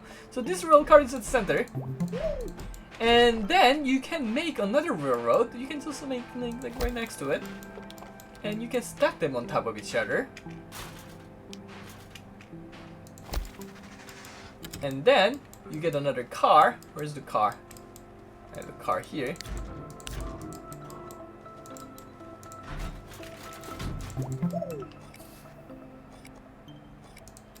I'll connect to the power and call this car. Alright, so as you see, those two chemistry labs are perfectly overlapped with each other. And you can continue. For example, you can build more railroads here. I don't have any railroads anymore, but like say railroads were the Opus bundle. So you can keep building more railroads and just like keep overlapping on top of each other. So like you can build it here, build it here, and keep building like this, and make another car with another chemistry lab on top. You can keep building. In my experience, you can build 8 roads total like this before creating a circle. And once you create your circle, you can continue by going like slightly outside, and you build another road here slightly outside, and then you can build another layer that makes like 16 cars total. And even if that's full, after you can create another layer by going a little bit more outside. So yeah, you can practically make an infinite number of rails, and you can practically stack an infinite number of buildings on top of each other like this. So this can be an interesting factor. I have actually found out about this trick pretty recently, and I'll show you how I use this. So you can stack this railroad like this, And if I go back to my game, I wanted to show this one. So this is the railroad that has 4 lines stacked on top of each other. So you can see that I have 4 rail pods here, and the same for the other side. I have 4 rail pods, and so I have the 4 cars here. Actually, I have this one that I would like to go get a rail on. So whenever you first log in, like the rail cars can do something strange. So we need to like send them. We need to send them back. So there's this storage here. I don't want it here. How do I send it back? Okay. So now I think they are all properly connected. So there are 4 railroads with 4 cauldronias on each one. So this is 16 cauldronias on this single spot, and they're all taking input from the single item. So like all those auto arms picking up these sturdy squashes are focused on this small area, and they're feeding the 16 cauldronias at the same time. Same for this course for the other side. The other side has this huge flower farm, and the flower farm is surrounded by auto arms that are picking up the seeds and then transporting here, and all of them converges into this small area. So it converges into this small area, and they all enter here, and my 16 cauldronias that are stacked on top of each other are processing them to make the nopsotanes, and I have those auto arms picking up the nopsotanes from here and putting up to this storage area.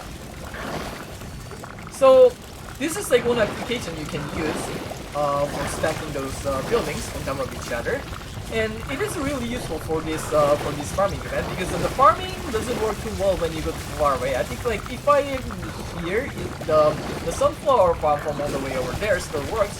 But if I am all the way here, I believe the sunflower farm doesn't work anymore from here. Like this is probably like the distance from like the other side of the sunflower farm to keep working.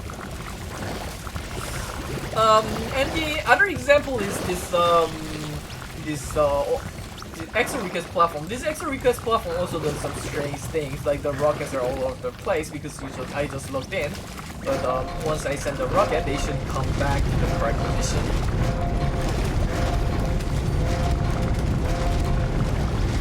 So I'll send those rockets real quick.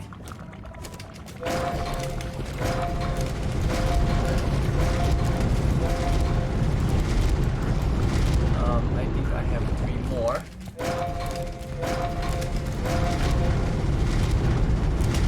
So that is 16 rockets I just sent, and when they come back, they should be neatly organized at the center. And this trick is really useful because I think I have actually full with the QTRTGs, but anyway, this trick is really useful because the extra request platform has like a lot of different items when you bring. So it brings a lot of different items when it comes back, and I have those auto arms to take those items from around.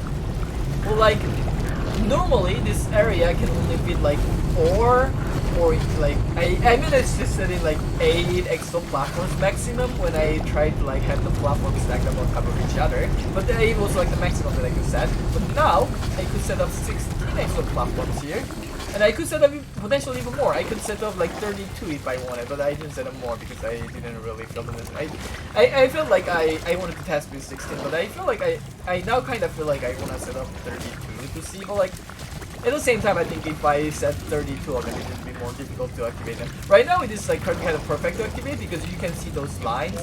It is really easy to distinguish between, but I feel like if I set up 32, actually I could probably use the other side as well, and I can potentially increase the number by 2 and just like keep activating those extra platforms somewhere and over.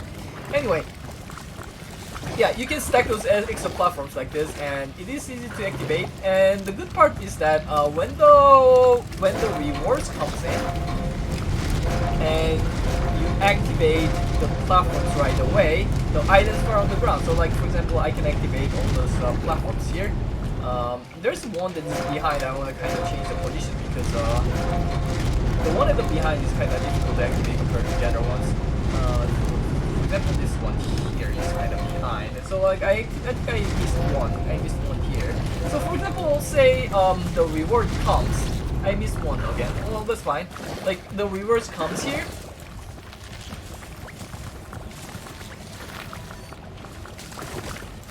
So I'm gonna be standing here for this to keep producing those kinds of things. I think, okay, this is all okay. Wait, no, this is not working. So,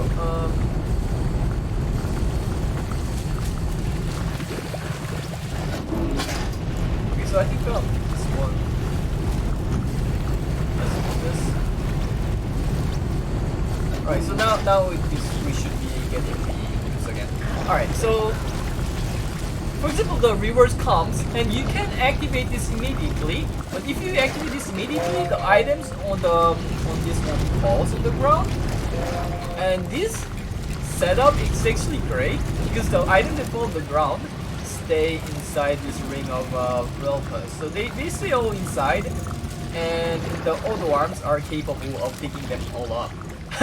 So this is kind of a coincidence that this happened. But like, yeah, you can use it for the extra request platform to stack like a lot of extra request platform at the same place, so you can farm QTRTGs. For example, I have a lot of QTRTGs here. I have even more QTRTGs on my main factory from what I farm here. You can farm them really quickly if you have this automation setting going, because you can send 16 rockets in like no time. You can send them over and over, and then you can farm the duplicate at the same time.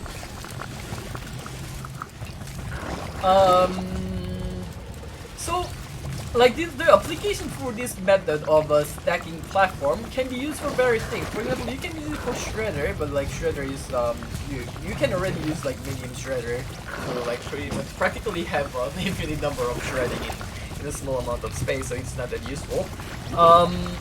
You can use it for trade platform, but I would not recommend with the trade platform because the trade platform setting needs to differ depending on what item you are having, because it is very easy to like get an overflow problem.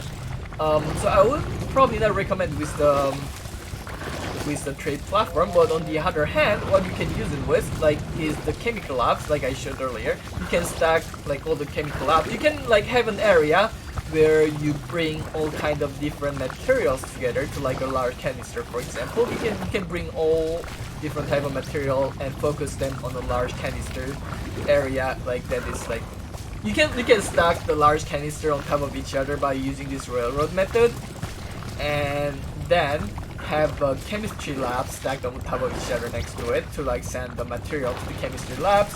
Then you can have all different items in the same area and like set up some crafting or something, like a crafting area from that. Like you can actually do lots of creative things by using this rail car stacking method. This is pretty interesting. The only thing you need to note is that when you're using this rail car stacking method, like you risk connecting to each other. Like this one I connected accidentally and I cannot disconnect it without going through too much work.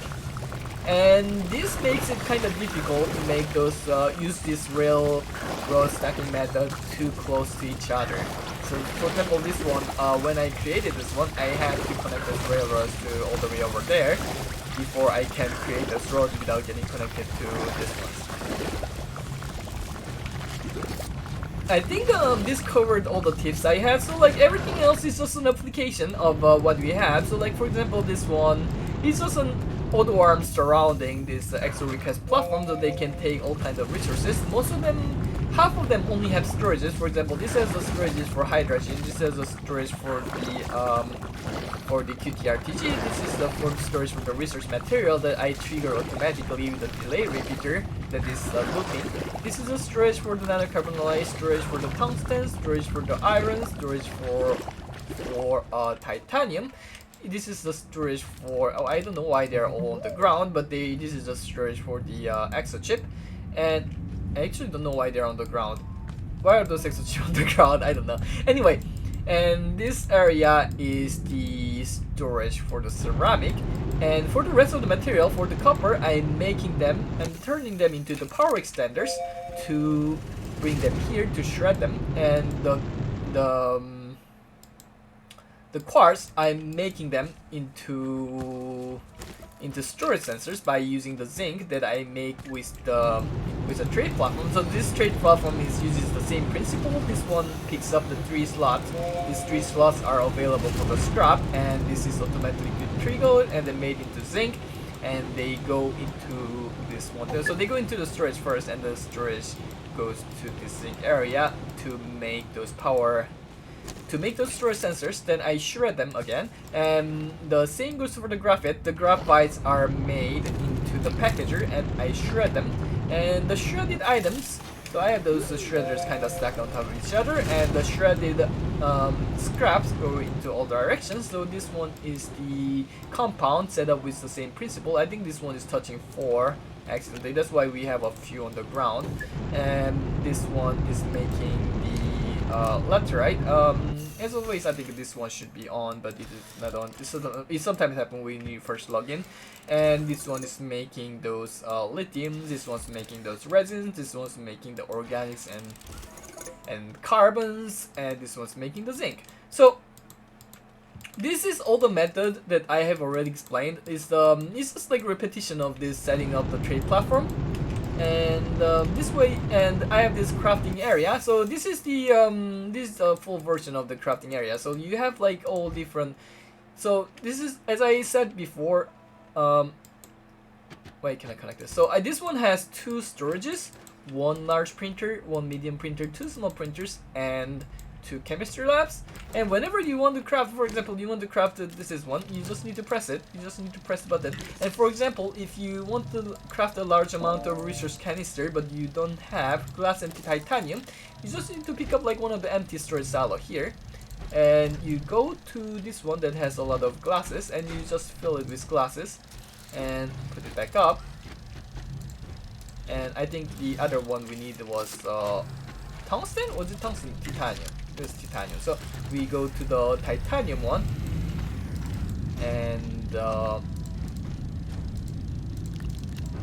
we put it here and put the output. And by putting them back here, he's gonna craft a bunch of those medium storages until we don't have another carbon alloy. Since I think I'm gonna need a lot of those large storage canisters, so I'm gonna craft a bit more.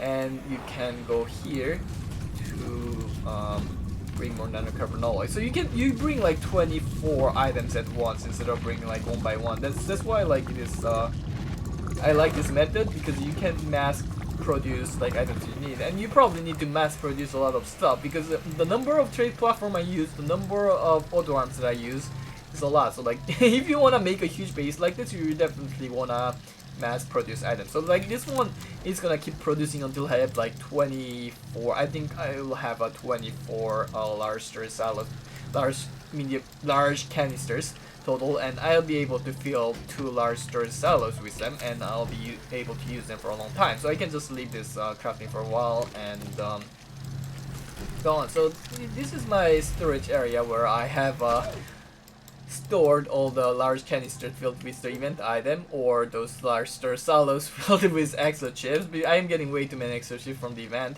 and well, yeah. So I think, yeah, so you have now all the necessary knowledges to craft every base that I made, like even the astronium base. So this base where I craft everything starting from astronium. Now you can see that the large canisters are full already. No, this one. Okay, so I filled the 3 large canisters while I was explaining about this, so that's pretty quick. And this is completely overkill. Actually, I filled 4 large canisters. Yeah, that's a huge amount of astroniums we got, and this huge factory makes everything. And I think I explained every aspect that makes it factory, and you can make something aesthetic like this, where you have this.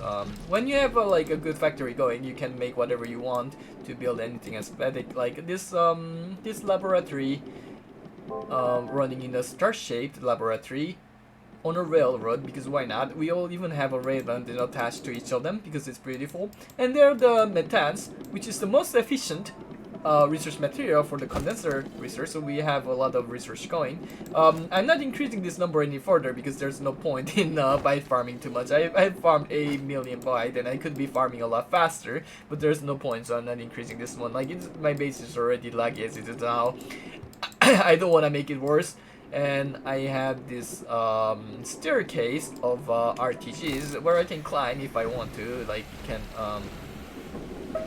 this staircase of RTGs. I can climb it, and this is like a trophy of making a lot of RTGs.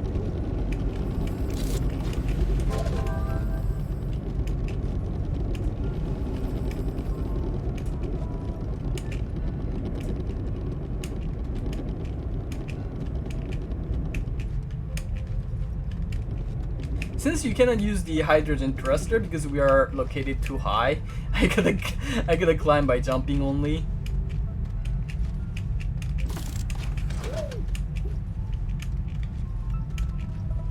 I cannot climb anymore. How do I jump here? Alright, that worked. So yeah, this is the staircase of RTGs that I've created for fun, and we have a oh shit! Oh no, I don't wanna be in this one. Okay, so now we can see everything underneath from. Ah no! All right. Anyway, so I'll wrap this up. And so this is all the tips I have gathered about automation, and hopefully this solves like some of the questions you had about how to do stuff, and hopefully this also gives you some inspiration, because I think I'm pretty sure there are more things I can do with this automation, and yeah, it would be exciting to like come up with new ideas as you watch this guide. So yeah, thank you for watching this guide, and I hope you enjoyed it, and I hope it was helpful, and see you next time.